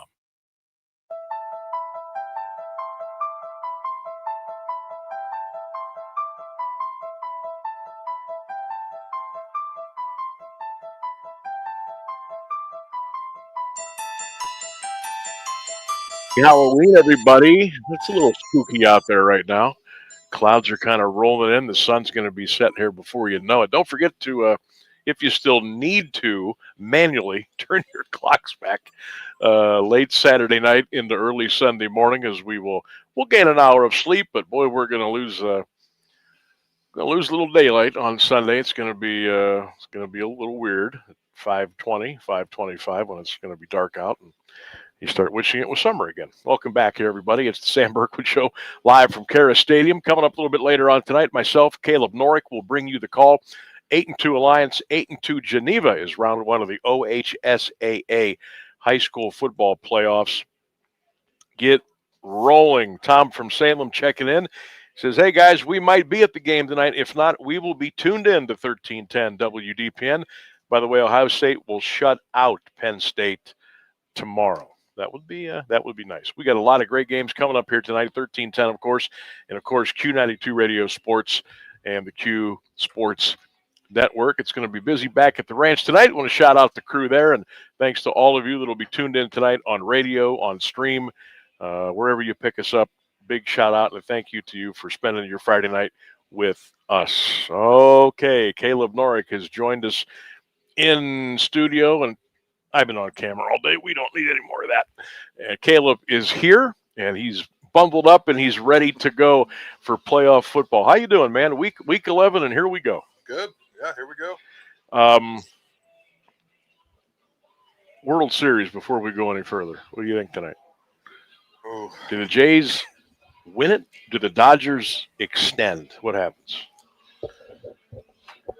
I don't know. I mean, I would love to say that Jays will finish it out tonight, but with the Dodgers on the brink, they got the best pitcher for them all postseason on the mound tonight. So I still think that the Jays might be able to finish it out tonight. Their offense has just been clicking. KEHRES having a postseason out of his mind. Yeah, I'm obviously I'm pulling for the Jays. I have been the whole time. Kind of want them to lose tonight because can't watch it. Yeah, I mean, we'll be lucky to be out and home tonight. Maybe we could get like the ninth inning. It would be pushing it. So I'm kind of hoping there's a give and same. And there's nothing better than a Game 7 in a World Series. So I'm kind of hoping. If the Jays win it tonight, I'm not going to be mad. I got the record button on at home, but I would certainly like to enjoy it live as it happens. Has this World Series, from your perspective, I think it's been pretty much all it was cracked up to be. And how late did you stay up the other night? Did you make it for the whole 19? I was actually listening to it. I like to listen to the home radio, so I was listening to the Jays. Okay. Which is the young Schulman is the play-by-play guy for the Jays. Mm-hmm. And I made it to the 10th. I fell asleep, and I woke back up, and they were in, I think, the 15th or 16th. And what was going through your mind then? I woke up, and I went to check the final score. I'm like, there's no what. I didn't get an alert. I turned it back on. I'm like, oh, all right. Yeah, I mean, those are wild games and all hands on deck. I mean, I saw it, and I'm going to butcher his name, but Yakamoto or whatever his name is. Yamamoto. Yeah. They were getting ready to get him warmed up. Yeah, he was ready. And go in. Like, at that point, they were like, well, we either burn another starter or we, pitch a position player at this point. So what are we going to do? And I mean, credit to the Jays. So that's a heartbreaking way to lose. Oh, I know. But then to come back and respond the way they did, and pick up 2 wins, that's credit to them, that coaching staff and those players. And, and they're banged up a little bit too. Springer hasn't been the same. Bichette hasn't been, but Bichette can't run. No. He can't run. He can hit, but he can't run. Springer's going to play tonight, from what I understand. Yeah. So that'll be good. But that'll be a game. You always remember where you are. Obviously, for most of us on the East Coast, we were probably at home watching that game. But I mean, we had a 7th inning stretch. We had a 14th inning stretch. I probably made 3 or 4 countless mindless runs to the kitchen, which you should never do after 11 o'clock at night. But it's like, I need some fuel to keep going here. Yeah. So I hung in for the whole time. I paid for it the next day, and Toronto lost, which made it even worse. But here we are, game 6 tonight, a little bit after 8 o'clock. Yamamoto and Gosman. That bowl game will be on Fox. And if you're at home tonight, maybe you got trick or treat going on, or you got some Halloween party going on. You can watch the game. You can listen to us. It's the best of both worlds. As far as baseball moving forward, and we all know that work stoppage is really looming, and really no matter what happens here, if the Dodgers win, there's going to be the Group C. To look, all the hundreds of millions of dollars into the payroll. I don't really think it's going to matter one way or the other, because as far as they have made it again this year, a chance to go back-to-back in the World Series. Toronto's not afraid to spend either. They got a pretty healthy cap as well. But I can just hear some of the markets and some of the people in the organization just going insane. And we all know it's going to happen. If you were – I'm going to kind of put you in the middle here. Maybe a little bit of a negotiator, but just a go-between to not just get these guys to the table, but get them to move a little bit towards each other for a goal. What do you say with where we are in baseball in 2025? How do we get out of this hoop so we can keep enjoying the sport that we so much love? Yeah, I mean, be curious to see. For them to look back, and I know the numbers are it's going to be apples and oranges because it was 30 years ago, 40 years ago, but the NFL did this and NBA did this. So what was the conversations? That's exactly what I'm trying to get at. I mean, the NBA, I can't remember exactly when it was, but, it was probably in the days of post Jerry West type, at some point they had to sit down and say, okay, no, there's going to be a penalty if you spend more than what we want you to spend. And now some teams, even the Cavs this year, are like, well, we'll just take that luxury tax and we'll build it into our budget and we'll win. But it still brings a competitive balance across the league, which is what they want. Now the NFL has it. I was just reading an article on the way here about how the Browns, it's almost statistically impossible to do what they've done to be this bad for this long. Of course, and they found a way. Because the NFL is designed to have parity, and they've been consistently awful. But, I mean, you got to find a way to get these guys to the table, and both sides are going to have to give up something, and I think that's what's, in all negotiations, it's finding that right lever to pull with for the players, these max contracts that these guys are getting they're just not going to be there at this level if you're going to put in a salary cap. They just can't afford it.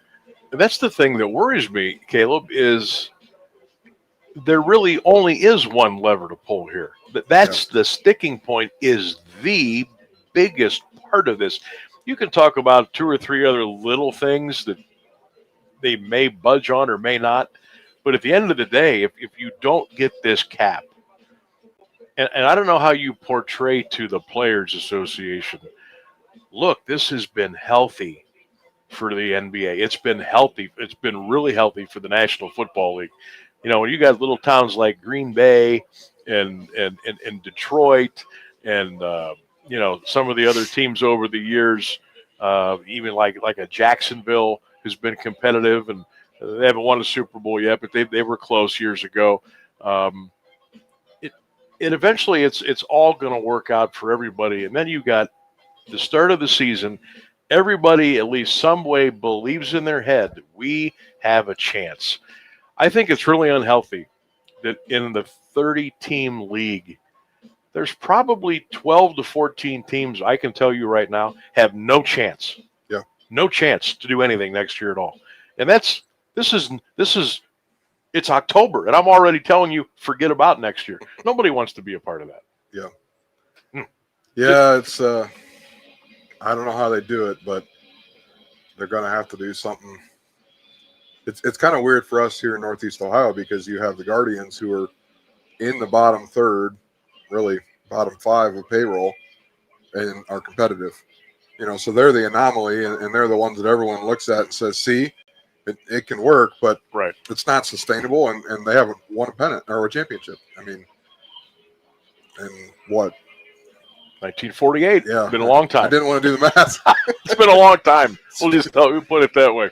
All right, we continue along here on the Sam Berkman Show. We got to get a couple of more breaks in before the top of the hour, so we will take one now, and we'll come back here to Mount Union. It's High School Football Friday. It's an AWP Safety Football Friday on AM 1310 WDPN. Stay with us.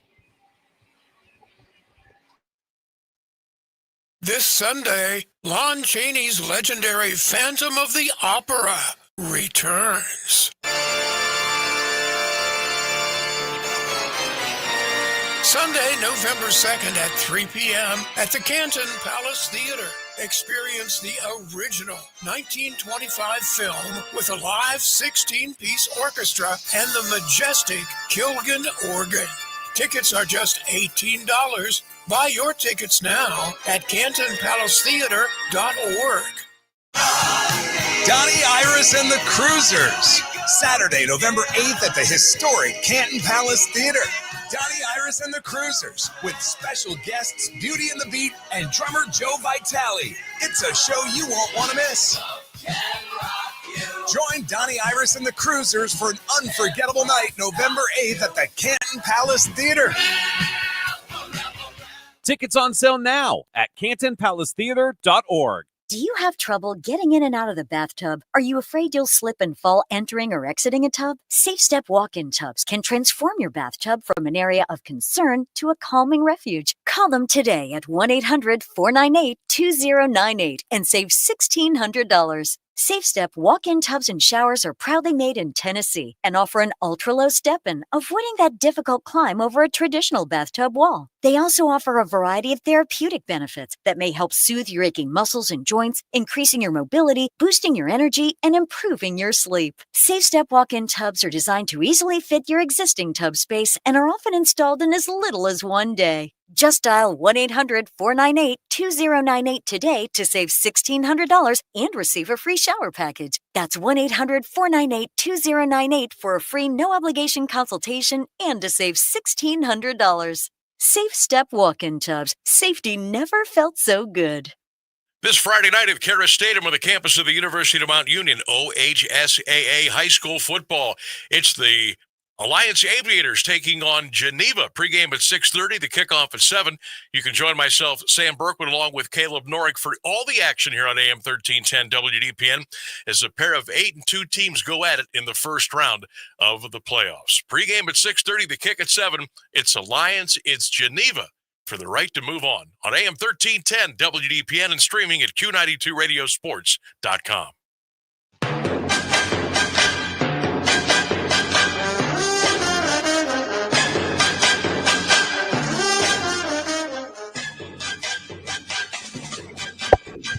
Yeah, we're back, 1310 WDPN, the Sam Berkman Show. Caleb Norick joining me for one more quick segment. We do have to get another break in before the top of the hour, so this will be short and sweet. No, Sam, you're good. That was our last break. Oh, we're good? Okay, thank you. I just wanted to make sure we handled all the business that we needed to handle. Boy, the sun is starting to go down and set already. Holy cow. It's week one of the playoffs. The lights were on here since like 4 o'clock today. The light standards have been swaying all day long because of the wind, so we'll keep our eyes on that. If you are coming out to the ball game tonight, and we certainly hope that you are, dress a little bit warm. It's not going to be crazy cold, but the wind will make it feel a little bit more chilly than it actually is.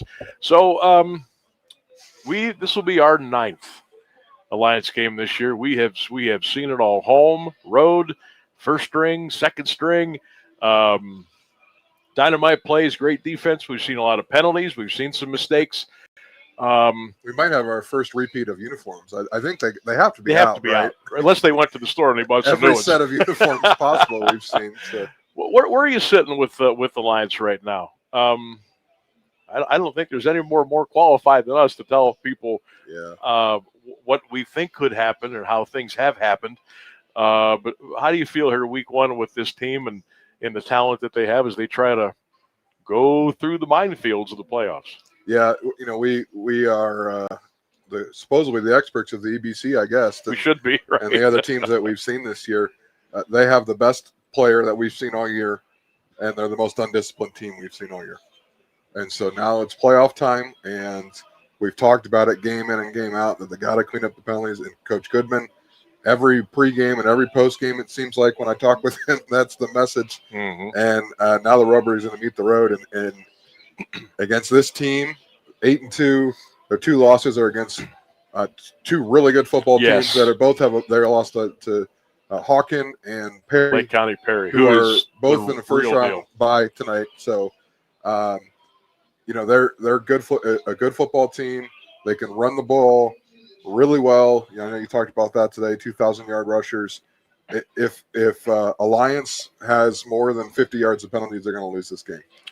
Yeah, I would agree. And also, I've been talking about the wind all day, and good luck trying to throw into it. If you got the wind at your back, you might be in good shape. It may help you with a field goal at some point if you need a little longer wind than normal. But with Geneva, their mindset is pound the rock, and that's what they're going to do. Alliance can run it, but I think they would rather have JR just go back and, look to throw first. If nothing's there, go do your thing. You be you. And again, I don't know the status of Hawkins. That's a big. Of course, who was the name of the young man who came in for him last weekend against Marlington? I thought really played well. I should have that on my. Yeah. And so he was good. Sanders is the backup QB. Trevin Wilkes.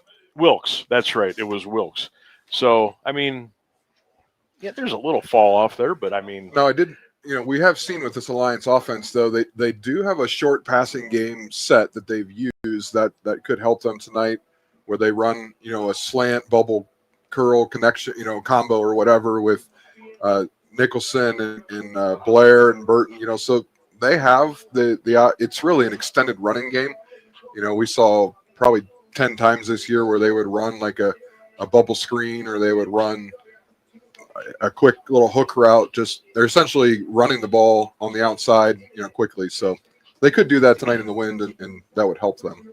It'll be interesting to see. A night like tonight, the coin toss will be interesting. Yeah. You know what I mean? To see who gets the ball, who defers, who takes it, who gets the ball to start the second half, who's got the wind in the fourth quarter.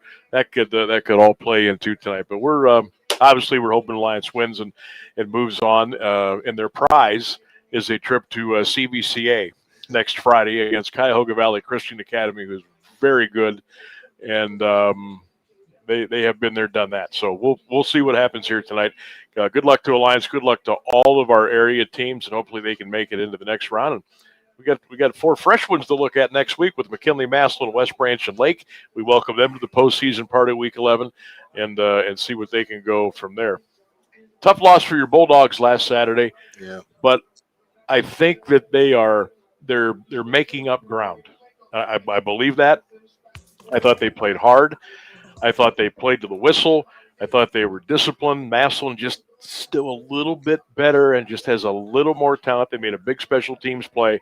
That won them the game. But if you're a McKinley follower, a McKinley fan, you're never happy losing. You're never happy losing to Massillon. Trust me. But the gap is narrowing, and I think they're on the right course. Yeah, you could see the momentum going one direction. And as drive after drive, McKinley failed to pick up first downs and move the ball. Even field position was shifting. And you kind of felt it coming. Yeah. I mean, when he caught the punt at the 50-yard line and got he was like out of a cannon. He was through the wedge there, and there was nobody that was going to, get to him. And credit him, great play. But yeah, I mean, the gap is closing, but if you're a Bulldog fan, that's great, but it's still 10 in a row. Yeah, to your rival. So yeah, yeah, I know it's been rough, but they will get there. All right, that is going to wrap things up. Caleb will head down and get some interviews tonight before tonight's ball game. I think we have one of the best games in the area tonight. I really believe that. 8-2 Geneva, 8-2 Alliance coming up pregame a little bit after 6:30, and we'll kick off at 7 here tonight on AM 1310 WDPN. Thanks to Rainsburg back at the ranch. Thanks to my guests today, Mike Vorhies, Lee Foster, Tim Goodman, and Johnny Belts. Thanks for Caleb for popping by. I want to thank Ross Benjamin from WagerTalk.com as well. We'll take our break. We'll come back with a pregame, so keep it here the rest of the night. What do you say on this Halloween Friday? It's an AWP Safety Football Friday, and we're glad that we could be with you on 1310 WDPN.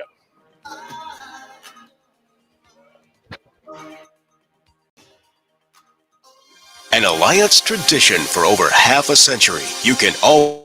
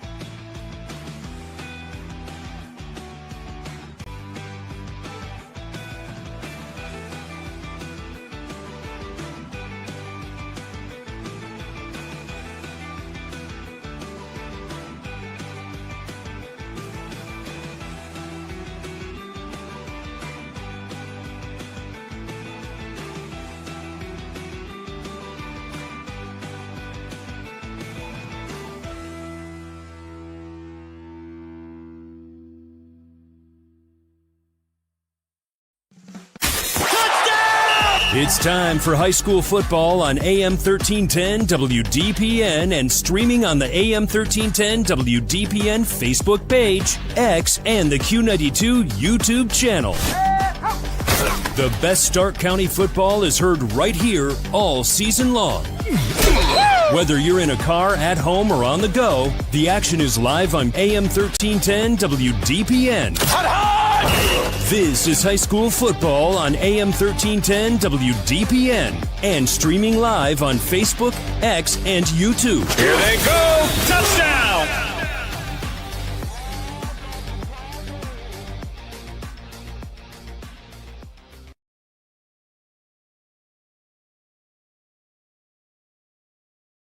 Of the playoffs, first round action here tonight from KEHRES Stadium in Alliance. It is the Alliance Aviators playing host to the Geneva Eagles. Hi again, everybody. I'm Sam Bourquin. My partner, of course, is Caleb Norick, and we come to you from KEHRES Stadium on the campus of the University of Mount Union for our first round matchup tonight in Division III, Region 9. 8-2 Alliance, 8-2 Geneva. Partner, I think we get one of the best games in all of Northeast Ohio tonight. Both teams are 8-2. Both teams do what they do, and they do it very well. I think this could be a very competitive ball game. Looking forward to it. Yeah, this is kind of a pick your battle here. You got the best of the best in the run game. You got the best of the best in kind of the dual action, and so it'll be a fun one. And it was fun even watching them warm up today. And there's some athletes down on the field. We're going to see some good football, I think, tonight. I would agree. As we mentioned, both teams are 8-2, and we've seen Alliance 8 times. We know what they can do with their offense, run and throw, improvising, making big flash plays, making big chunk plays, or at times if they got to go between the tackles, they can do that as well. Now, this Geneva team, I don't think we've seen anybody quite like them. They just like to line up and say, okay, we know you know where we're going, but here we come anyway. This should be fun to watch. Yeah, it'll be probably the closest we saw was Carrollton in that type of offense, but their running back got hurt in the first or second drive, and so Alliance hasn't really seen. Streetsboro had a running game, but once they fell behind, then they started to go to the air much more often. So this will be a good test for Alliance, and those D linemen, the linebackers are going to have to play the game of their life, and play fundamentally sound if they want a chance here tonight. Yeah. Now we don't know for sure, but we have a pretty good idea that number 3 wearing the powder blues is going to be ready to go tonight. That, of course, is Ravon Hawkins. And well, Caleb, he adds so much to this team. They had to do without him a little bit against Marlington last weekend. Good news for Alliance is they had a big lead build up, and it wasn't going to cost them that he could not go out there and finish that game. But as I mentioned, he can go between the tackles. He can go out wide. He can catch the ball in the flat. He does a little bit of everything, and he is an element that is very important to this club. Yeah, I got the sense last week in talking with Coach and even a little bit tonight that it might have been a little precautionary because of where they were at in that game. If it was a closer game, they might have powered through it. But he brings a difference to this team because not just he can't run between the tackles, but having him in the backfield makes the defense respect the run game. And no, the guy they brought in last week, and I'm blanking on the name again, I think it was Wilkes. Yep. Did a really good job. But the defense, you got to go to a nickel set. You're expecting the to air it out, and so even just having him there makes him stay true to the run. And he's a good back, and I didn't check. He was really close to going over 1,000 last week. I think he either got there or got really close, and so this Alliance offense can attack you from so many different ways. JR with 1 yard shy of 3,000 total yards on offense. And yeah, I was looking at his stats, and he's at 2,999. I'm like, come on, just give him an extra yard. Let him have the 3,000. It just looks so much better. JR, he is the consummate dual threat for this Alliance team. 2,327 yards in the air. He scored 24 touchdowns. He's run for 672. He's got 9 touchdowns. He's got 5 interceptions. And for a couple of a couple of, crazy plays, he could have 7 or 8 interceptions. Yeah. Just a couple of bobbles, a little bit of this, a little bit of that. He could very easily have 8 interceptions. But I mean, his resume it speaks for itself. Yeah, the one knack on JR is at times he's a little too unselfish. We've seen, I'm thinking back to the West Branch game where he was rolling out. He had an opportunity to get a first down and maybe make a shot at the end zone. And he tried to make a pass to one of his receivers, and he couldn't hit him. And that's an opportunity where you want the quarterback to just take off. But he wanted to make a play and wanted to get it to one of his receivers. And so probably the one one knock against him that I've seen so far is a little too unselfish, which you'll live with that as a coach. You're oh, sure. If that's the worst thing about him, you're okay with it. No doubt about it. We were talking, you and I were, before we came on, about the possibilities of round 2 matchups, not only in Division III, but 1 through 7. But looking at this Division III Region 9, I mean, I look at these top 4 seeds and I'm like, whew, Canfield, CVCA, Hawken, Cleveland, Villa Angela, St. Joe. That's some company right there. I mean, look, you got to play somebody at some point, but boy, you'd really like to stay away from those teams the first couple of weeks, wouldn't you? Yeah, that's the thought of going to any of those schools right now. Welcome to the playoffs, but at some point you're going to have to beat them if you want to raise that trophy in December. So there it is, I guess, and then you hope for a little help from some other people so you don't see all right. of those teams. Right? Could you please knock somebody off so we don't have to run the entire gauntlet? If Alliance would win tonight, they would make the trip to Cuyahoga Valley Christian Academy next Friday night at 7 p.m. Again, Geneva 8-2, Alliance 8-2. This is one of the better playoff matchups, we believe, here tonight in Northeast Ohio. Looking at Geneva, they've got a couple of guys that are having some really incredible seasons. Bryce Pete and Caden Proy, both over the 1,000-yard mark this year. And they don't hide it. They line up and they run it. Look, their numbers they don't have a lot of kids on the team. They've got, last I looked, I was just doing some last minute, I think they've got 8 guys going both ways. Maybe 7. I know at least 8. Whether that comes into play today, I don't know. But again, they're a meat and potatoes kind of football team. And I was trying to think, okay, during the regular season, who would I compare Geneva to? Would I compare them to a West Branch? Would I compare them to a Streetsboro? Would I compare? I mean, and I was having trouble because they haven't seen anybody that is just so power run hungry like this Geneva team is. So I don't know. Will this be a feeling out process early, you think, and they can just kind of make adjustments on the go? Yeah, this is. I'm sure Coach Goodman's message to the team is just stay the course. They're gonna probably run it down our throats a little bit. They might score once or twice here to open it up, but just keep going and make some adjustments defensively. They got a couple of coaches on their staff.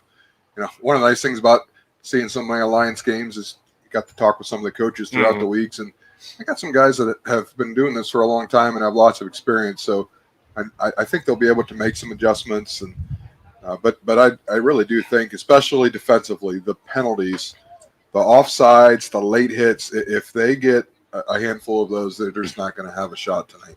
Yeah, they have got to play disciplined, smart football tonight. If they can do that, obviously, games like when it's the ultimatum, the finality of win or go home. What do we always talk about? Even the big rivalry games we take. What do we talk about? We talk about penalties. We talk about turnovers. Yep. You talk about capitalizing on a team's mistakes. If you can win the battle there, 2 out of those 3, more times than not, you're going to come out with in field position. Yeah. Now Alliance, typically with their offense and the way they can air it out and run outside the tackles, we've seen them go 99 yards down the field, but you don't want that to be the norm, especially tonight. It's going to come down to field position. A stat that I thought was a lie, and I asked Tim Goodman today, Alliance head coach, I said, this can't be true, but it is. This is the first time Alliance has ever hosted a playoff game in their history of the school. And it's true. I mean, I saw it last night. I didn't believe it. And I looked today and I talked to Coach. He said, yeah, So, I mean, it's got to be a pretty special thing for them, the school, the city, the community. I don't know what the crowd's going to be here tonight, but for them to host for the first time, it's got to be really neat for them. And I'm sure they'll carry that on their shoulders when they come out here tonight. It is wild to think about. I mean, Len Dawson played here. They have a state championship, and they've never hosted. It makes no sense. That's crazy. It just makes no sense. Aviators are still on the field warming up to our left. They'll be heading in here pretty soon. Geneva was out earlier with their warm-ups. They have gone back into their locker room. And, of course, they'll come back out ready for the kickoff tonight. It's Geneva and Alliance coming up here on AM 1310 WDPN. Of course, we're streaming live at Q92radiosports.com. If you're on your way to the game, appreciate you tuning us in. The wind has died down a little bit. It's not as crazy as it was when I got here this afternoon, but still it's going to be, there'll be some gust here and there, but it's not the steady 20, 25 mile an hour wind that we've had. Now, when the flags go back up on the pole, I'll be able to give you a little better idea what's going on. But if you're coming out tonight, get yourself a little coat, little hat, maybe a heavy jacket, you should be fine. It's 48 degrees right now, so it's pretty good for week one of the high school football playoffs season. We'll take our first break. When we come back, we will set the stage for the other 6 broadcasts tonight, all along 1310 WDPN and the Q92 Sports Network. We'll get to that after we take this time out on 1310 WDPN. Hey, man, good to see you. What brings you out here today? Need to pick up a few tools. You? I need new kitchen cabinets, countertops, maybe even a whole new kitchen, but I can't get any help or find what I need in this place. You need to go to Robertson's for that. Robertson's Kitchen and Bath Gallery is an American Standard plumbing registered showroom, and their knowledgeable consultants have the training and expertise to actually help you get what you need without breaking your budget. Visit Robertson Kitchen and Bath at 2155 West Main Street in the Alliance Industrial Park, or visit them online at robertsonkitchenandbath.com, where amazing meets affordable. Dreaming of your next getaway? Lisa's Dream Getaways Travel Agency is a locally woman-owned travel agency helping you see the world. Lisa books any and all types of travel, honeymoons, all-inclusive, cruises, Disney, along with bachelor and bachelorette trips and destination weddings with low deposit, and you set your monthly payments. Mention Q92 to get $50 on board cruise, credit, cabin, or $150 off your non-canceled vacation or honeymoon. Call 330-428-0610. Lisa's Dream Getaways Travel Agency. If you don't go, you won't know. Craving something fresh in Alliance? Head to Pulp, where every day starts with in-house fresh squeezed juices, packed with real fruits and veggies. Need a boost? Try our wheatgrass or ginger shots. Small shots, big energy. Hungry? We've got you covered with crave-worthy bowls and wraps, loaded with flavor and made fresh just for you. Come visit us on 450 West State Street in Alliance. Healthy never tasted this good. Fresh flavors made just for you. Of all the ways to get ahead in life, we're one of them. And we're legal. The John Tesh Radio Show. I'm John Tesh, and we couldn't be happier about bringing you intelligence for your life every day. We have a room full of researchers gathering the information and ideas you need to make your life simpler and better, and to make you the smartest person in the room. You're just trying to be better. We're just trying to help. The John Tesh Radio Show. Join me for music and intelligence for your life, 10 to 3, Monday through Saturday, only on AM 1310 WDPN. It's intelligence for your life. Welcome back here to KEHRES Stadium on the campus of the University of Mount Union. Our pregame continues for the 8-2 Alliance and 8-2 Geneva, a battle to go to the second round. The winner here would play CVCA 1 week from tonight. Right now, let's take our tour around the area. We're not the only game in town. 6 more games to go all along the Q92 Sports Network, and let's check those out right now. It's playoff time in Division 4, Region 13. The stakes can't get any higher. Winner go home. And tonight, the Salem Quakers will hit the road to Canal Fulton to take on the Northwest Indians in round 1 of the OHSAA playoffs, live on Q92 Sports Network. Live on the Q92 Sports Network. The Salem Quakers finished the regular season with a 6-4 record, battling through a tough EBC schedule to earn their playoff spot. They, of course, have been led all season by their senior 3-year starter quarterback, Cletus Monroy. who can beat you through the air and, of course, on the ground. He'll be up to the ground game by their junior running back, Brandon Canna, who can break it for a big gain at any point, especially behind his two senior linemen, Matthew Austin and Caleb Cutlip. Salem will look to control the clock and the game tonight if they want to upset the Northwest Indians. Northwest finished the season at 8-2 and are back in the playoffs with head coach John DeMarco, playing a brand of physical, disciplined football on both sides of the ball. And they'll be leaning on their quarterback, Braden Venables, who's thrown for almost 1,000 yards this season and 6 touchdowns. And Venables' main target, wide receiver Logan Allman, who's averaging 86 yards receiving per game. The winner of tonight's game will move on to play Glenville in round 2 of the playoffs on the road. It's Salem and Northwest. This should be a good one. And you can hear it right here on the Q92 Sports Network. From Northwest High School, I'm Christian Bigglesworth, Q92 Sports. Good evening, everyone. It is win or go home time from here on out. It's high school football playoff time on the Q92 Sports Network, brought to you by the Sarchone Auto Group. I'm Jay Wilhelm, and I'm live in East Canton as the Hornets play host to the David Anderson Blue Devils out of Lisbon in this Division 7 Region 25 matchup. Lisbon comes in, finishing their regular season with a record of 6-4, 4-3 in their conference play. They lost their Week 10 matchup against Columbiana 42-21. But prior to that, they had won 4 straight games. During that winning streak, they were scoring over 38 points in each of those games and 49 or more twice. The Blue Devils will look to play spoiler on the road in round 1 here tonight. East Canton enters with a final regular season record of 8-2, 4-1 in their conference play.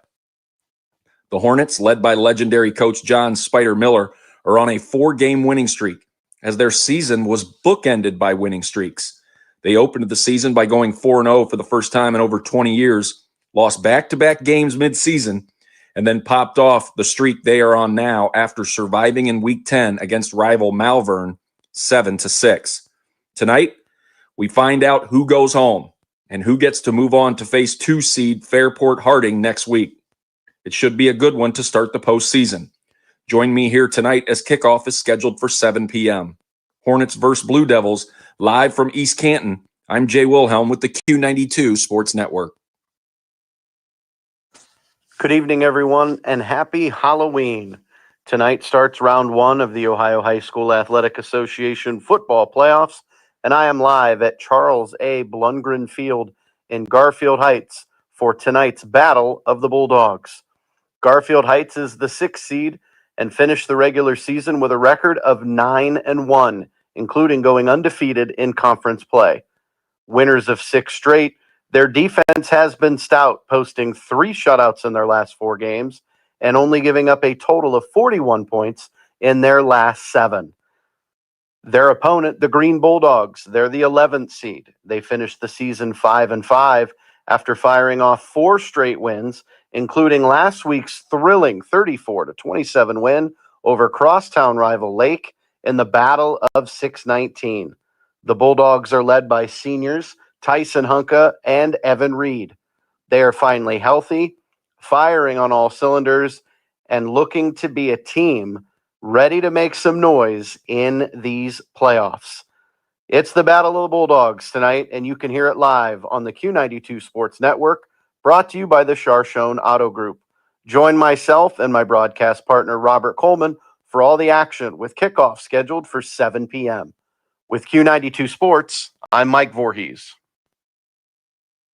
Welcome to the 2025 playoffs. It's round 1, and we have the Division 1 Region 1 matchup between the 10 seed 5-5 Brunswick Blue Devils and the 7 seed 5-5 Jackson Polar Bears from Robert Fife Stadium in Jackson. It's the first round rematch of last season where these two teams met, with Jackson advancing by winning 24-3. Both teams are looking to end 2-game losing streaks to move on into postseason play. Jackson, coming into tonight's game, lost to McKinley and then last week to Hoover. And Brunswick, their last 2 losses to Cleveland Heights and Strongsville. For Jackson, senior Lucas Eckerman and Carter Mulliman have split time at quarterback this season because of injuries. Each has thrown for over 900 yards and at least 7 TDs on the year. Senior running back Corey Jacobs is fourth in Stark County in rushing with 1,034 yards and second in scoring with 17 touchdowns overall. Meanwhile, the Brunswick Blue Devils are hungry for redemption after last year's loss. Brunswick's versatile senior Eli Nichols is a force on both sides of the ball, playing defensive end and running back. Nichols has 20 tackles for loss, 9 sacks, and 4 forced fumbles while rushing for 560 yards at 6.4 yards per carry and 7 touchdowns. Quarterback Sean Bennett, a Division II basketball recruit, is a dual threat, having rushed for 9 touchdowns and passed for over 1,000 yards on the season. Join me, Ryan Keller, and my broadcast partner, Antonio Hall, with the call. Kickoff 7 o'clock on Q92radiosports.com and the Q92 YouTube channel. From Robert Fife Stadium in Jackson, Ryan Keller, Q92 Sports. It's week 11, and that means it's playoff football here in Ohio. Tonight's playoff matchup is number 12 St. John's Fighting Herald versus number 5 Malvern Hornets, a Division 7 Region 25 matchup where the winner goes on to Monroeville in round 2. St. John's out of Ashtabula finishes 5-5 on the season, coming off a big 48-0 win over the Cardinal Huskies in Week 10 to secure the number 12 spot in the playoffs. The Fighting Heralds are led by junior running back Chase Newsome with 1,060 rushing yards and 14 touchdowns, 126 receiving yards and 2 touchdowns, 4 passes for 61 yards and a touchdown. Wide receiver DB Gus Petro has 103 receiving yards, 1 touchdown, 19 tackles, and 22 assists. Malvern Hornets finished the season 6-4, earning the number 5th seed in the playoffs, but are coming off a Week 10 loss, 6-7, and a battle with East Canton. Junior QB Jax Jones, 53% QB rating, 102 completions for 1,066 yards, 10 touchdowns, but 11 INTs. His number 1 target is senior wide receiver Roy Simmons with 491 yards, 5 touchdowns. And running back Aaron Gore leads the Hornets in rushing with 1,174 yards, 16 touchdowns, averaging 130 yards a game.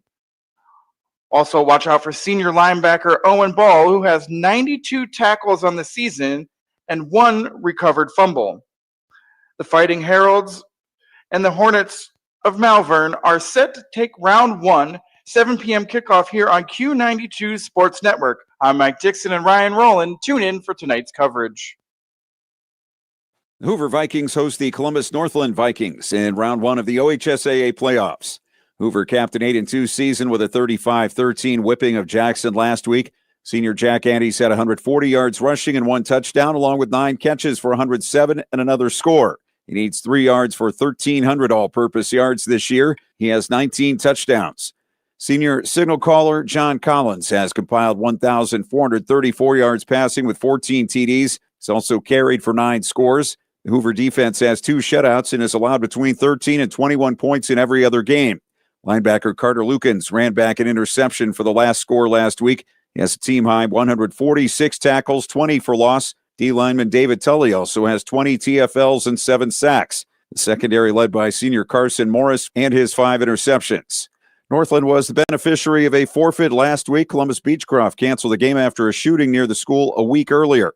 The other Vikings led by quarterback Achilles Harrison, the sophomore able to hit one of a number of receivers in the team's spread offense. Senior basketball standout Deontay James joined the team in Week 6 and contributed a rushing TD, receiving TD, and kickoff return TD in a Week 8 win over Lyndon McKinley. The point guard led the Vikings to a 3rd straight City League title in February. It was the only win this year for Northland against a team with a winning record. Their other 6 victims compiled 10 total wins, plus the forfeit. Northland has been knocked out in the first round of the playoffs the last 3 years. It's the Battle of the Vikings at Memorial Stadium as the 2025 high school football playoffs begin with a game between North Canton Hoover and Columbus Northland. The winner gets a matchup with Massillon next week. For the Q92 Sports Network, I'm Clint Scroggs. All right, Clint, thank you. And thanks to all of our broadcast crews out and about all over Northeast Ohio tonight to bring you the greatest coverage of high school football on this Halloween and on this football Friday night. Sam Bourquin, Caleb Norig here in Alliance. We are moments away from kickoff between the Alliance Aviators and Geneva. We'll take a break. We'll come back and hear from both head coaches right after this on 1310 WDPN. RG Drag, Stark County's premier career center, offers programs that prepares its students at the high school level for careers and continued education beyond high school. Upon completion, RG Drag students have an immediate opportunity to obtain a well-paying job in many exciting career fields. We offer everything from culinary, dental assisting, engineering, sports turf and landscape, welding, and so much more. Contact RG Drag to find a program and career that's the perfect fit for you. RG Drag, where careers begin. Hey man, good to see you. What brings you out here today? Need to pick up a few tools. You? I need new kitchen cabinets, countertops, maybe even a whole new kitchen, but I can't get any help or find what I need in this place. You need to go to Robertson's for that. Robertson's Kitchen and Bath Gallery is an American Standard plumbing registered showroom, and their knowledgeable consultants have the training and expertise to actually help you get what you need without breaking your budget. Visit Robertson Kitchen and Bath at 2155 West Main Street in the Alliance Industrial Park, or visit them online at robertsonkitchenandbath.com, where amazing meets affordable. High school football exemplifies the true meaning of teamwork. At Friends and Family Credit Union, our team of local friendly professionals offer the same true spirit for our members with a wide array of products from vehicle loans to personal loans, family secure checking with ID Protect, mortgage, home equity line of credit, and more. For over 60 years, we have the game plan for your financial well-being. Visit any of our 3 convenient locations, online or mobile banking. Now, more than ever, it's time to bring a friend into the family. This is high school football on AM 1310 WDPN and streaming live on Facebook, X, and YouTube. Welcome back to Alliance 1310 WDPN, Q92radiosports.com. The Aviators and the Eagles getting ready to go here in a little bit. Right now, let's go downstairs and check in with Caleb Norick, who interviewed both head coaches before tonight's first-round playoff matchup. Here with Coach Shimsky of Geneva as we get ready for tonight's playoff game with the Alliance Aviators. Coach, playoffs are here. What excites you about tonight? Well, it's always exciting to get to the postseason, and you know, I tell the kids all the time, pressure's a privilege. And so now it's win or go home, and so that's the exciting part. We got to play a great game in order to be able to extend our season. Alliance comes in, obviously, J.R. Jackson, a dynamic playmaker for them. What's your plan defensively to try to slow him down? I don't know. We're going to have to figure it out. I mean, all plans go to, you know, hell in a handbasket when a kid can throw and can scramble like that. The kid's a great athlete. They've got some great receivers. We got our work cut out for us tonight. Benny Sports is recognized an unsung hero. Somebody in practice this week to help you prepare for the Aviators. Who comes to mind? Yeah, well, every week we always have a scout team player of the week. This week it was number 78, Ryan Foltz. He did an excellent job along the scout team, defensive line, really preparing our line for tonight. You know, Alliance has a great, big, fast, physical defensive front. He did a great job simulating that this week. So that's our guy. All right, best of luck tonight, Coach. All right, thank you very much. Here with Coach Tim Goodman for tonight's round 1 playoff game with Geneva. Coach, playoffs are here. What's your thoughts? What are you looking forward to tonight? Yeah, we're really excited for this. 2 good high school football teams competing for their season, win and stay alive, lose and go home, and this is the exciting time of the year. This Geneva team's powered by, they got 2 backs over 1,000 yards on the season. What's the plan defensively to try to slow that down? We got to win up front with our defensive line. You got to establish line of scrimmage and let them get going. When they get ahead of steam, they are tough to bring down. They got 3 or 4 guys, but they got those 2,000-yard backs, so we got to make sure we're winning up front. Last week, big win over Marlington, but you did get a couple guys banged up. What does that look like tonight? They're back? Yeah, those guys are fully ready to go and ready to play. Okay. And then Scout Team Player of the Week. Who's the guy this week that kind of, Beatty Sports kind of recognized an unsung here? Who's somebody help you prepare for this team? Yeah, like you said, number 5 for Geneva is really, really tough and runs very hard. So Trevor Wilk stepped up for us and gave us a great look on the Scout O. All right. Best of luck tonight, Coach. Thank you. Appreciate it.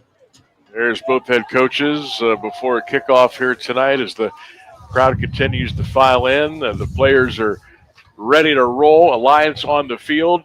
Powder blue jerseys and the pants with the blue helmets with the white numbers and letters trimmed in the red, white, and blue. The Geneva Eagles. And I think who they kind of remind me of a little bit. Maybe, I don't know, maybe a little Minerva, Northwest maybe. Canton South. Canton South. Yeah, white jerseys, gray pants. little darker red numbers and letters with the gray helmets with the red and white stripe down the pants and down the helmet, and the Eagle logo on each side of the helmet. Alliance will kick off to start tonight's ball game, and Geneva will go left to right toward the scoreboard. So, the wind the last 3 or 4 hours was just directly left to right. And now it seems like it's a little bit of a crosswind right now as we get ready to kick off here at 7 o'clock. But here we go. This is the road to Canton starts tonight all over the Buckeye State. And we will be with you tonight here in Alliance for this Division III Region 9 game between the Aviators and Geneva. Both teams come in 8-2, and we'll see how it shakes out. Winner will go to CVCA next Friday night in a second round matchup. So all we're waiting for now is for the official to put the ball on the tee, and we will be ready to go. Don't forget, lots of other ball games tonight all over Q92radiosports.com. If you're interested in those, we invite you to check those out. But if you're going to hang out with us, we'd love to be with you tonight here, as well as the playoffs are just about ready to get underway. Fast track might be a little slick in spots because we have had a lot of rain the last 24 to 36 hours. But other than that, we are ready to go. And the Alliance Band is here. The student section is here. And we're ready for playoff football here. Week 11, or shall we say the first round of the playoffs. J.R. Jackson, the approach in the boot, and we are underway. It's going to return to the 15-yard line, left hash 20, up the middle 25, across the 30, out to the 34-yard line. And that's where the Geneva Eagles will set up shop, 1st and 10. They'll be led by the quarterback, number 1, Caden Proy. And the other young man you want to listen for is the fullback, Bryce Pete. It's the Proy and Pete show. Ricky DePetta is your running back. Your wing back will be Owen Davis across the line. Logan Evangelista, Connor Brennerman, Chase Cinco, Braden Stark, and Jacob Clemens. Your tight end is Dominic Palmisano, and your other wide receiver is Elliot Salgado. But don't think you will be hearing much from the wide receivers tonight because this team likes to run the ball. And right away, it's a play action and a quarterback keep, and there goes Caden Proy to the 40, to the 30. Nobody in Stark County is going to catch Caden Proy. Touchdown. Wow. 66 yards on the first play of scrimmage, and Geneva has taken a 6-0 lead. Hello. We spent all the time talking about the running backs, and right there, just kind of a fake handoff, and then Troy took it and was gone. I mean, it was a simple fake dive, and the quarterback took it, and he was gonzo. Too much time getting the play off for the extra point, so they'll back up the extra point here. My goodness gracious. Zach McKinney now is on for the PAT. But how about Caden Proy? 6'1", 195 pounds. He's a senior. Well over 1,000 yards on the ground this season.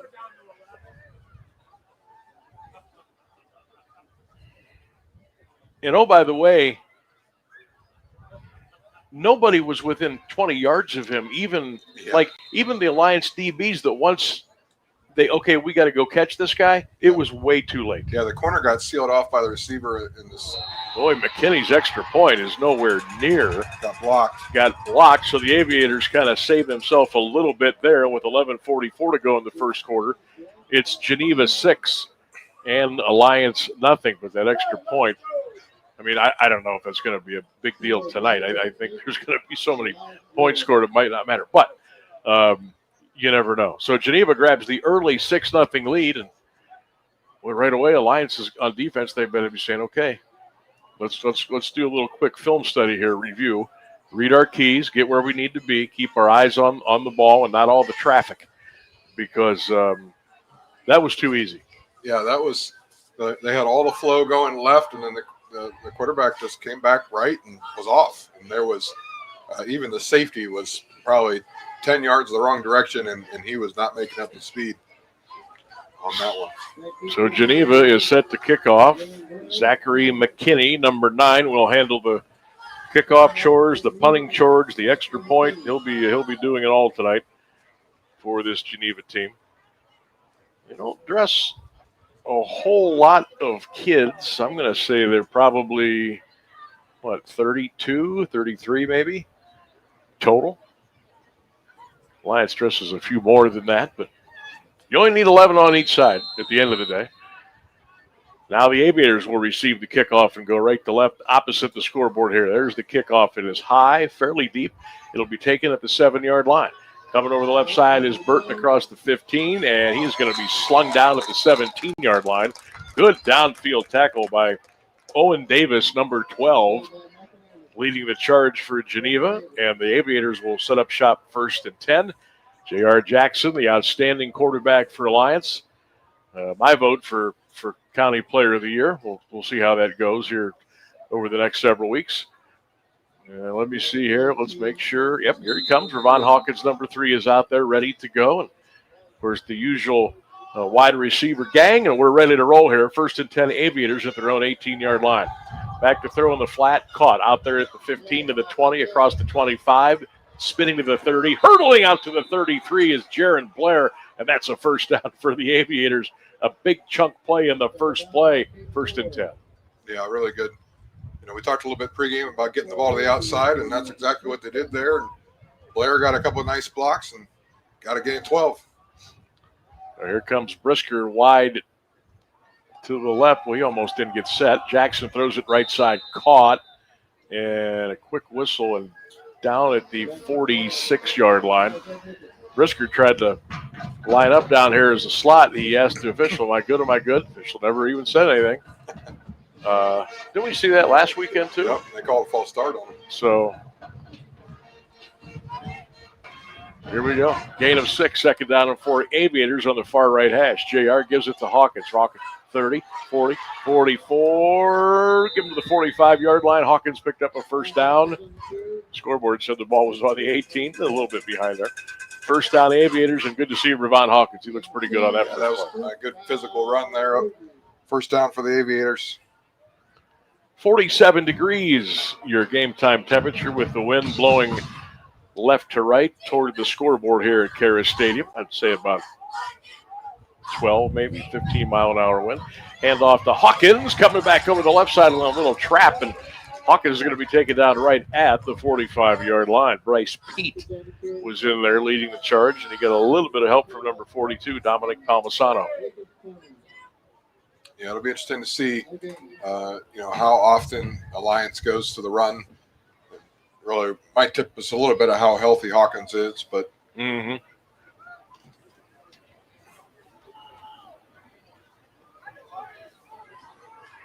Here we go. Twins left, slot right. JR slings it. Slant caught at the 50 down to the 48-yard line.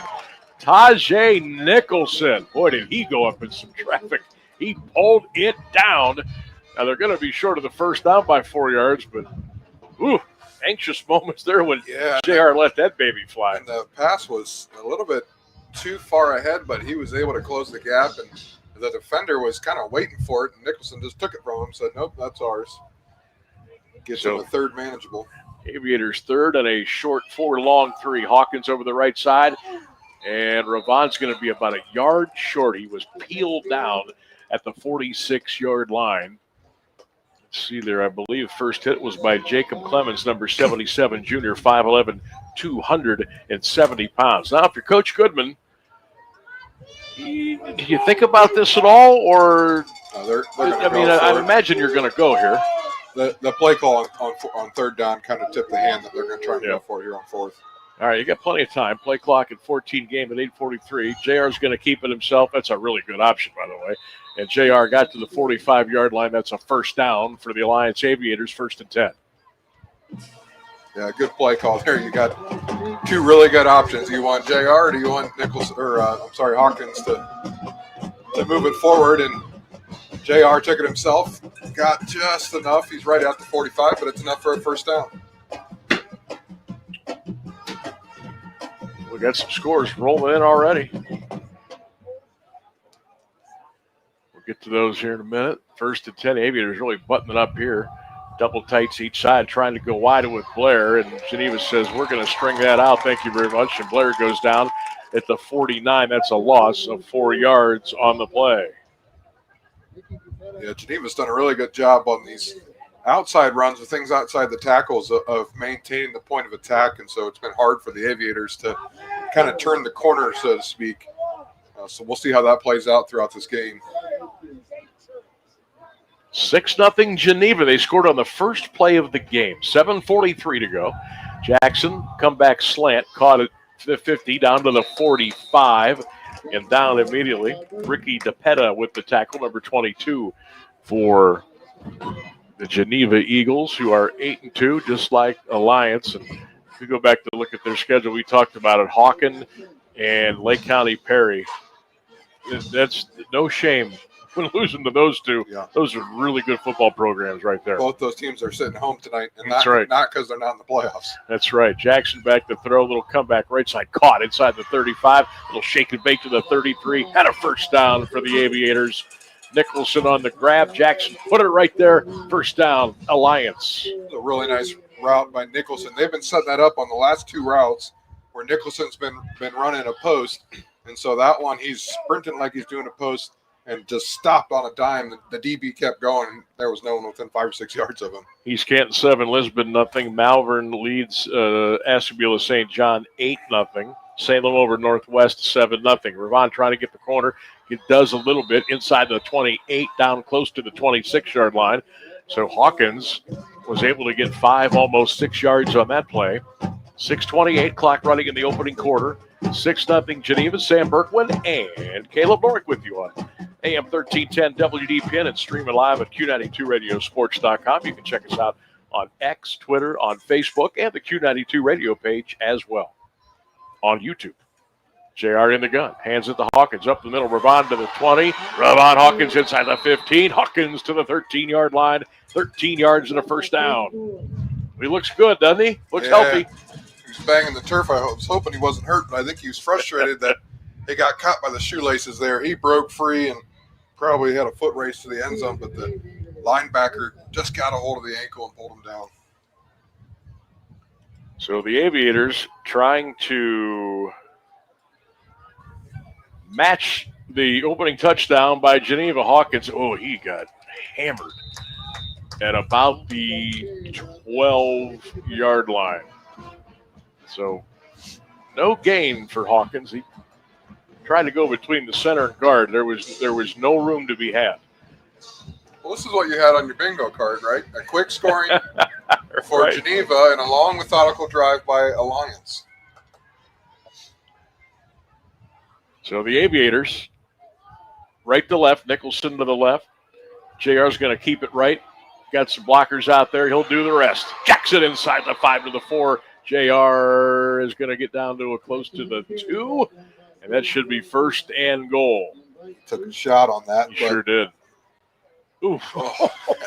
Just watch the replay. The safety came out of nowhere. Oh. Not many people can surprise Jackson like that. But first and goal for the Aviators. There you go. Aviators inside the RG Drag red zone. Learn, earn, and succeed. Aviators in the shotgun, and the ball goes to Ravon Hawkins, and Ravon Hawkins was rudely welcomed at the 5-yard line. I mean, he had nowhere to go. Dominic Palmisano on the tackle for Geneva. I've heard his name Ouch. a lot already. Well, these guys hit. I mean, there's no grabbing, and they are hitting down there at Geneva. Aviators up to the line now. Second and goal from just inside the 3. There's Hawkins around the right side. Ravon got taken down. He'll lose back to the 7-yard line. Well, this Geneva team, once the Lions got inside this RG Drag red zone, they have buttoned it down. And now it's become really important and imperative that the Aviators get something here. They're going the wrong way. Yeah. Third and goal from inside the 8-yard line. And they got a break, I think. I believe Geneva just jumped off sides. Now, It's only half the distance, but it'll help the cause.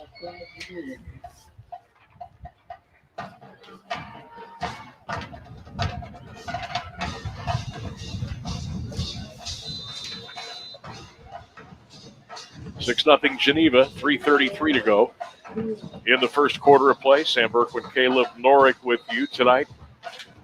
First round of the OHSCA playoffs. Now the officials have decided to have a seminar at the 15-yard line. That'll stop the clock with 3:27 to go. Again, the wind is still whipping pretty good from left to right here in the opening quarter of play. We'll give you scores throughout the night here. So hang out with us on this Halloween. Some trick-or-treat going on in some of the neighborhoods and allotments tonight.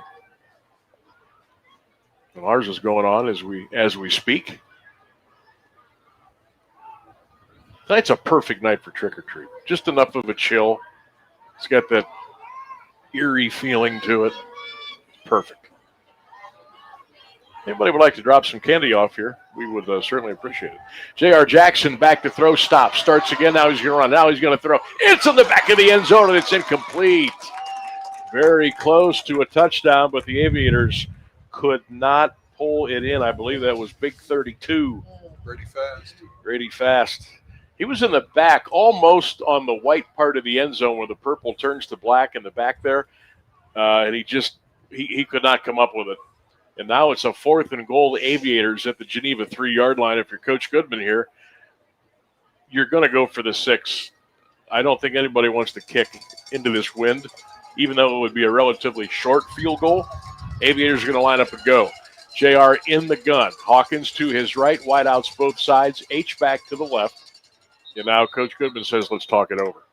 So with 2:59 to go in the first quarter, there's a timeout taken by the Aviators. Geneva leads Alliance by the score of 6-0. Got to shout out Doug Edwards in the PTO tonight. Doug listening in to our broadcast. Doug, hope you are doing well.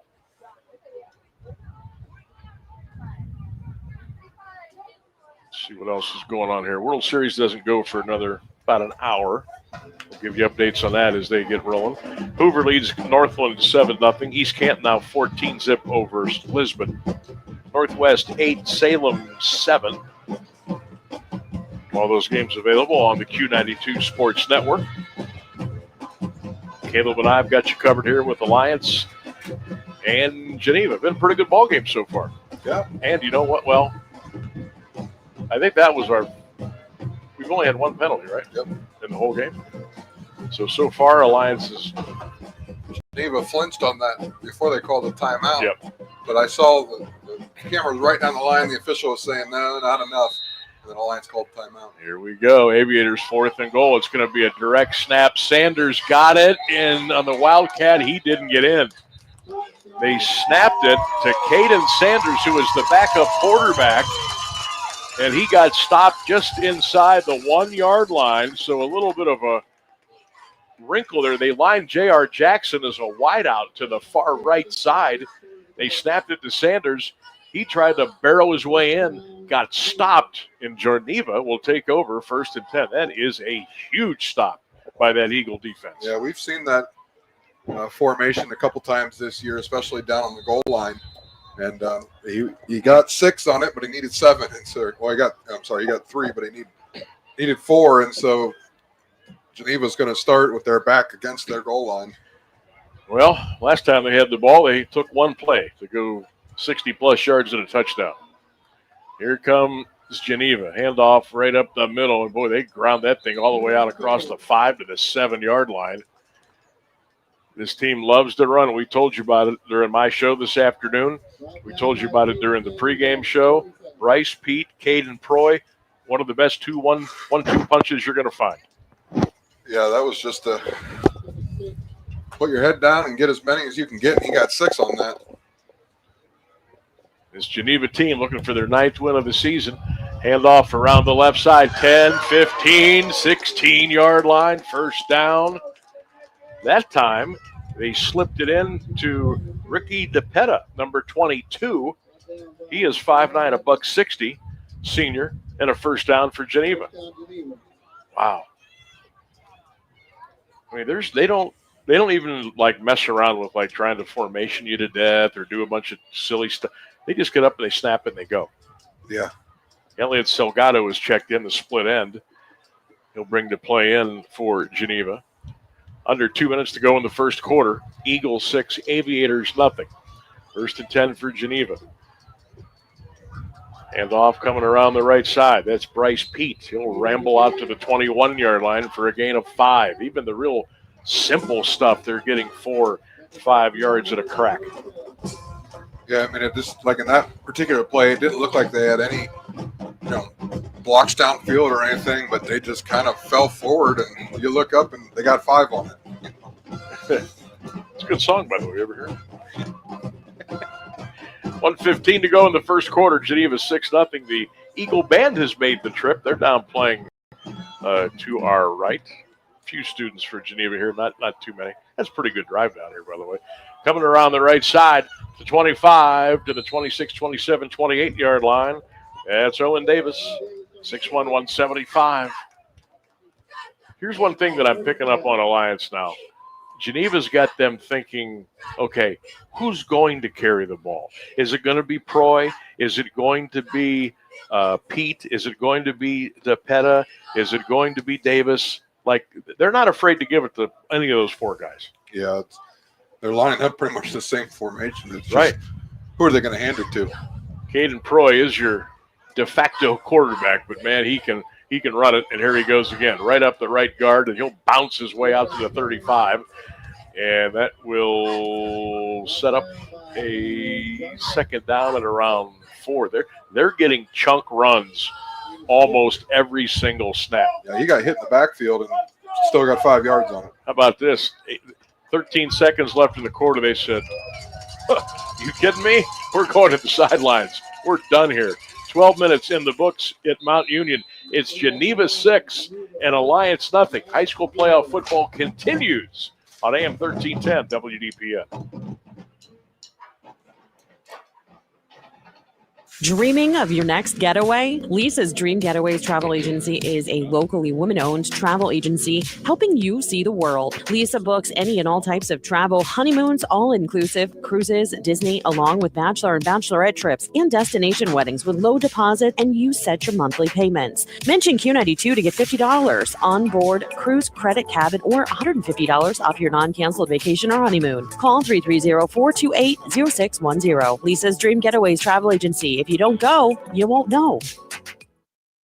Craving something fresh in Alliance? Head to Pulp, where every day starts with in-house fresh squeezed juices, packed with real fruits and veggies. Need a boost? Try our wheatgrass or ginger shots. Small shots, big energy. Hungry? We've got you covered with crave-worthy bowls and wraps, loaded with flavor and made fresh just for you. Come visit us on 450 West State Street in Alliance. Healthy never tasted this good. Fresh flavors made just for you. Hand off right over the left side to Pete. Bryce gets about 3. He'll be officially marked down at the Geneva, just a little short of the 38-yard line. Welcome back, everybody, to Mount Union, the home of the Mount Union Purple Raiders, and, of course, the regular season and the playoff home of the Alliance Aviators here on 1310 WDPN. 6-0 Geneva, just getting cranked up here in the second quarter of play. This is Caleb, I wouldn't be surprised if we down, never see third the. down for I don't think we'll see the ball in the air tonight. They're so comfortable running the ball. DePetta coming around the left side. He got the first down to the 40, 41 and out of bounds at the 42. Boy, Alliance had a shot. Brody Fast, I thought, was going to bring DePetta down, but he got away a little bit of a stiff arm. He got the corner turned. He got to the 42 and another Geneva first down. Yeah, first time they've really been able to stretch it out and get to him in the backfield, but they just couldn't bring him down. And first down, keep the drive going. Boy. Alliance is going to have to be able to start pushing at the line of scrimmage here and getting them not 5 yards down the field. Troy is under center. He will turn, hand it to Pete. 45, 50, rumbles down inside the 48 to the 46. That's another first down. You know what I think we're watching? We are watching Keith Wakefield's Old Perry Panthers right now. They just have different team colors. That's exactly what it looks like. Holy smokes. It's not true wing tee, but it's right. Same principles where they got three guys and you don't know which one's going to attack you, but they're going to attack you. And if you're not taking the right angles, you're in trouble. Well, Keith Wakefield used to preach two things, attitude and effort. And that's why he was so successful at all of his stops. Backs are split. Keeper by Proy, 45-40, breaks the tackle, 35, he's gone. 20-15, 10-5 touchdown. 46 yards, Caden Proy. It's 12-0 Geneva with 10:23 to go in the first half. Caleb, this is, I hate to do this on Halloween, but this is scary for Alliance right now. Yeah, Proy was all the way at the numbers and just had the vision to see a cutback lane. He cut it back to the middle of the field and was gone. Holy cow. I think they're going to go for two. Yep. Oh, we got an injured Geneva player. Is that DePetta, I think? It's the only thing that slowed down any of the Eagles yet. I'll tell you what I'd do. I'd go for two, and I'd say number 1, number 5, whoever wants the ball, get it and go. That's all we're doing right now.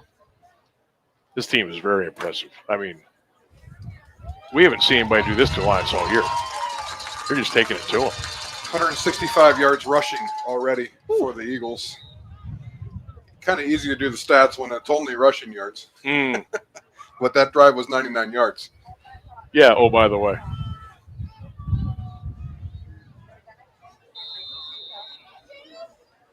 Well, they will go for two, and again, I mean, I feel even silly just announcing where the receivers are lined up because I know they're not going to be a part of the play. I'll tell you what, though, they're really good blockers we've seen so far. Wide left, slot left. Way back to throw. They're going to throw it. And did they get it? No, he's going to be short. No, a little bit short. The pass was underthrown, and Carson Schilling. No, that was not Carson Schilling. It was Owen Davis. He had to go down to grab that one off the tips of the turf, and by the time he regained his balance, it was too late, and thus the PAT is no good. But folks, Alliance is in a little bit of trouble here. 10:23 to go in the first half. It's Geneva 12 and the Aviators nothing. And Alliance has showed no resistance at all to this Geneva running game. And quite frankly, I don't know how you change things on the fly here other than Coach Goodman saying, all right, guys, all 11 of you, get in the box, stay right beside each other, and just keep your eyes on 1 and 5. And if they do something else, so be it. Yeah. But the problem is on both those touchdown runs, Roy's shown the ability to cut back and against kind of the flow of the defense and is just faster than everyone on the field. This is the first time all year that we've seen someone that is faster than J.R. Jackson. Yeah. I mean, at least it looks like. These kids, Troy, Pete, they can absolute fly. There's McKinney with the kickoff, line driver, and Burton's going to let that go into the end zone, so the Aviators will take over 1st and 10. It is a 10:23 mark of the first half, 12-0 in favor of Geneva. Sam Bourquin and Caleb Norick with you on AM 1310 WDPN. Streaming live at Q92radiosports.com. Let us know if you're out there listening. Drop your comments on our Facebook feed, our X and Twitter feed, and, of course, the Q92 radio page on YouTube. We'll give you a little shout-out during the broadcast tonight. Good to know you're out there checking out our playoff action this evening. Here comes J.R. Jackson. Nicholson's going to go wide to the left. Aviators are down 12. There's Hawkins, right side across the 20, 25, Hawkins 30, 35, Hawkins stiff arm 40. First down Aviators. That's a gain of 19 yards and a first down. Yeah, really good run there by Hawkins, showing that Alliance also can move the ball. The difference was Alliance got down to the line and couldn't punch it in, so they they got to respond here and get into the end zone, or they're going to quite literally run away with it. Hoover running away against Columbus Northland, 14-6, 8-7 Northwest over Salem. JR rolling to the boundary. Now he's going to tuck it and go. 40. Jackson goes down, flag down. First flag for Alliance. So they've played disciplined football tonight. That's going to be the first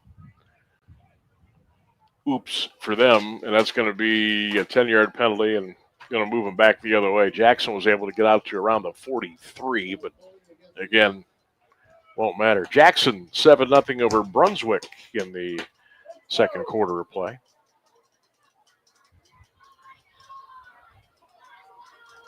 Suppose I better contribute to the group text here, huh?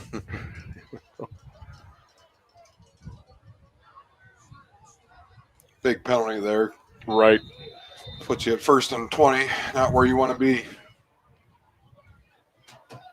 Jackson in the gun, twins right, twins left. JR to throw. JR flushed out of the pocket, rolling to the left. He looks, throws, comebacker, incomplete out at the 45-yard line. This Geneva team so far tonight has done a very good job of not letting any of the receivers get behind them. It's like almost like an amoeba. They're keeping everything in front of them. So used to, I forget who it was the NFL, I think it was NFL, they used to call it the UFO defense. And they would just they wouldn't let you get behind them. They were always changing up formations and different looks. JR to throw, second down and forever. Jackson's in trouble, throws it before he hits the ground, incomplete. Tried to get it to Jaron Blair at the 21-yard line, incomplete. And Caleb, we're also starting to see the defensive front for Geneva starting to get in that backfield now a little too quick. Geneva is just dominating the line of scrimmage on both sides of the ball, and that's something that is going to have to change if Alliance wants any chance in this one. Aviator's going to go trips right, slot left, JR to throw. Jackson steps, pops it over the middle. It was almost intercepted by Bryce Pete at the 30-yard line. They were trying to hit Hawkins, and Pete just came in out of nowhere, incomplete, and Alliance has got a punt on 4th and 18. And, boy, the last thing you want to do is give the ball back to this Geneva offense. Yeah, they only rushed 3 on that one, and 2 guys got to the quarterback. And then Pete was sitting there waiting, and they're lucky he didn't pick that one off, but he was able to knock it down. So they're going to have to punt it. J.R. Jackson is in punt formation, gets the snap, low end over end. It'll check up at the 40, bounce inside the 35. Aviators will let it roll, and now they will down it at the Geneva 33-yard line. The ball was down by Tevin Wilkes. And here comes Geneva again with their offense. 2,000-yard plus rushers on the regular season for this club. Pete, the school's career rushing leader, while Proy set a single season touchdown record. Pete, more than 3,900 rushing yards in his career. Proy had 23 touchdowns this season. And folks, they don't throw it. They've only thrown it, twice?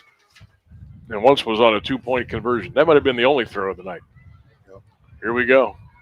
T formation now. They'll give it to the third man coming through. Here he comes. 35-40. Breaks the tackle. 45-50. Off to the races. Oh, no. 40, 35, 30, 20, 18. First down.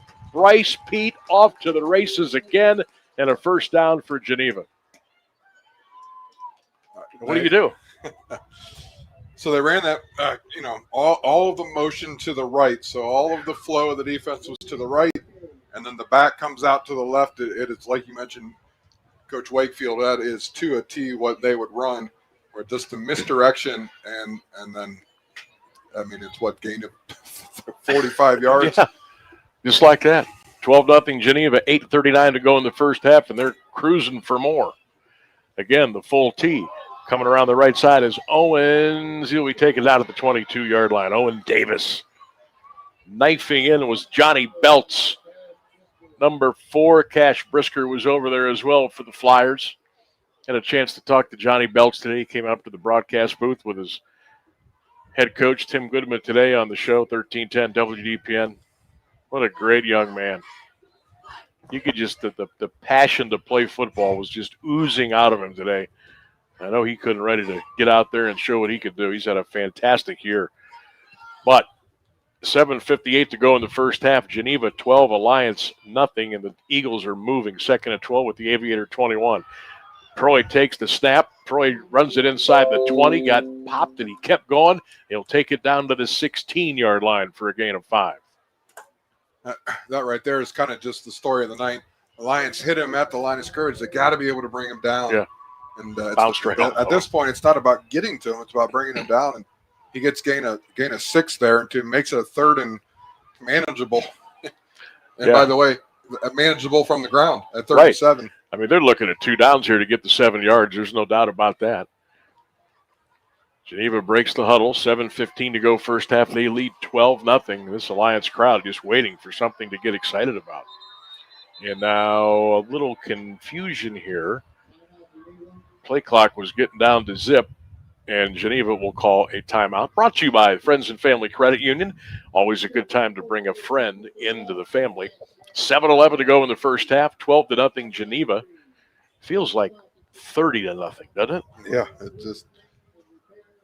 Yeah, Geneva has all the momentum, and then Alliance, comes out and on that last drive and goes nowhere. They get a great run on first down, then get the holding, 3 straight incomplete passes, and then Geneva comes right back and down to 16 already inside the red zone.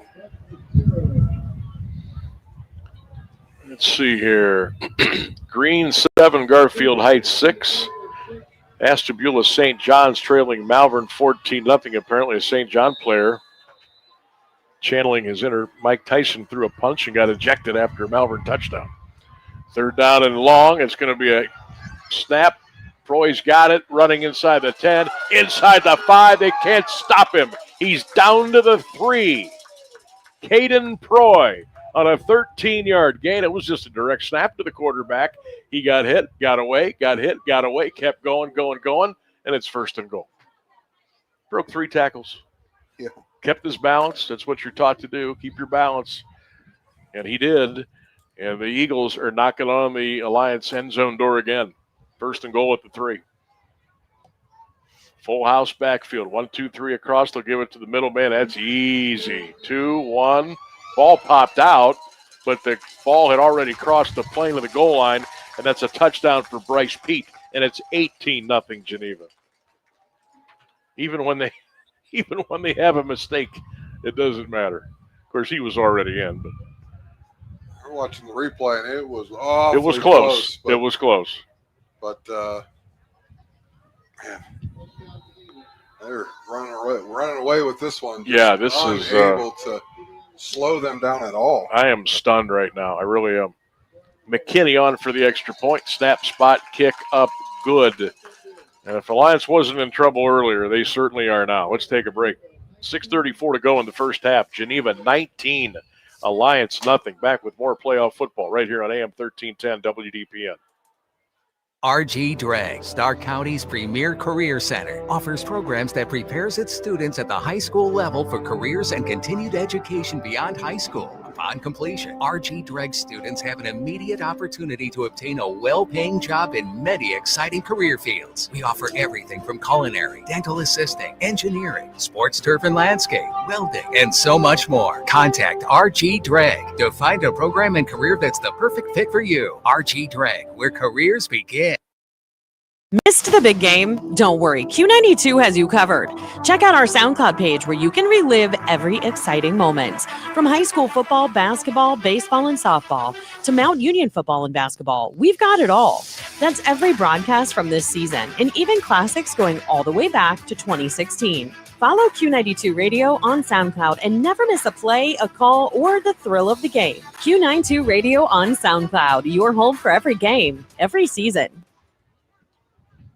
Back here in Alliance, it's 19-0 Geneva. Aviators got to get something going. Burton on the return, 10-15, 20, 25, 30. Burton out to the 32. Burton to the 33, and that's where Alliance will go 1st and 10. 19-0 Geneva. They have taken the ball on 3 drives tonight. They have run the ball right through the Alliance defense.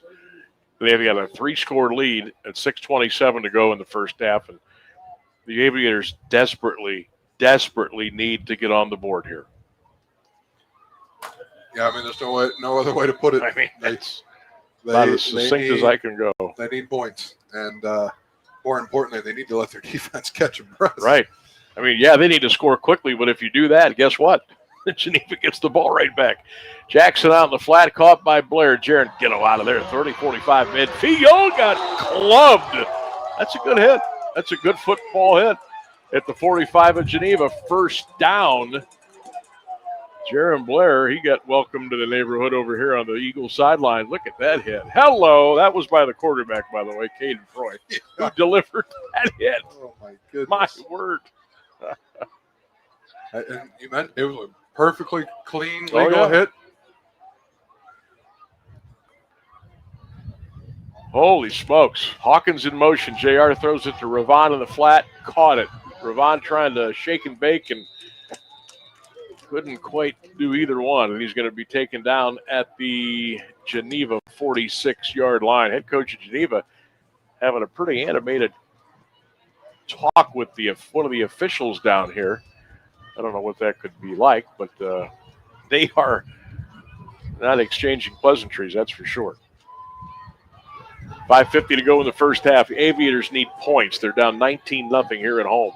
Twins right hand off Hawkins. Ravon inside the 45, stood up and drilled right at the 45-yard line. 1, 2, 3, 4, 5 gray helmets in there. Let's go Connor Brenneman, number 60, with the first hit, 5'9", 195 pounds. Yeah, Geneva is just way more physical than Alliance. Yep. And, first of all, I think it's caught Alliance off guard, but second of all, they haven't had an answer. They just keep getting hit in the mouth, and they haven't had any sort of return. Stoppage in play. One of the Aviators going to get their jersey back over their shoulder pad. The assist from the side judge. 3rd down and 9 for the Flyers at the 44. JR to throw. He's in trouble. Jackson wiggles out of it, steps up. He's going deep. Got a man. It is caught at the 5-yard line on a first down. There's Tajay Nicholson. 1st and goal for the Aviators. Oh, don't tell me. Flag. There's a flag back here at the Geneva 40-yard line, and I think it's coming back. I think they're going to get an illegal man downfield. Aviator fans are not happy. Tim Goodman, not happy.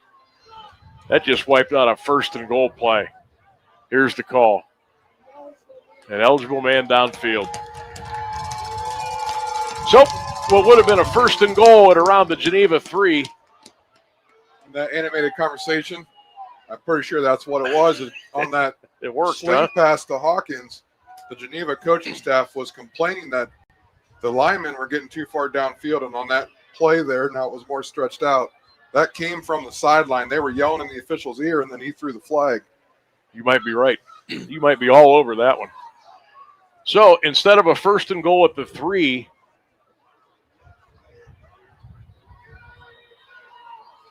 it's going to be, these guys have any idea where they're spotting the ball. I mean, any idea. I don't know. Alliance linemen have now lined up in 3 different spots, and I'm not sure this one's final. All right, here we go. 3rd down from the Alliance 48. JR to throw. He's in trouble. He wiggles out of trouble. He's looking downfield. He's going to tuck it and go, and they run him out of bounds at the Geneva 46-yard line. Well short of the 1st down. That's going to bring up 4th down at around 12. 4:51 to go in the first half. If you're just joining us, it's been a one-sided affair tonight. Alliance has run into a buzzsaw named Geneva. It's 19-0 Eagles. Aviators now with a 4th and 12. They got to go at the Eagle 47-yard line. Twins right, Twins left. Aviators desperately need a 1st down. J.R. Jackson in the gun. Hawkins, the tailback, to his right. Snap, back to throw J.R. He's going to go deep, out, caught. Did he get a 1st down? Did he get a good spot? Hopefully he did. It was right in front of Coach Goodman. The official here on the other side of the field signaling first down. I don't know how he knows where it is, but we'll take it. Boy, I tell you what, the Aviators needed that, and they got it. First down.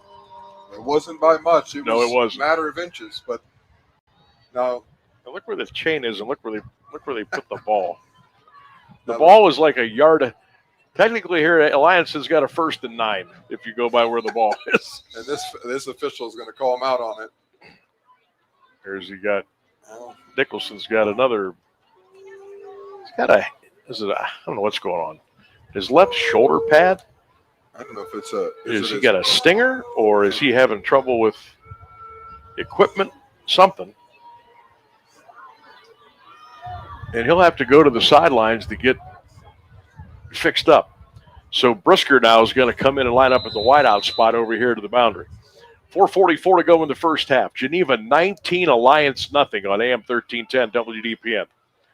JR in the gun, fakes it to Ravon. Jackson trying to go around the right. Wiggles inside the 30, got a break. 25, 20, 15, 10. JR Jackson into the end zone. Touchdown, Aviators.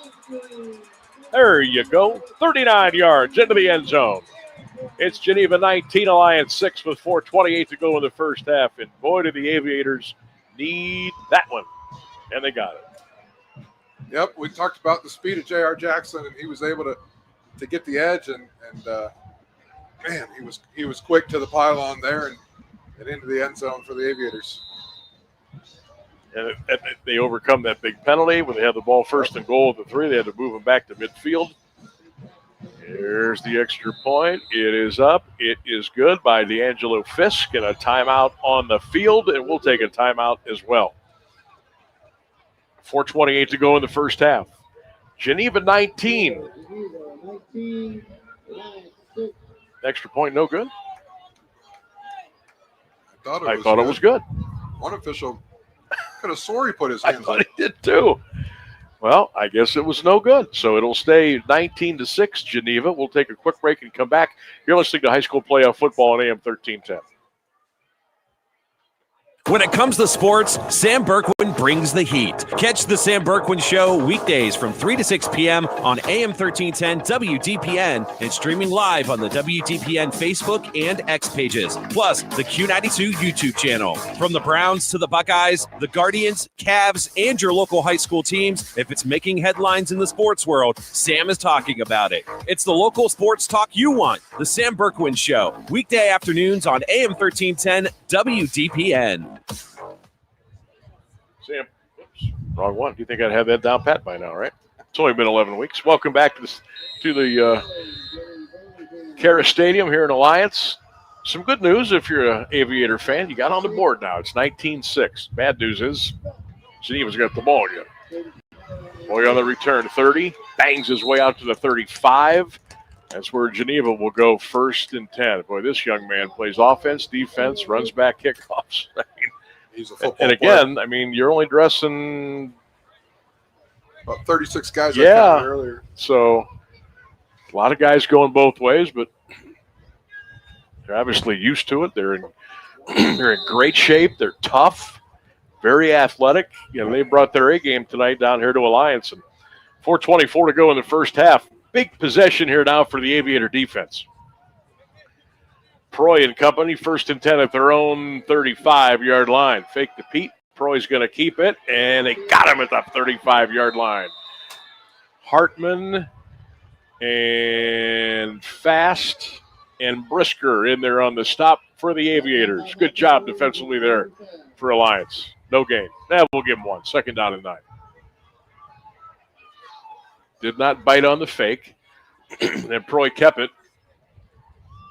Tried to get his feet underneath him. And a lot of blue helmets that are waiting on the young man. And only a gain of 1, 2nd down and 9. 3:47 clock running here in the first half. It's a 19-6 Geneva lead. Eagles with the ball. Fake motion right there. Going to throw it. Oh, my gosh. Wide open. Pete at the 40. He's to the 30. Got away at the 25 to the 24-yard line. First down. I think he did hurt himself. He pulled up, and now he's grabbing at that hamstring. Oh, that is not good if you're a Geneva fan. He may have pulled a hammy. He is angry and distraught all at the same time. How about that? They lull you to sleep with that run, and all of a sudden, boop, over the top, and they hit becomes an Pete. extended run. Yep. So it'll be a first down for Geneva coming out of this timeout. And I can't tell from here what they're looking at, right leg, left leg, but or even the hammy. He pulled up. You're right. Yeah, something pulled, and he pulled up, and as soon as he went down, you can tell sometimes that, when a guy's frustrated or upset. He took a step and then fell right back down again.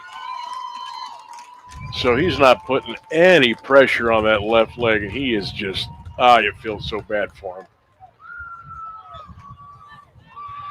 I don't really know what the injury is, but he went down. He is grimacing as he comes off the field. So they'll take a look at Bryce Pete, number 5.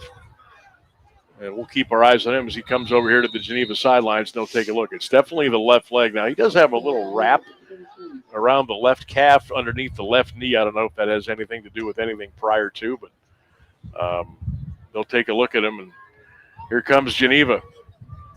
Now it's Caden Proy. Might have to do a little bit more work. Brody Ham is in there, number 4, another running back. Now they're going to split everybody out.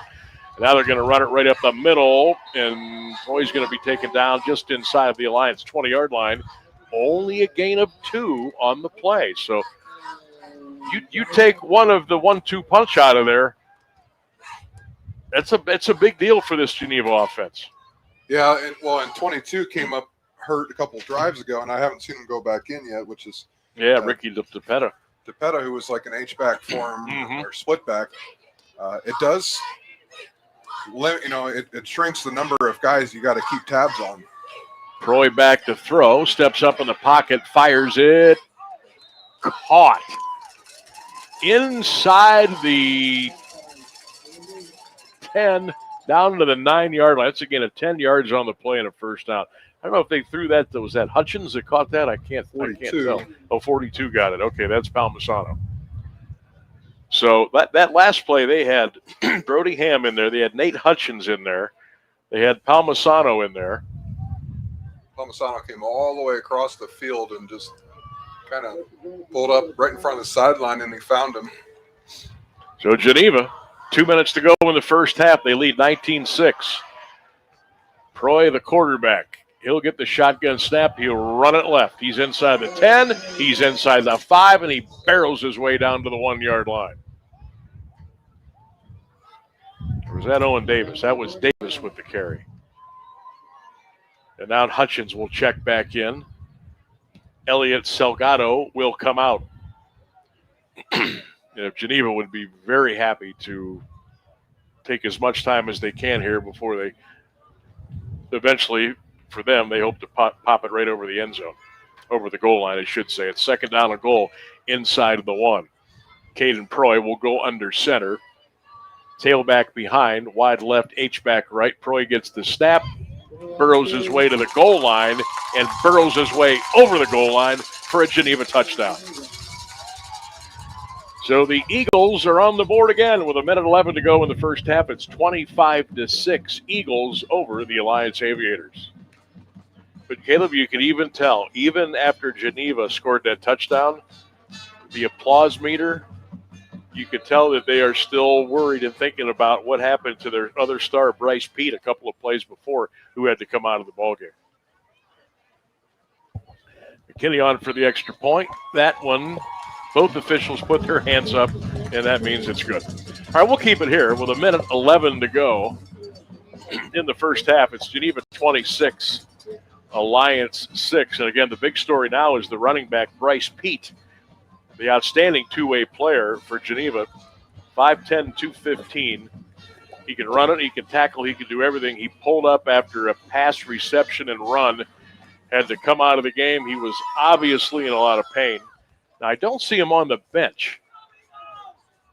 Whether he went back to the locker room or maybe has a coat on and he's walking around, I can't tell from here. But I would be stunned if he comes back into the game. But hopefully he is okay. Lions has plenty of time here in 2 timeouts. They do have an opportunity to get some points here and then get the ball coming out of the half. So all hope is not lost. There's an opportunity here for the Aviators to swing momentum. You know, the injury kind of sucked the life a little bit out of Geneva. And can Alliance take advantage of that and shift momentum their way? 26-6 Geneva. There's the kickoff. See if the Aviators can get a good return here. Going to go left side now. Burton 10, 15, 20. And Burton's going to be taken down at the 25-yard line. So the Aviators will have 1:05 to go. And they do have 2 timeouts. They're down 20. But with this quick strike offense, a chance to get on the board here before the end of the first half of play.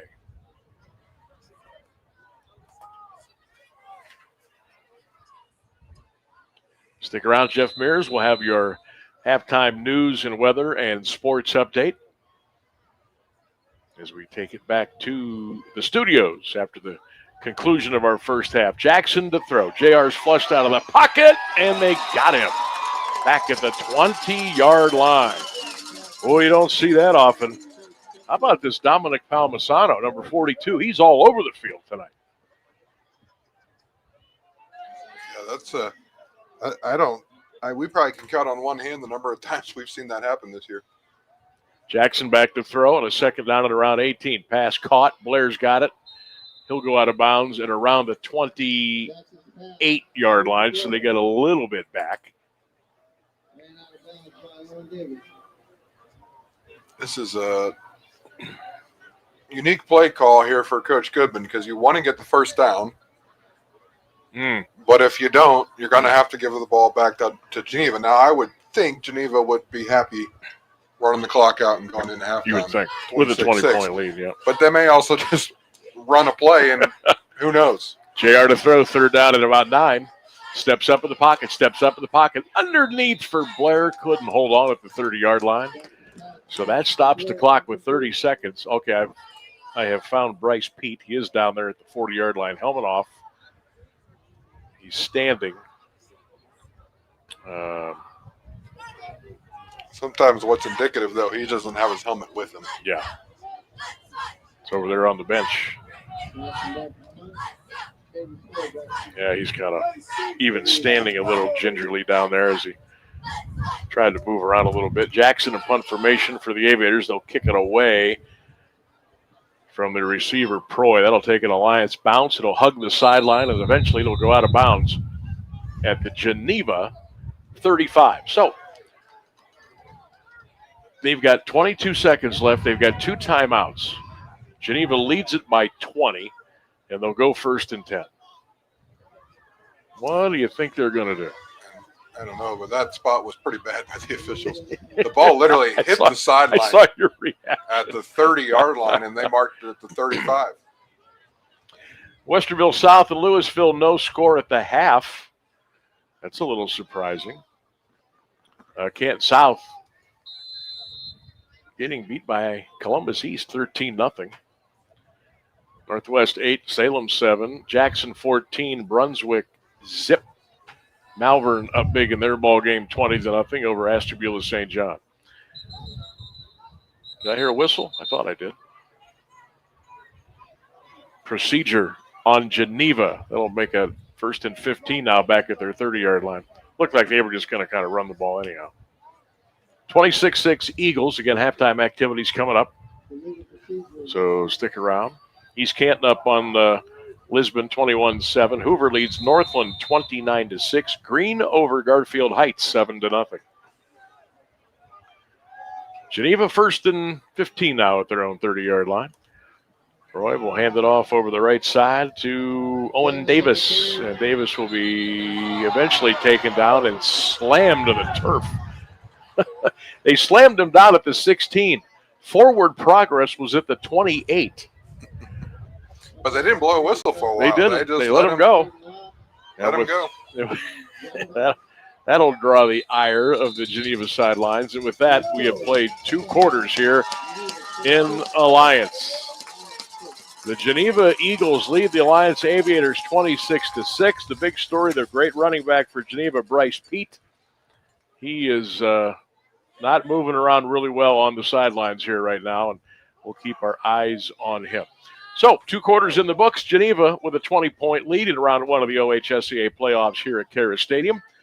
Caleb and I will be back, but first, it's the big halftime report. It's all coming your way next, right here on AM 1310 WDPN and Q92radiosports.com.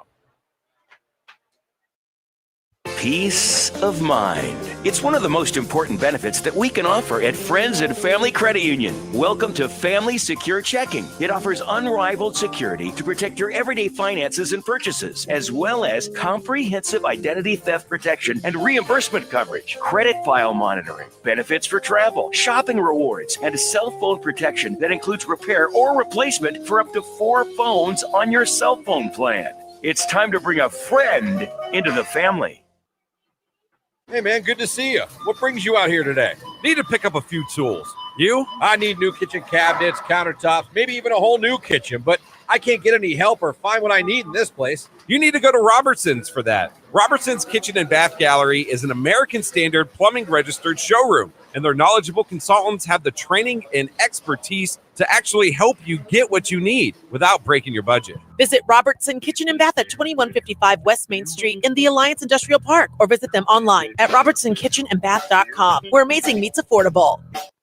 Dreaming of your next getaway? Lisa's Dream Getaways Travel Agency is a locally woman-owned travel agency helping you see the world. Lisa books any and all types of travel, honeymoons, all-inclusive, cruises, Disney, along with bachelor and bachelorette trips and destination weddings with low deposit, and you set your monthly payments. Mention Q92 to get $50 on board cruise, credit, cabin, or $150 off your non-canceled vacation or honeymoon. Call 330-428-0610. Lisa's Dream Getaways Travel Agency. If you don't go, you won't know. Craving something fresh in Alliance? Head to Pulp, where every day starts with in-house fresh squeezed juices, packed with real fruits and veggies. Need a boost? Try our wheatgrass or ginger shots. Small shots, big energy. Hungry? We've got you covered with crave-worthy bowls and wraps, loaded with flavor and made fresh just for you. Come visit us on 450 West State Street in Alliance. Healthy never tasted this good. Fresh flavors made just for you. Hey everyone, it's Rex Combs, Rex in the Morning on AM 1310, inviting you to tune in Monday through Friday, 6 a.m. to 10 a.m. for unforgettable favorites, music news, and more. With myself, Clint Marshall on News and Sports, and Mark Johnson from News 5 giving us the weather forecast. Monday through Friday, 6 to 10 a.m., Rex in the Morning, it's all about the music right here on AM 1310 WDPN. Of all the ways to get ahead in life, we're one of them, and we're legal. The John Tesh Radio Show. I'm John Tesh, and we couldn't be happier about bringing you intelligence for your life every day. We have a room full of researchers gathering the information and ideas you need to make your life simpler and better, and to make you the smartest person in the room. You're just trying to be better. We're just trying to help. The John Tesh Radio Show. Join me for music and intelligence for your life, 10 to 3, Monday through Saturday, only on AM 1310 WDPN. It's intelligence for your life.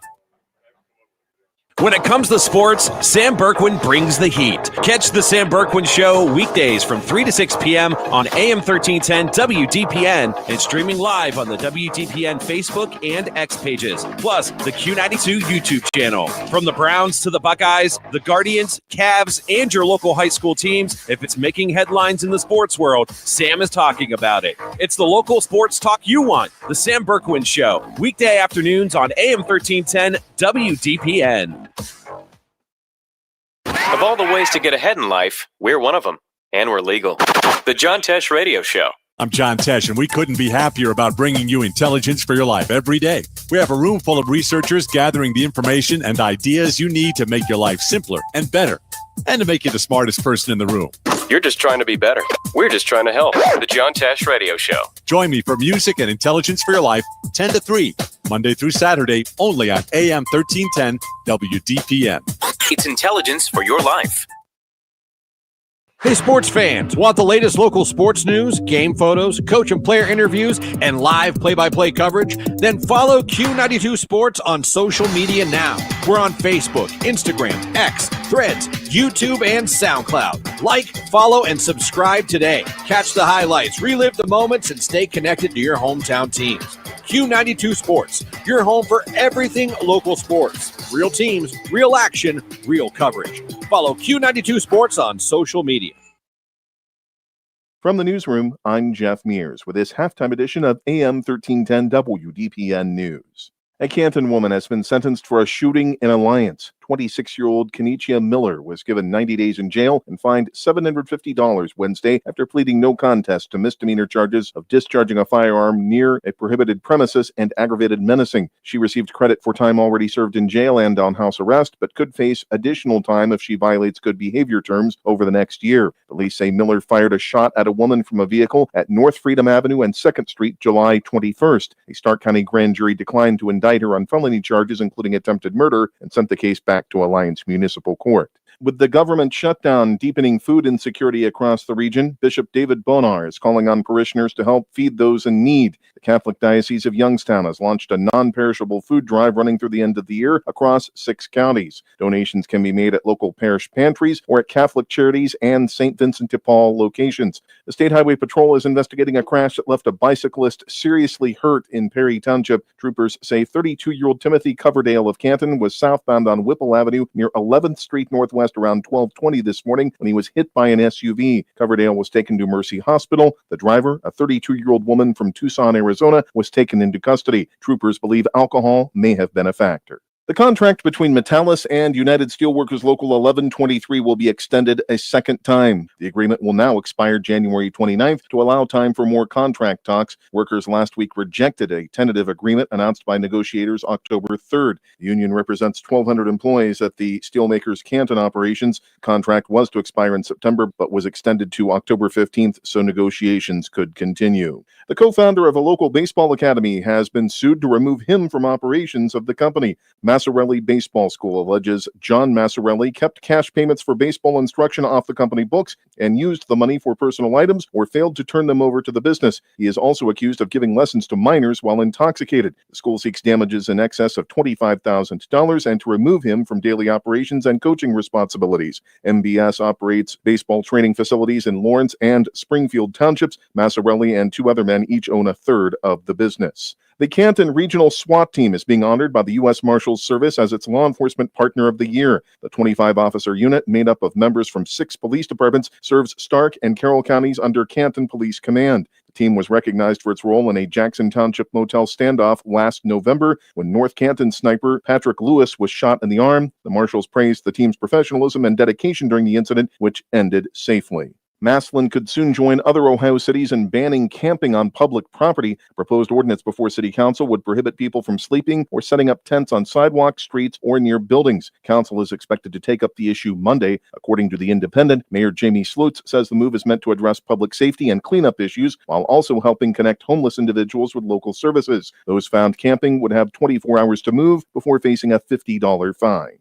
More news after this. The Q92 Sports Network brings you more high school football and basketball games than anyone else, by far. But did you know that you can go back and listen to our broadcast again? Simply go to the Q92 radio page on SoundCloud. We've posted the games we broadcast for everyone to go back and relive. We have playlists filled with our high school football broadcasts from 2016 to this season. So go to SoundCloud now, follow Q92 Radio, and listen. And thank you for listening to all of our sports broadcasts of high school football and basketball on the Q92 Sports Network.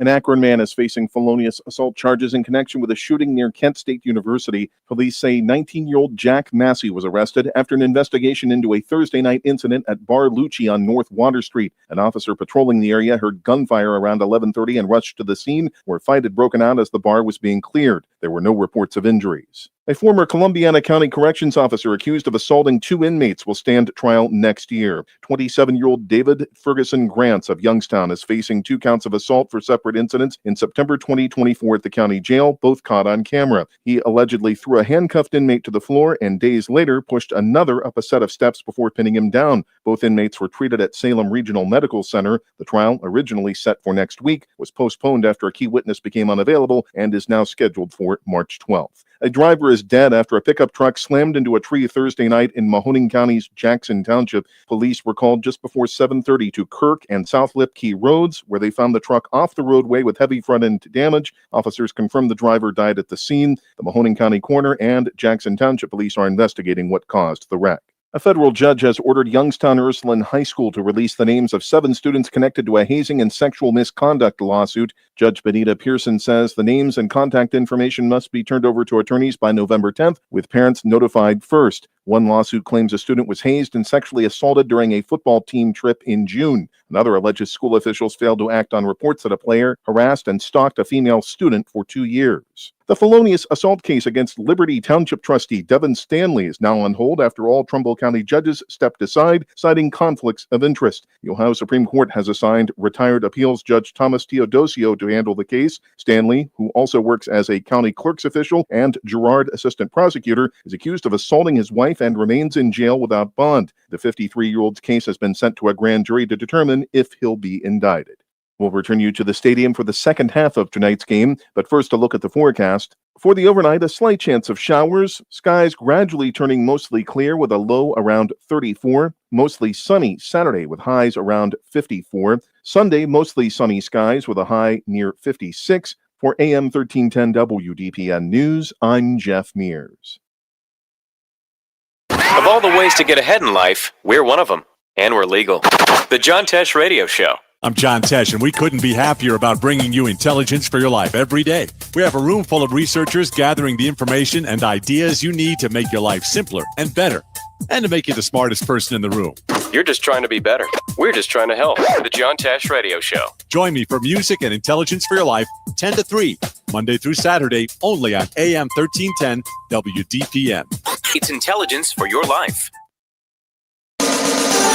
Hey everyone, it's Rex Combs, Rex in the Morning on AM 1310, inviting you to tune in Monday through Friday, 6 a.m. to 10 a.m. for unforgettable favorites, music news, and more. With myself, Clint Marshall on News and Sports, and Mark Johnson from News 5 giving us the weather forecast. Monday through Friday, 6 to 10 a.m., Rex in the Morning, it's all about the music right here on AM 1310 WDPN. When it comes to sports, Sam Berkwin brings the heat. Catch the Sam Berkwin Show weekdays from 3 to 6 p.m. on AM 1310 WDPN and streaming live on the WDPN Facebook and X pages, plus the Q92 YouTube channel. From the Browns to the Buckeyes, the Guardians, Cavs, and your local high school teams, if it's making headlines in the sports world, Sam is talking about it. It's the local sports talk you want. The Sam Berkwin Show, weekday afternoons on AM 1310 WDPN. Missed the big game? Don't worry, Q92 has you covered. Check out our SoundCloud page where you can relive every exciting moment. From high school football, basketball, baseball, and softball to Mount Union football and basketball, we've got it all. That's every broadcast from this season, and even classics going all the way back to 2016. Follow Q92 Radio on SoundCloud and never miss a play, a call, or the thrill of the game. Q92 Radio on SoundCloud, your home for every game, every season. Of all the ways to get ahead in life, we're one of them. And we're legal. The John Tesh Radio Show. I'm John Tesh, and we couldn't be happier about bringing you intelligence for your life every day. We have a room full of researchers gathering the information and ideas you need to make your life simpler and better, and to make you the smartest person in the room. You're just trying to be better. We're just trying to help. The John Tesh Radio Show. Join me for music and intelligence for your life, 10 to 3, Monday through Saturday, only on AM 1310 WDPN. It's intelligence for your life. Missed the big game? Don't worry, Q92 has you covered. Check out our SoundCloud page where you can relive every exciting moment. From high school football, basketball, baseball, and softball to Mount Union football and basketball, we've got it all. That's every broadcast from this season, and even classics going all the way back to 2016. Follow Q92 Radio on SoundCloud and never miss a play, a call, or the thrill of the game. Q92 Radio on SoundCloud, your home for every game, every season. Hey, sports fans, want the latest local sports news, game photos, coach and player interviews, and live play-by-play coverage? Then follow Q92 Sports on social media now. We're on Facebook, Instagram, X, Threads, YouTube, and SoundCloud. Like, follow, and subscribe today. Catch the highlights, relive the moments, and stay connected to your hometown teams. Q92 Sports, your home for everything local sports. Real teams, real action, real coverage. Follow Q92 Sports on social media. When it comes to sports, Sam Berkwin brings the heat. Catch the Sam Berkwin Show weekdays from 3 to 6 p.m. on AM 1310 WDPN and streaming live on the WDPN Facebook and X pages, plus the Q92 YouTube channel. From the Browns to the Buckeyes, the Guardians, Cavs, and your local high school teams, if it's making headlines in the sports world, Sam is talking about it. It's the local sports talk you want, the Sam Berkwin Show, weekday afternoons on AM 1310 WDPN. This is your head coach, Tim Goodman from the Alliance Aviators. You're listening to high school football on AM 1310 WDPN and the Q92 Sports Network. And we are back. Thank you, Coach. Back here on AM 1310 WDPN, Sam Berkwin and Caleb Norick. Halftime activities continue. It's going to be an uphill battle for the guys in blue and red. Alliance trailing Geneva by the score of 26-6. As we welcome you back into the broadcast booth on this 47-degree but a little windy night here in the Carnation City. Boy, Caleb, this Geneva team is really impressive. They may be without one of their key cogs, though, moving forward after the injury to the outstanding running back, Bryce Pete.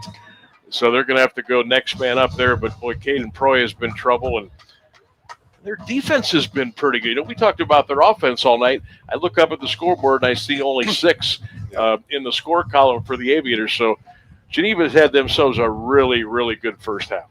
Yeah, and Geneva's been really, really physical on both sides of the ball.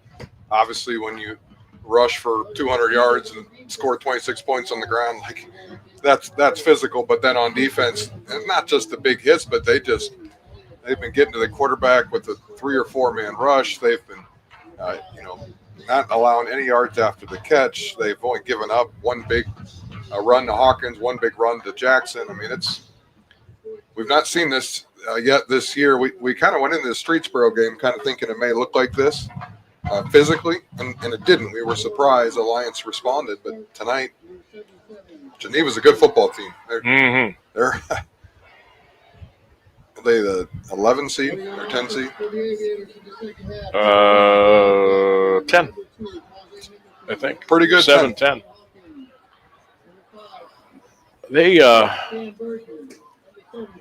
I'm anxious to see what I'm going to assume, which you never do, but I'm going to assume that Bryce Pete does not play here in the second half. And I'm anxious to see, do they just keep with what they do? Do they, with their substitution patterns, do they spread things out a little bit? I'm not saying they're going to go back and beat Air Geneva, but do they do anything differently in the second half? Because obviously Alliance has had 20 minutes here plus. They're still in the locker room to maybe try to figure out a way to scheme and stop this team.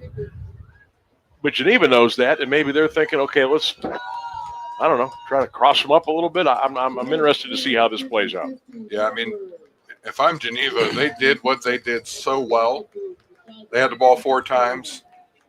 They faced little to no resistance 4 times. They scored 4 touchdowns.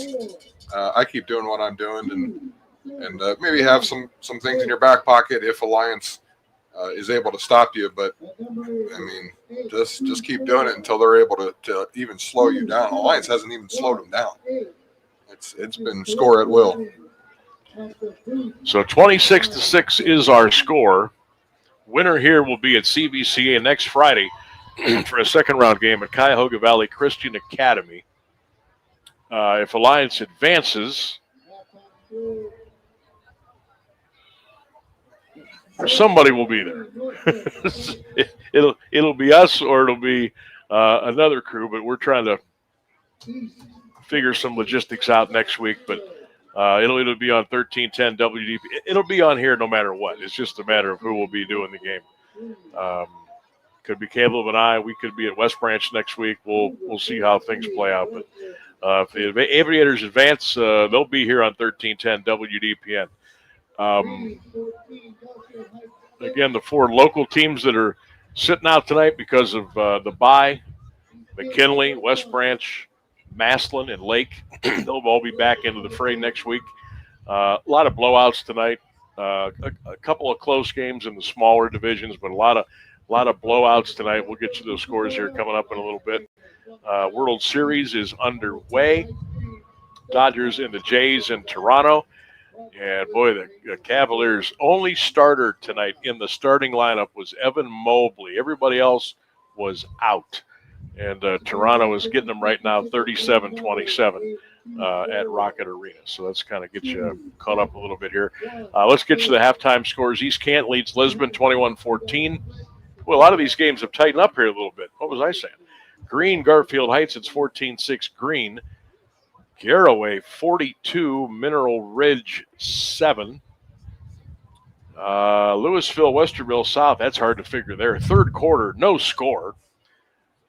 Malvern leads Ashtabula St. John's 28-0. Hoover 43, Columbus Northland 6. Jackson leads Brunswick by the score of 14-3. So that should have you all caught up with our area scores as of the moment. There's a couple more that I do want to run down and see what Canton South was up to. I think they were having a little bit of a tough time. Salem leads Northwest 14-8. Yeah, South is down at the half, 13-0 to Columbus East. A little surprise there. But that's the scoop. And we'll keep you in touch here on 1310 WDPN. Tonight's game brought to you in part by Beatty Sports, by Friends and Family Credit Union, and, of course, our good friends at RG Drag. We appreciate all of our sponsors being with us all season long and now into the playoffs. Lisa's Dream Getaway, Robertson's, Pulp on West State Street in Alliance. Thank you all so much for hopping on board this year with us. We appreciate it. All right. About a little more time than I thought. about a minute and a half before we get cranked up here in the second half of play. Still waiting for the sponsor that's going to bring food to us at halftime. Well, it's week 11. We're not going to give up the fight. We're not going to go quietly. We may go hungry, but we won't go quietly.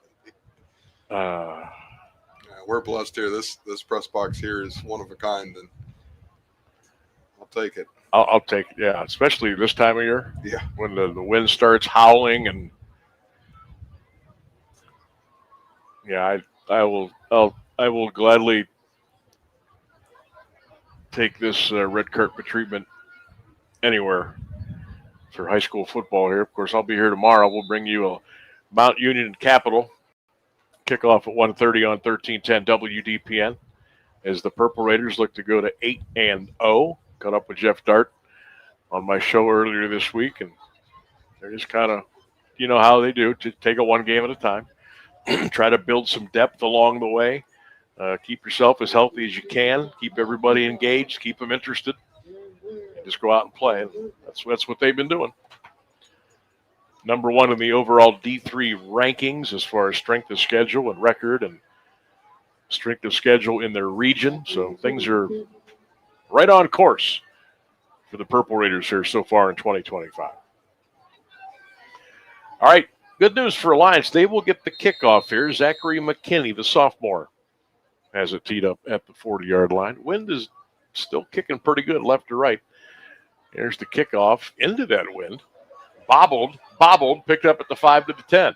Across the 12, out to the 15. Still going, and eventually they're going to blow the whistle down at the 17-yard line. That's where Alliance will go first and 10. Devin Owens, number 7 down there, one of the tacklers for Geneva on that special teams play. So 11:52 to go, third quarter. Aviators are down 20, but again, quick strike ability. They're never out of a ball game. Geneva went out to a 19-0 lead. It's now 26-6. First play from scrimmage coming up here in the third quarter. J.R. Jackson now in the shotgun. He'll give it to Hawkins coming around the right side. Hawk to the 22. Hawkins out to the 23-yard line. Picks up 5 yards on the play. For Geneva, Braden Stark, the 6'2", 210-pound junior on the tackle. They turn the heat on? I don't know. It's warmed up a little bit. It has warmed up a little bit. Trips to the left side now. JR's going to run up the middle, and they're going to get him at the 26-yard line. Braden Stark again, second consecutive play. He's got a solo tackle.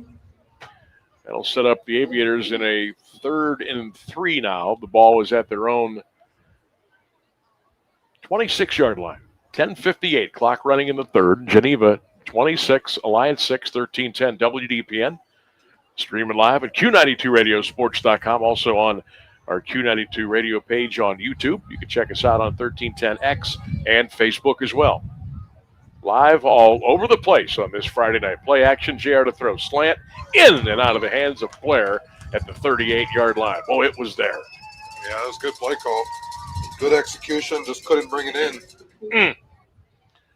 So 4th down and around 4, you're down 20, but you're at your own 26-yard line. Yeah, this is a and tough you one. don't want to, oh, man, I'm telling you what. You know what? Because that I don't believe Bryce Pete is going to come back, I'm punting this ball right here, I think. But the Aviators say, no, we're going. 4th and 4 at their own 26. J.R. Jackson get the snap. J.R.'s trying to get the corner turned. He didn't get it.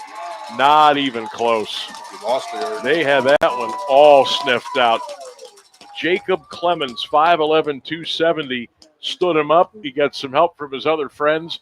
And Alliance turns it over deep in their own territory, and Geneva takes over 1st down. Wow. I think I'd have punted there. I mean, yeah. I said it before the play, so I could say after the play. I think I would have punted there. Yeah, man. You wanted to see what Geneva was going to do, with kind of the reshuffling, and giving them a short field wasn't the direction you wanted to go. So, as we thought, Bryce Pete is not out there. So, it's the T formation, and Caden Proy is under center. He will turn, and he will hand it off to the third tailback through, and that is Davis. He'll get inside the 25 down to the Alliance 23-yard line for a gain of 3 yards on the play. Green 14, Garfield Heights 6. Jackson leads Brunswick 14-3. Columbus East over Canton South 21-7, so the Wildcats are on the board. Here it's 26-6 Geneva coming up on 10 flat, third quarter. Proy coming back the other way, inside the 30 to the 25 to the 24, and taken out of bounds at around the 24-yard line. Well, they're running guys in and out like crazy now. Cooper Dubusky was the ball carrier. He's a sophomore. That's the first time he's touched the ball tonight. Where's number 18? I kind of have a feeling that it's just next man up on this right Eagle offense. They have a good thing going with the line and the backs, and so they just are rotating guys in. Pretty much once they cross the 40, they're going to be in 4-down territory, no matter where they're at out there. Now they're going to shift 1, 2, 3 players all the way to the right side now. Brody Ham is the tailback. Proy's going to get the carry, and the Aviators are going to bring him down at the 26-yard line.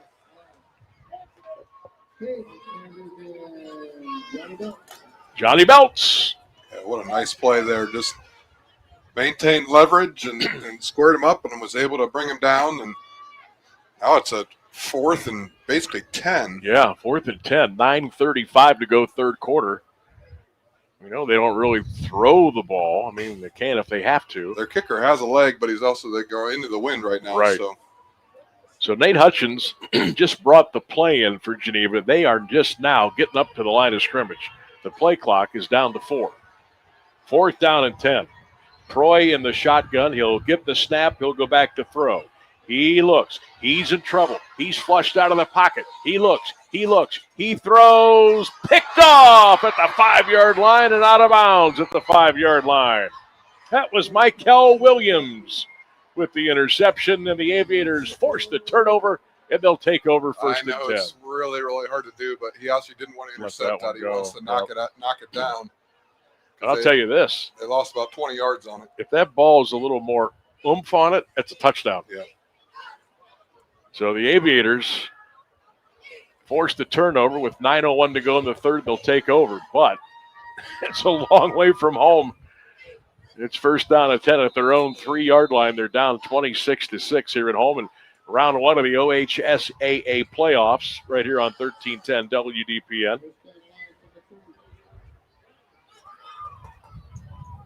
One of the hardest things to do is know as a DB, I actually don't want to intercept this. But right. JR gets the snap, trying to run around the left side. Boy, if he can get away, he's going to go. But too many white jerseys over there, and Jackson's going to be taken down at the line of scrimmage for no gain on the play. Owen Davis on the tackle for Geneva.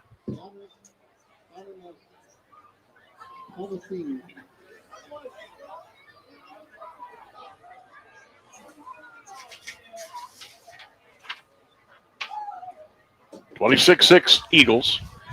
8:30, clock runs third quarter. See if the Lions can get out of the shadow of their end zone here. JR back to throw. He looks out, pattern, incomplete. At the 8-yard line, Jaron Blair off the hands to the turf. Just couldn't pull it in there. Yeah. It's almost as if Geneva, like they're doing a good job of containing JR tonight. It's like, the ends, they're not letting anybody get around the perimeter. They're just kind of boxing everybody in. And that comes from film study, and that's a lot of discipline right there. All right, Aviators need a play. 3rd and 10 at their own 3. They're down 20, 8:24 to go third quarter. Jackson, 4 yards deep in his end zone, looking for this cross. It's caught by Brisker. Got away. Did he get a first down? He did. To the 16-yard line. And, boy, they needed all of that. First down, Aviators. Yeah, that's a huge play for the Aviators. Not only do you get a first down, you get out of the shadow of your end zone and keep the drive alive. So still plenty of time for this Alliance offense. 7:55 third quarter. If you're just joining us, welcome into 1310 WDPN. Sam Berkwin, Caleb Norick. First round of the playoffs. Geneva leads the Lions 26-6. JR to throw it again. Going deep, got a man. Caught by Brisker at the 40 to the 45 and out of bounds at the 49-yard line. 33 yards on the hookup. Jackson to Brisker. First down. Great route there. Kind of a crossing pattern, and JR put it right on the numbers. And another terrible spot, but we'll go with it. Holy cow. They put it down at the 46. They marked him at the 47. I thought he was up to the 49. I guess they're closer than we are. Jackson going to roll this way. JR steps, fires, caught at the 41 on a first down. Better give him the 41. We'll see where they put it. Jaron Blair hauls it in. Are you kidding me? Come on, that should be at the 41-yard line. Marked them all the way back at the 43. And then he moved it again. Yeah. First down, but they gave him the first down, but the ball's actually short of the line of game. Yeah. We'll take it. Okay. First down. Aviators. They're down by 20. In a little groove now. JR throws. Caught. That'll be 9 yards on the play. Burton with the reception. It'll be second down and 1. Give him a first down. Now again, the ball is short of the line to gain, but they're giving him the first down. They had to get past the 33-yard line. It's just at the 33 they gave him the line. Boy, the spotting of the balls tonight has been nothing short of like you would call for an investigation. Jackson double fake. JR's in trouble. He gets out of it. He fires incomplete at the 22-yard line. Tell you what, he did well just to get out of that mess and call it a day. Yeah, that was and come back for another play. Good heads-up play there, and just live to play another down. Don't do anything crazy. Throw it away.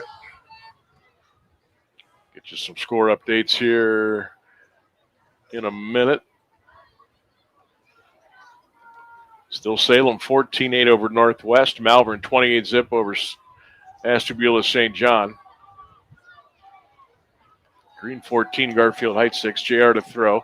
Deep, going for the home run ball. It is almost caught, almost picked, and eventually it was incomplete. Elliot Salgado on the coverage. Watch this on replay here. That's pretty good coverage. He turned around, swatted it away, and Aviators could not haul it in. It'll be 3rd and 10 for Alliance at the Eagle 33-yard line. Hoover 43-6 over Northland. That game's over. East Canton up 21-14. More score updates coming your way here in just a little bit.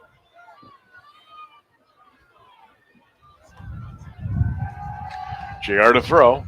3rd and 10. Jackson's in trouble. Got away once, got away twice. Look at him go. He's all the way on the far side of the 40. Throws it.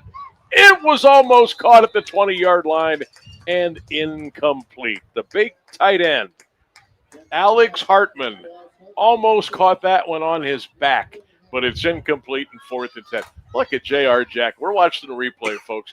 He is absolutely magical. There's a situation. It should have been caught. Talked pregame about being a little too unselfish. He actually probably should have ran and got 5 or 6 yards on that to give you a better opportunity here. But if Hartman catches that, we're not talking about it. But obviously, looking back, he had a lane to get a good run. He may have even been able to get the first down. Here's a got-to-get-it play, 4th and 10. Jackson to throw. He's flushed out of the pocket, fires it deep down the left side, intercepted. And again, that's the one you just want to probably not intercept. But it was picked off by Elliot Salgado, and the Geneva Eagles will take over 1st and 10. They're telling him that he wasn't in bounds. Oh, so it kind of worked out for Geneva there. Let's see. Even though he was. Yeah, he was at what? 2 feet in bounds.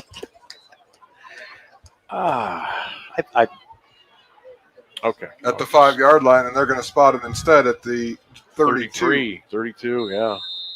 33. I mean, he did have 2 feet in bounds. We both saw NFL it. interception. Wow. He even dragged a toe. So 6:45 to go in the third. The ball back into the hands of Geneva. They lead it by 20.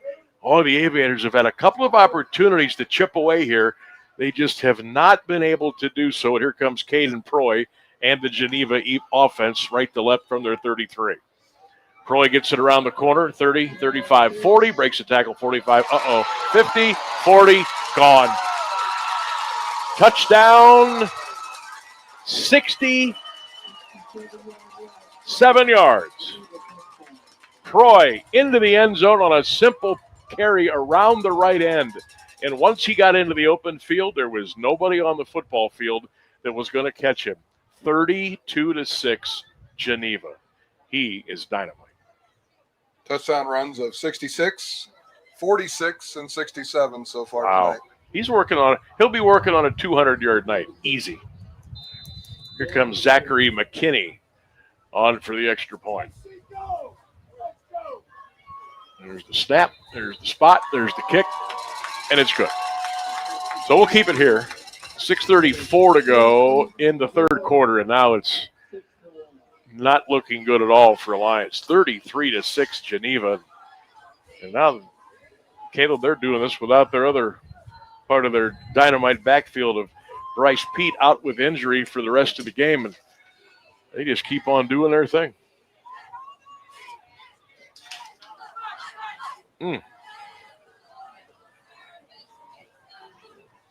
Columbus East has taken a 27-7 lead over Canton South.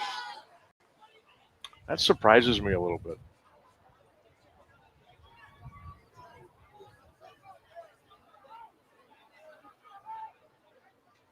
The update on the Louisville score is still 0-0. Still 0-0.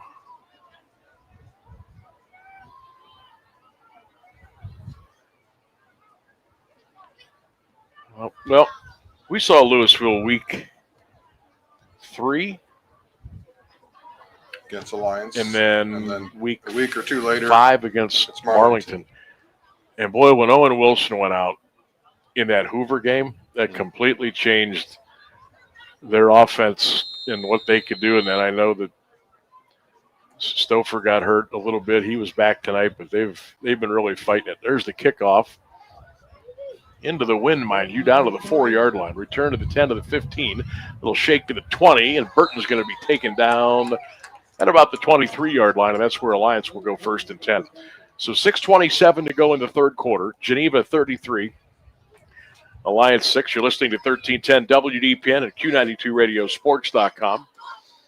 Glad to be with you on this Friday night here. High school football playoffs. Round 1. Looks like Louisville just got on the board, 3-0. Ooh, okay. Hey, we'll take it. Westerville South. Looks like East just scored again. 29. Did you say 29-7? It's up to 29-7. Wow. Okay. You know what? That may have been a safety. Last I saw was 27-7. Here comes J.R. Jackson now. He'll go back to throw. Steps up in the pocket, zings it over the middle, caught at the 35, down at the 36-yard line, first down. Gain of 13 yards. That was Cash Brisker on the catch and an Aviator first and 10. But they got some work to do now. They're down by 27 with 6:10 to go here in the third quarter of play. World Series bottom second, no score. Dodgers and Blue Jays halftime. Raptors lead the Cavaliers 48-43. And again, Evan Mobley was the only starter for the Cavaliers, the only regular to start the game tonight. There's a drop by Tajay Nicholson. If he catches that at the 50, he might still be running. Incomplete. College football, Memphis over Rice 31-7. Syracuse leads North Carolina 10-3. Buckeyes and Penn State tomorrow. Down at the Shoe at noon. World Series Game 2 will be tomorrow night. I'm sorry, Game 2. Could be a Game 7 tomorrow night at 8 o'clock. Pass in the flat, caught 40, out of bounds at the 45. First down, Aviators. You know, Aviators are kind of picking them apart here a little bit, but at some point you're going to need to get a couple of big chunk plays and get into the end zone. Well, you mentioned earlier today that that defense will just keep it in front of you. And what's happening is they're perfectly fine letting them get down to the 30, 20-yard line. Yep. Alliance hasn't been able to really punch it into the end zone from there. There we are. All right, third down and about 1 for the Aviators. Little cross-buck action, little play fake, a little first down at the 48-yard line. Is that Hawkins? Yep, Ravon picked up the first down. So they'll move the sticks. 5:04 to go in the third. Aviators are down 33-6.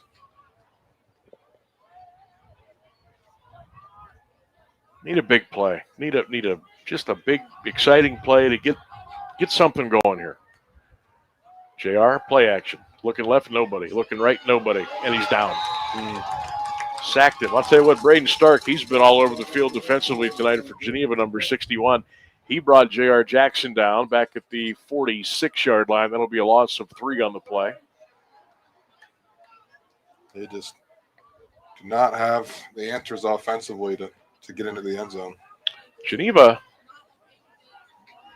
I want to say that's their third sack tonight. Heavy formation to the right. They'll go back left on a slant. Caught at the 40, first down. Tajay Nicholson with the catch. They bring him down at the 40. That's a first down for the Aviators. First and 10 at the Geneva 40-yard line. Again, the Alliance needs a little bit. They got to get a little urgency here. I know you've got 4 minutes here. You got 12 minutes in the quarter, but you're down 27. You got to pick it up. JR to throw. Steps up. He lets it go. It is almost intercepted at the 30-yard line. Owen Davis had it in his hands and dropped it. Incomplete. JR got hit as he did. Threw and couldn't really follow through, but I'm not sure no matter how he threw that one, it was going to be a completion. He was well covered. Yep.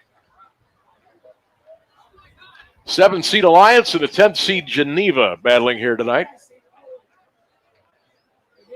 Both teams 8-2, but it's been all Eagles. 33-6. Jackson to throw it again. Dumps it out. And what happened there? It's like Hawkins got held up, and he's looking, wanting a flag, but he's not going to get one. No. He's trying to trying to shake free, and boy, one of the Aviators just, I'm surprised they didn't throw a flag there. Looked like one of the Aviators just chucked one of the Eagles at the 40-yard line, and no foul. And now Geneva just come across the line. That'll be a 5-yard penalty on the Eagles, and a 3rd and 10 now will be 3rd and 5 at the Geneva 35-yard line. Had to call that one. 33-6 Eagles, 3:45 to go third quarter.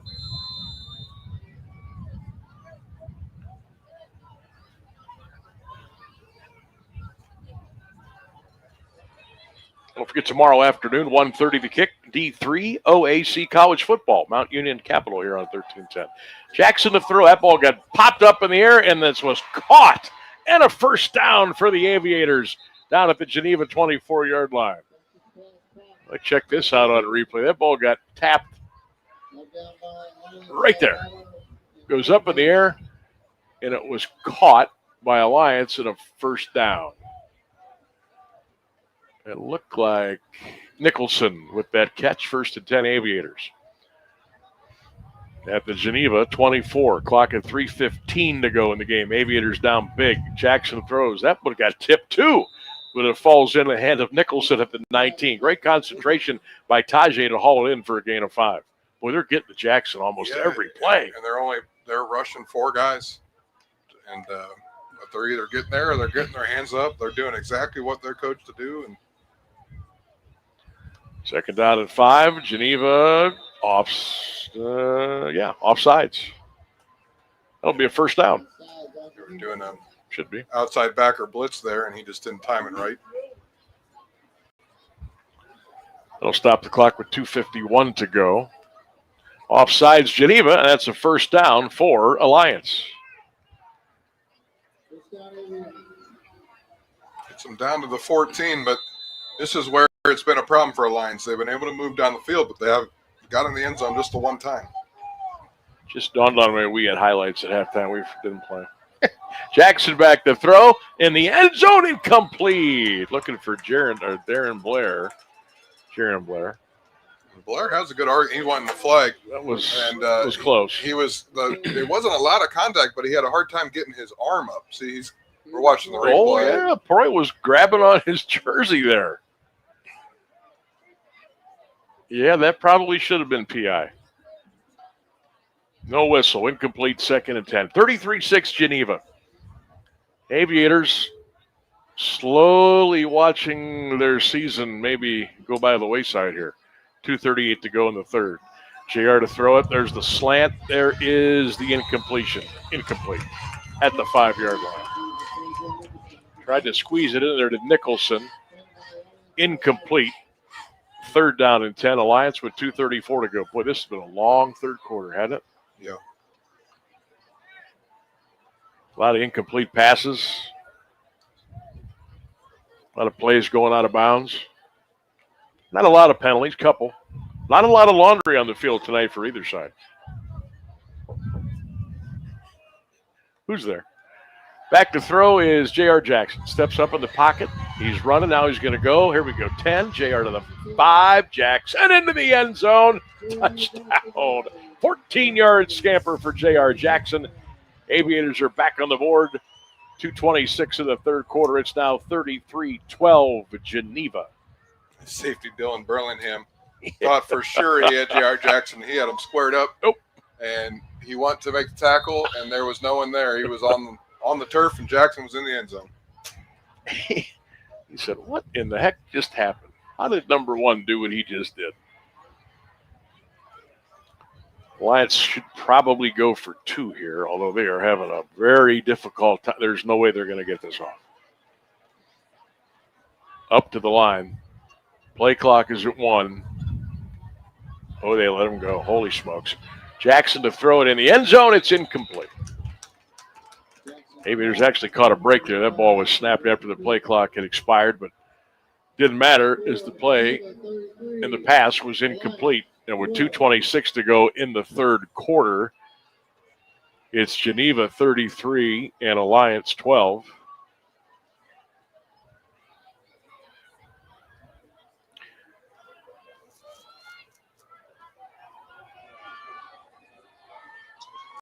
still. I think we'd get in trouble if we played that McKinley-Massillon pregame promo. How was that? Was that fun? Yeah, that was fun. Crazy as remotes go, because you're always fighting with technology and cords, and it's just part of it. But behind the scenes, you thought, what is going on here? But as soon as we were able to get on and had some great guests, we had a great crowd, great turnout. Mother Nature was spectacular for us last Saturday. So yeah, we had a really good time. Looking forward to hopefully doing it again next year on the west side. Yeah. 33-12 here at Geneva, 2:26 to go in the third. Get a scoreboard check here for you after we start the next drive. Onside kick here, maybe? There it is. They popped it up, and they fumble it once, twice. It's loose. Who got it? Geneva. Oh, that was close. They fall on it at their own 43-yard line. I'd like to see a replay here. This could have been had. 50 had it, fumbled it. 12 had it, fumbled it, but he got it back. And, tell you what, Tevin Wilkes is saying, how did I not get my hands around that ball for Alliance number 16? He was really upset that he was not able to pull that in. Yeah, that's everything you want on an onside kick. A couple bounces, a couple bobbles, and a chance to get it, but weren't able to. And Sam, hate to break it to you, but got a cramp. Oh, wow. Back where it all started. Back where we've come full circle. Only that night it was 87 degrees and humidity, and tonight it's 40. Yeah.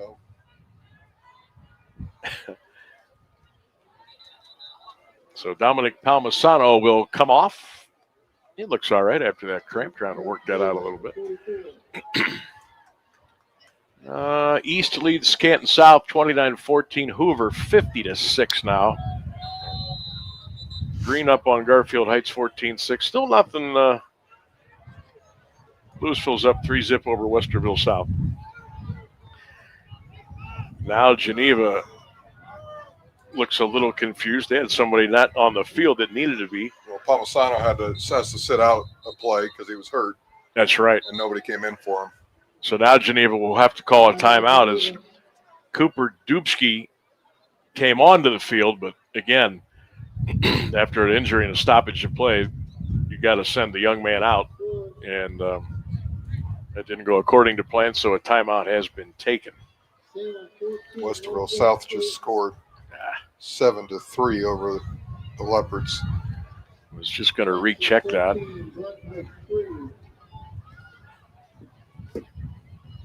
Mount Union tomorrow, 1:30 against Capital here on 1310 WDPN. Let's see here. East Palestine leads Berlin Western Reserve. I'm sorry, that's a 14-14 game, third quarter. East over South, 29-14. Salem 21, Northwest 8. Here comes Geneva around the left side. Oh, Davis, he'll be taken down at the 47-yard line. So Hoover will advance to play Massillon next Friday. That's one of the ball games that we'll have coverage for you on Q92 Radio Sports. So assuming Alliance isn't able to close the gap here, I think it's safe to say the closest game played in this stadium all year is going to be that Carrollton game, the Salem game, which finished a 15-point win. I don't think Mount Union's going to have many close ones here. No, I can confirm that. Second down and 7, Geneva at their own 47-yard line. They lead 33-12. T in the backfield, wide out to the right. Roy's going to get the ball in a corner carry, trying to shake, and they got him at the 47-yard line. Nice defensive play. Here's the first hit over here for Alliance. Brody Fast was over there. Yep, Fast got there first. Nice job, Brody. Really nice. 12 was also in there. Brayon Edwards, yep. Really nice tackle. All right, if the Aviators get the stop here, get the ball back, put one in quick, it gets you to within 13 in the fourth. I mean, but you got to give yourself a chance. Yep. And Geneva, very smart on their part, bleeding this clock down. The play clock is down to 2. There's the snap. Troy fakes it. He's going to run it, and they're going to stiffen up and bring him down at the 48-yard line. Well short of the first down. About 7 Aviators in there on that stop. They were bet. ready for that one, and that one was Brody fast. Just stood him up. That's the first time we've seen an Aviator defender hit one of these backs dead on and push him backwards. So Geneva faced with a 4th and 5 at their own 49-yard line. 55 seconds to go, third quarter. The Eagles lead Alliance 33-12 here at Mount Union. And it looks like they're going to go. Boy, if Alliance could get a stop here, man. Proy in motion. Oh, and one of the linemen moves for Geneva. Oh, they're going to call offsides on Alliance. Oh, my goodness. That'll be an automatic first down. The center snapped his head. He did. Let me see this again. Now Alliance isn't arguing it. Holy smokes, what a big first down that is. And they're going to be able to run out the clock here into the fourth quarter Yep. after this play. Game clock is coming up on 30 seconds. The play clock is down to 10. And Geneva just got a gift there. 33-12 Eagles, late third quarter, and they've got a 1st and 10. Proy in motion, they'll get it around the right side. Flag down. There's your old makeup call. Proy is taken down at the 40, but that's going to be a penalty on Geneva. This will be coming back. They're so used to the penalty. DJ Gesselman's down there all upset asking the official what he did. He doesn't realize it's on the other team. The call's actually on Geneva. They're so surprised by it. So 15 seconds to go in the third quarter. 33-12 Geneva. And after the penalty, they will start to run the clock, and Geneva says, we're good. We'll just come over to the sidelines here, and we'll get ready for the fourth quarter of play. All right, we'll take a break. We got 1 quarter left to go. Can the Aviators make a miracle comeback? Stay with us, 1310 WDPN, 33-12 Geneva as we go to the fourth. RG Drag, Stark County's premier career center, offers programs that prepares its students at the high school level for careers and continued education beyond high school. Upon completion, RG Drag students have an immediate opportunity to obtain a well-paying job in many exciting career fields. We offer everything from culinary, dental assisting, engineering, sports turf and landscape, welding, and so much more. Contact RG Drag to find a program and career that's the perfect fit for you. RG Drag, where careers begin.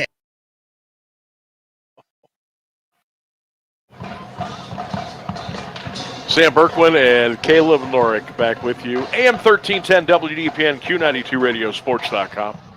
33-12 Geneva as we start the fourth quarter of play, just shy of 9 o'clock Eastern Standard Time. I understand our trick or treat just ended in our neighborhood tonight. Went well, I understand. Proy rolls to the left. He's going to throw it deep, and he's got a man open. And it's incomplete at the 20-yard line. Oh, and Davis had it in the breadbasket and let it get away. Second down. Well, I love the play call there. Holy cow. The element of surprise, but it was incomplete. He was open, but just couldn't complete the connection.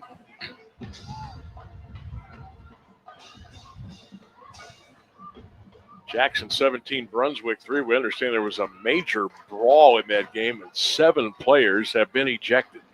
That's the last thing you want, because I think you're suspended the first half of next week. So Yes. whoever wins that will be down some players. Whew. Unfortunate situation there. Second down and 20. Proy's going to go back and throw. He's got all day. Now he's flushed. Now he's flushed. Now he throws. Almost intercepted by Williams at the 50-yard line. He was trying to hit Owen Davis. Now that play I don't understand. I like the first down bomb, but here I think you want to get back into doing your thing and running the ball and running the clock. Aviators do have all three of their timeouts remaining. 11:47 to go in the fourth quarter. Geneva 33 and Alliance 12. Sam Berkman, Caleb Norick with you on AM 1310 WDPN. Good to be with you on this Friday night. A little windy, but not too bad as far as the temperature is concerned. We're in the upper 40s. Roy back to run it. Got a block at the 50, stayed in bounds, and then goes out of bounds at around the Alliance 43. Flag. Another flag.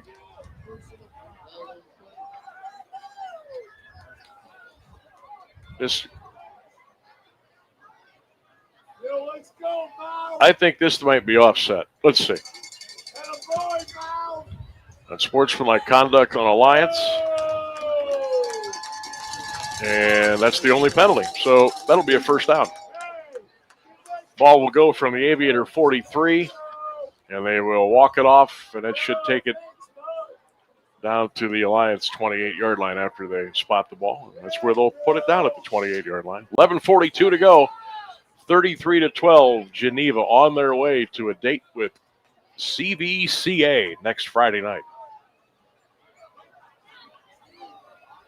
This is where it gets tough for a lot. You know, you've got 8 wins. You got a great group of kids, big senior class, and all of a sudden, within a blink of an eye, it's over. T formation, Proy actually under center this time. He'll hand it off over the right guard, right tackle, down to the 27 for a gain of a yard. But again, at this point in time, the Eagles are looking to just run the clock, keep everybody healthy, and get on the bus and head back to the lake. Now, keep in mind, Bryce Pete, their outstanding running back, had to go out in the second quarter. He did not come back tonight. As far as what it will look like for him moving forward, I don't know, because it looked like he may have had a pretty serious injury. He was up walking around, but very gingerly at best. Second down and 9. Aviators flood the box. Handoff coming around the right side. That's Hutchins, and he'll be taken out of bounds. And a flag has been thrown, and you're going to get a face mask on Alliance. Happened right in front of the Eagle bench, and I saw the flag come out, and that's a face mask on the Aviators. Yeah, they're just self-destructing at this point. Yep.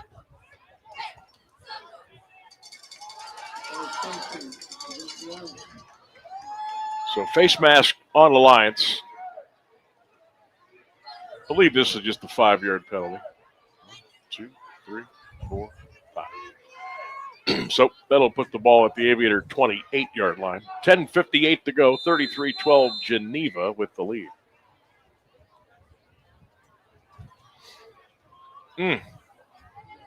Well, looks like we'll be pretty good bet. We'll be at Clinton Haycock Stadium next Friday. See if we can get early dibs on that booth. Not, I'm bringing a chair with me. Oh, yeah, I am too. I'm going to see if we can make that happen. Proy back to throw. Uncorks it, caught by Davis. He is slung around, spun around, and brought down at the 23-yard line. Owen Davis, the 6'1", 175-pound junior, with the catch.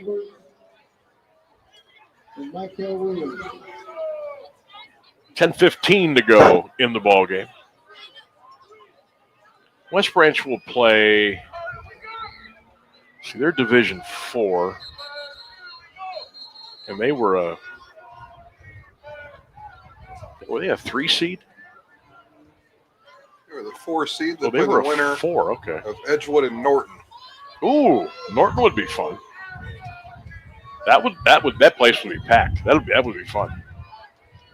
3rd and 6 for Geneva at the Alliance 24-yard line. 33-12 ball game, 9:40 to go. Proy gets the direct snap, just burrows and puts his head down, flag down. Come on, fellas. 33-12 game. Why are we throwing flags?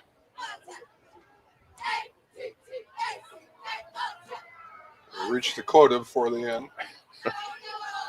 Tell you what, first half was relatively flag-free here tonight, but Boy, the third quarter, a lot of laundry and a couple flags here holding on Geneva. 33-12, Geneva over Alliance. 9:35 to go third quarter. Stick around. Quick post-game show coming up at the conclusion of tonight's game.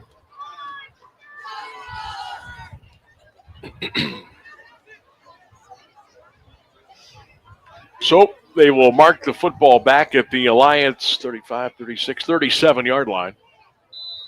And Geneva will have a third down and a long way to go. They got to get down to the 18. So it's going to be about 3rd and 18. Clock goes back into motion. 9:25 left to go in this one. H-back left, right, tight right. Proy is in the gun. Caden gets the snap. He'll go back to throw. He's got time. He's going to throw it deep. He's looking for a man. It's going to be tip. Oh, JR, did he get it? No, incomplete. He was so close to his 6th interception. That's happened a lot. Just couldn't quite get it. Let's check this replay out, how close he was. Bobbled it. Just couldn't hold it. Incomplete 4th down. Imagine Geneva would punt here. 9:10 left on top, 33-12 here at Mount Union. The first ever home playoff game for Alliance in the history of their school. Geneva's going to go for it on a 4th and 16. Proy's going to roll left. He's going to shake it. He's going to get the first down and more. 20, 15, 10 to the 7 and a first down. 27-yard scramble on a 4th and 16. Geneva inside the RG Drag red zone. RG Drag earn, learn, and succeed, 1st and goal. That's the kind of night it's been for Alliance right there. Yep. Wow. Well, we know who West Branch will play. It's not over yet. Oh, we sure do. Edgewood just scored to make it 63-13. Norton West Branch next Friday. That could be fun. He was coming around the right side of the 10 to the 5, and he is into the end zone. Touchdown. Geneva Cooper Dubsky, number 18, takes it into the end zone. And that's the hammer right there. 39-12 Geneva with 8:29 left to go.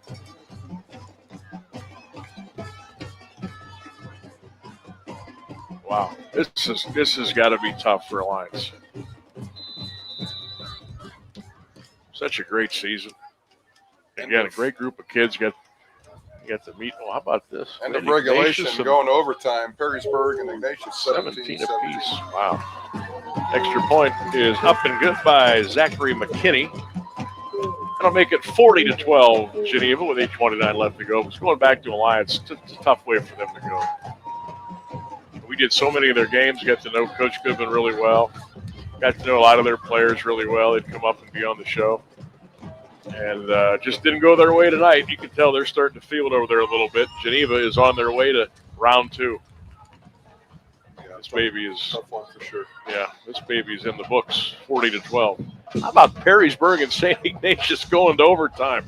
17-17. Wildcats 1-9 into the playoffs, and they very well could move on. I believe they got in by default. Well, not by default, but a team said they weren't going to play, so they got bumped up to the 12. Down in Columbus, 7-3 Westville South over Louisville. Leopards have the ball.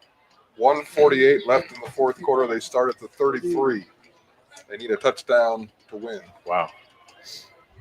Getting some info here. We were talking about that brawl. Jackson, Brunswick, and 7 players got tossed. It seems that an ejection means a game and a half of the second game suspension. So a game and a half of a second game. So, yeah, that would be the first half of the next game to follow. So, yeah, that would make sense. Green over Garfield Heights, 21-6. Salem, 21, Northwestern, 15. And, oh, by the way, Brunswick has scored. Jackson, 17, Brunswick, 10. That's still 4 minutes to go in the third quarter. Lots of time left in the fourth. We're just looking around the state. LaSalle and Turpin tied at 21. A good LaSalle team that came up and beat Louisville. Yep. Hey, we got all night. Check as many scores as you want. Streetsboro up 35-21 over West Geauga. No surprise there. Wow. Hawkins with the carry for Alliance, across the 20 out to the 22-yard line. 8:18 to go in this one, 40-12. Geneva with a 28-point lead in a battle of 8 and 2 teams here in Alliance tonight. 67-yard touchdown pass from Owen DiMarzio to Cody Zaylor. Touchdown Leopards, first play from scrimmage. So it's 10-7 Leopards with 1:33 left. Okay, hold on down there. Hold on down there, Big Blue. Aviators get a first down on a quick pitch and catch out to their 33-yard line.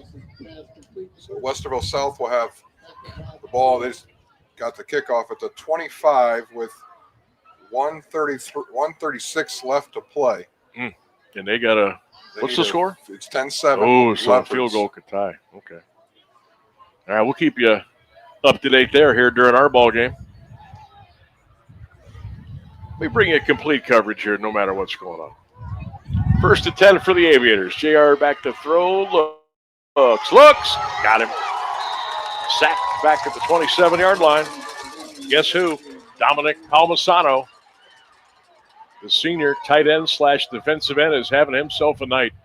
And I believe that could be sack number 4 at least for the Geneva defense here tonight. Well, we're seeing stuff tonight we haven't seen all year. Yeah. I mean, I don't have the stats in front of me, but that might equal what we've seen JR get sacked all year. Yeah. Does not happen very often, but. Burton and Brisker wide to the left. Jackson to sling it again. Steps up in the pocket. He's going deep. Throws it. Incomplete. Troy with the coverage down there, and he's going to get, I believe, an unnecessary roughness for that hit after the whistle. That was very close. I don't know if they'll show that again on replay. Let's check it out. I think that's a clean play. I think that's a clean play. Happened right as the ball hit the Alliance receiver as he was trying to catch it and go out of bounds. I think you picked that up. 6:36 left to go, 40-12 Geneva. So this game is in the bag with 6:36 left to go. East Canton over Lisbon, 28-14, 6 minutes to go.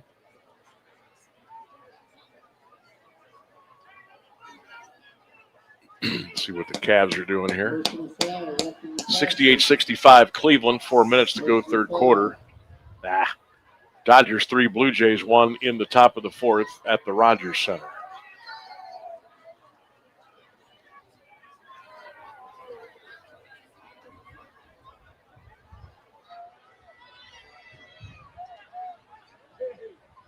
It's under a minute now.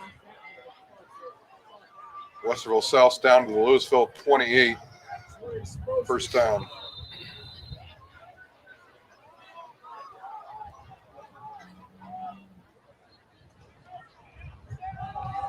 Hand off up the middle. Hawkins to the 45 to the 46 to the 47-yard line. First down.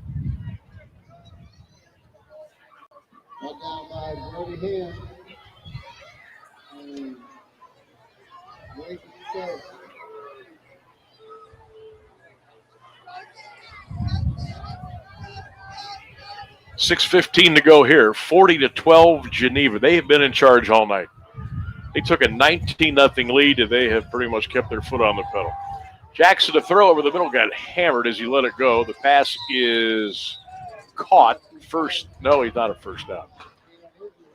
Burton with a catch. They're going to bring him down at the 43-yard line. 6 minutes to go. Alliance will huddle up and get up to the line because they're down by 28 and only 5:45 left to go.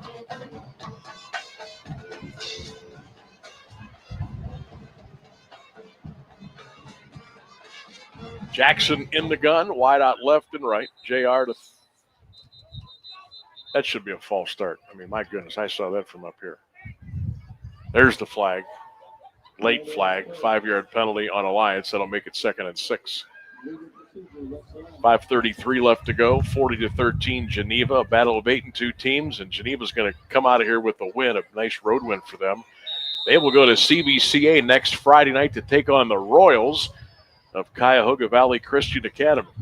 But will they have their outstanding running back Bryce Pete with them? That remains to be seen. He went out tonight in the second quarter. Twin slot for JR. We'll go back to throw it. Little slant. It's incomplete. Cash Brisker had it, dropped it at the 45-yard line. That'll bring up third down with 5:15 to go. Well, Aviators, as we mentioned, had a tremendous season. Huge win early on the road at Streetsboro. They had a tough loss to Louisville. I think they learned a lot that night. They beat their rival, Marlington. They had a 34-28 setback against West Branch in a game they were down, 20-0. Came back to cut it to 6 before an onside kick went awry. Jackson back to throw on a 3rd and 6. JR slings it. Caught by Ravon. Hawkins is going to be just a little bit short of the first down. That'll bring up 4th and 1.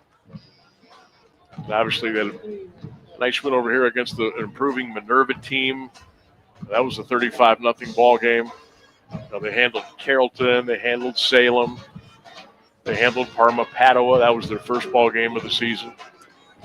They got to be a little disappointing way to disgruntled. End your season for sure, especially at home. 4th and 2, Aviators will go. JR to throw it. He's in trouble. Oh, my goodness. Swarmed back at the 48-yard line. Guess who? Dominic Palmasano. And again, J.R. Jackson, he had about 1,000, and that was it. And he went down. Hey, credit Geneva. They came to play. They had the blueprint for success, and they executed tonight. Yep, they did. That's about all you can say. 4:32 to go. Change of possession. And the Eagles will take over 1st and 10 at the Alliance 46-yard line. So looking ahead a little bit. Let's do that. Strongsville Medina is 20-19. Winner will play Canton McKinley. Jackson Brunswick winner will move on to Mentor. And then in Division 2, Lake is going to have Hudson. They are beating Willoughby South pretty handily, so okay. Hudson will move on and host or play at Uniontown Lake next week. All right.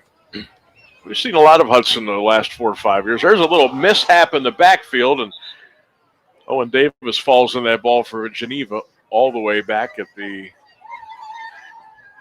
about the 43, 44-yard line. Hudson had some pretty good playoff games against Perry back in the 2014, 15, 16 seasons. Perry winning 2 of those to go to the state championship down in Columbus, only to fall to LaSalle 2 consecutive years. Roy coming on the right side. Look at him go. Look at the speed. 45-40. He'll lower the shoulder. He faked like he was going to go out of bounds. That's kind of that's a little bit of a cheap play right there. He goes down for a first down. Then there's flags all over the place. What Proy did was, we'll see if we can watch the replay. He acted like he was going to go out of bounds, and then he said no, and he lowered the shoulder as he came right back in right there. Yeah. And then, one of the Aviators kicked him in the helmet while he was down, and I think that's going to be your penalty. Yeah. That's the Mahomes thing there where he fakes, and Josh Allen fake like they're going out of bounds. You can't hit them, and then they get an extra 5 yards on it. I believe that was Brody Fast. I mean, he literally kicked him in the helmet. So now you got flags back at the 50. So personal foul on Alliance. We also have a personal foul on Alliance. So 2 dead ball fouls. And that's going to be, 30 yards worth of penalties, right? Yeah, and that'll take the ball at the very least inside the 20. And they're going to keep on going. Westerville South scores with no time on the clock. No, they didn't. Please tell me it was a field goal. It was a touchdown. Oh, that hurts. That is a tough way to go there. Speaking of tough way to go, this has turned into substitute for melatonin. 3:37 left to go in this one. 40-12 Geneva, and they are knocking on the door again after that 30-yard penalty of a couple of personal fouls on Alliance. First and goal at the 10. They're inside the RG Drag red zone. Earn, learn, and succeed. RG Drag. So going under center now is going to be Nate Hutchins. They've got the T in the backfield. They'll give to the third back coming through. Proy inside the 10, inside the 5, and he rumbles his way down to the 2-yard line. Caden Proy enters another flag at the end of the play. Who's this going to be on? Now, Alliance has got to control themselves, but I think this one may have been on Geneva. Geneva has no intentions of letting up. They got all their starters out there, and they're trying to score again. So the officials are huddled up again with 3:06 to It's going go. to be on Alliance because I think they ushered the player unofficially off the field and had somebody else come in. It's 40-12. Now, obviously, you get the touchdown here. It's a running clock, but still, you got a playoff game next week. You don't want to be getting guys hurt. If you're Geneva, you already lost one tonight. Personal foul Alliance. Personal foul Geneva. Offset. Ball will go back to the 3-yard line. It'll be first and goal. Same formation, T formation. Proy to the left. Ham is in the middle. Hutchins will go under center. 2:55 left to go in the game. 40-12, Geneva with a 28-point lead. Hutchins, long count, gets the snap, gives it to Ham. He'll drive to the 2. Ham drives it to the 1. Ham is into the end zone. Touchdown, Geneva, with a 2:39 left to go in the game. It's now 46-12, Eagles over Alliance.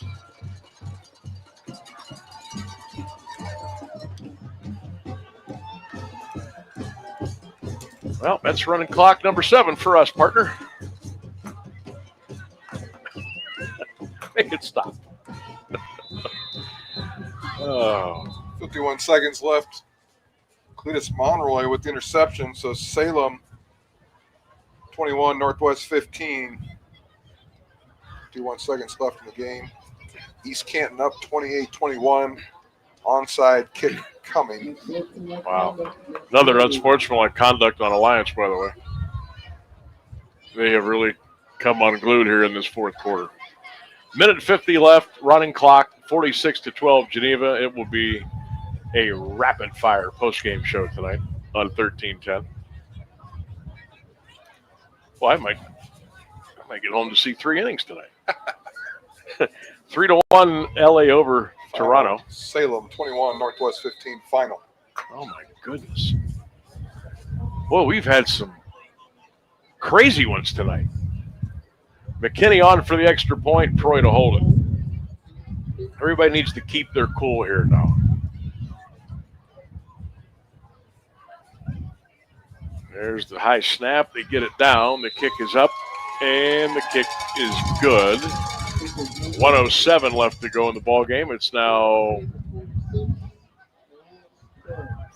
should be 47, shouldn't it? Not that it really matters, but 30. I've been confused all night with this officiating. Well, the scoreboard too. The arms up apparently don't mean that the PAT. I mean, it was 40-12, correct? Yeah. So the arms up would mean the kick is good, which should be 47. Last I saw. So that's the second time tonight. We've seen officials put their arms But we've up. also had 3 first and 9s. So we've seen it all tonight. Except for Alliance getting in the end zone at the rate that they normally do. Right. All right, so I guess we'll go with it, 46-12. So Salem gets the win tonight, and their prize, Sam, is a date with Glenville next week. Oh. I have a question for you. We were talking about that this week. Where does Glenville play their home games in the playoffs? Because they don't have lights. Where would they play? Euclid or? I thought they played it. For some reason, South is popping in my head, but that wouldn't really make sense distance-wise. That's a great question. I mean, would they? I'm trying to think where Glenville. That kickoff's going to go in the end zone. I mean, they're on. Oh, they'll play at Collinwood. The Collinwood Athletic Complex. Now, do they have lights? I thought they. Well, maybe. I'm not sure. Because I know Glenville played a lot of games there this year. I've seen highlights, a ton of highlights with the Senate League teams playing at Collinwood, but I can't remember. I think they do. If they have lights. I think I went to a Collingwood game years ago, and it would have been a Friday night game, so it would have had lights. Yeah, it does. Okay, so that's where they'll play. Light stanchion there. So Salem at Collinwood against Glenville. So we know that's in the barn. We know Hoover at Maslin is in the barn. Unfortunately, we know Geneva at CVCA is in the barn because the Alliance Aviators just did not have an answer tonight in this one.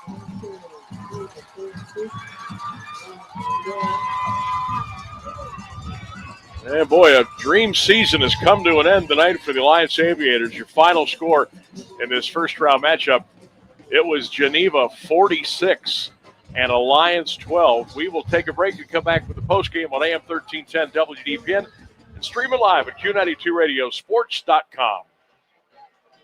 Hey, man, good to see you. What brings you out here today? Need to pick up a few tools. You? I need new kitchen cabinets, countertops, maybe even a whole new kitchen, but I can't get any help or find what I need in this place. You need to go to Robertson's for that. Robertson's Kitchen and Bath Gallery is an American Standard plumbing registered showroom, and their knowledgeable consultants have the training and expertise to actually help you get what you need without breaking your budget. Visit Robertson Kitchen and Bath at 2155 West Main Street in the Alliance Industrial Park, or visit them online at robertsonkitchenandbath.com, where amazing meets affordable.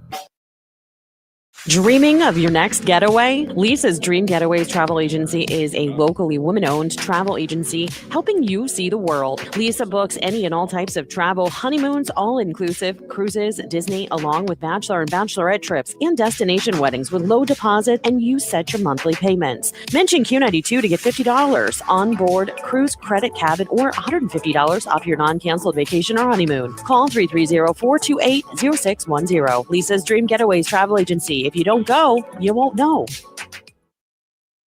This is high school football on AM 1310 WDPN and streaming live on Facebook, X, and YouTube. All right, tough way to go for the Aviators tonight. Final score, Geneva 46, Alliance 12. Geneva goes to 9-2. They will advance to play CVCA next Friday night. The Alliance Aviators came in 8-2. They will leave 8-3, and their season, unfortunately, has come to an end. Your final 46-12. Let's see here. Louisville, doggone. They fall tonight to Westerville South on the final play of the game. And the Leopard season has come to an end. Salem beat Northwest tonight. The Indians are done, 21-15 the final there. East Canton leads Lisbon 28-21 with a minute and a half to go. Onside kick was coming there. Malvern, an easy win, 34-zip. North Canton, big win tonight. Jackson duking it out, literally, with Brunswick tonight. No final there, but that one's fairly close. So that should get you caught up with all the games. But, wow. This one here tonight, I did think Geneva would have a very good chance to win this game just because the style that they played. I'm not surprised they won the game. I am stunned that they won it 46-12. Yep. For sure. We've seen Alliance all year, even in their losses. Louisville, they played well in the first half. It was 30-13 was the final. I think it was 14-13 at half. And then in that West Branch game, they didn't play great, but they hung with them, and it was a 7-point ball game. And so this is something we have not seen or expected. No. Now, when it's all said and done, the stat sheet is what we've seen all year with the penalties. Now, it's a little skewed at the end with all the personal fouls, but that has been the storyline of Alliance all year, is just the undisciplined play at times. And it really came to bite them today. Yeah, it did.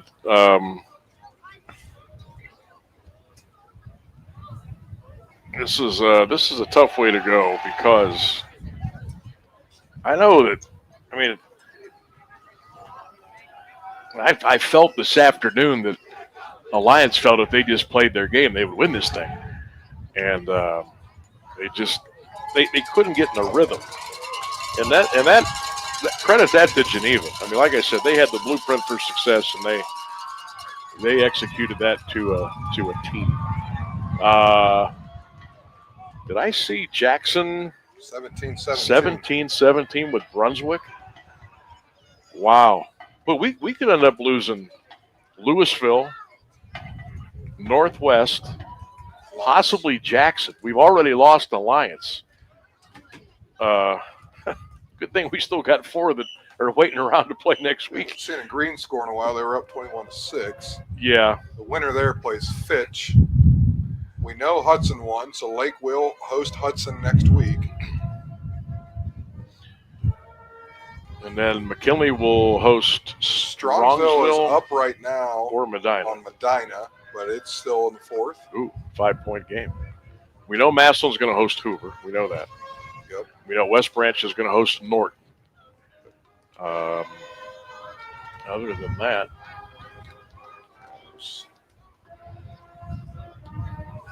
depends how. A couple of these games are going literally down to the final possession, which I guess is how the playoffs should be. We knew they would be different this year because no more 1 versus 16, 2 versus 15. You were jumping right in 5-12, 6-11, so on and so forth.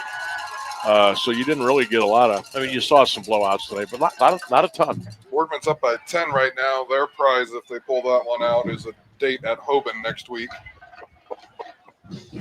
Big grand prize. Wow! Welcome to Downfield.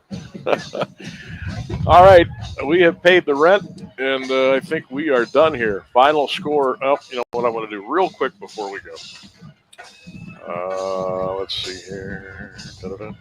Final, East Canton has hung on to beat Lisbon, 28-21. Congratulations, the Spider and the Hornets. Jackson just scored, make it 24-17. All right, well, that's good. 10 minutes to go in the NBA. Raptors lead the Cavaliers 81-79. Top of the 5th at the Rogers Center World Series. Dodgers lead the Blue Jays by the score of 3-1. All right, well, I hate to see Alliance go out tonight, but Geneva just played better, and they won the ball game. Final score, Geneva 46, Alliance 12. That'll wrap it up here from Alliance for my partner, Caleb North, for the crew back at 1310 WDPN, and all of you listening tonight all over our social media platforms. This is Sam Bourquin saying so long and good night from Alliance, Ohio. Your final score, Geneva 46 and the Aviators 12. Thanks for listening to High School Playoff Football on AM 1310 WDPN. Have a great weekend, everybody.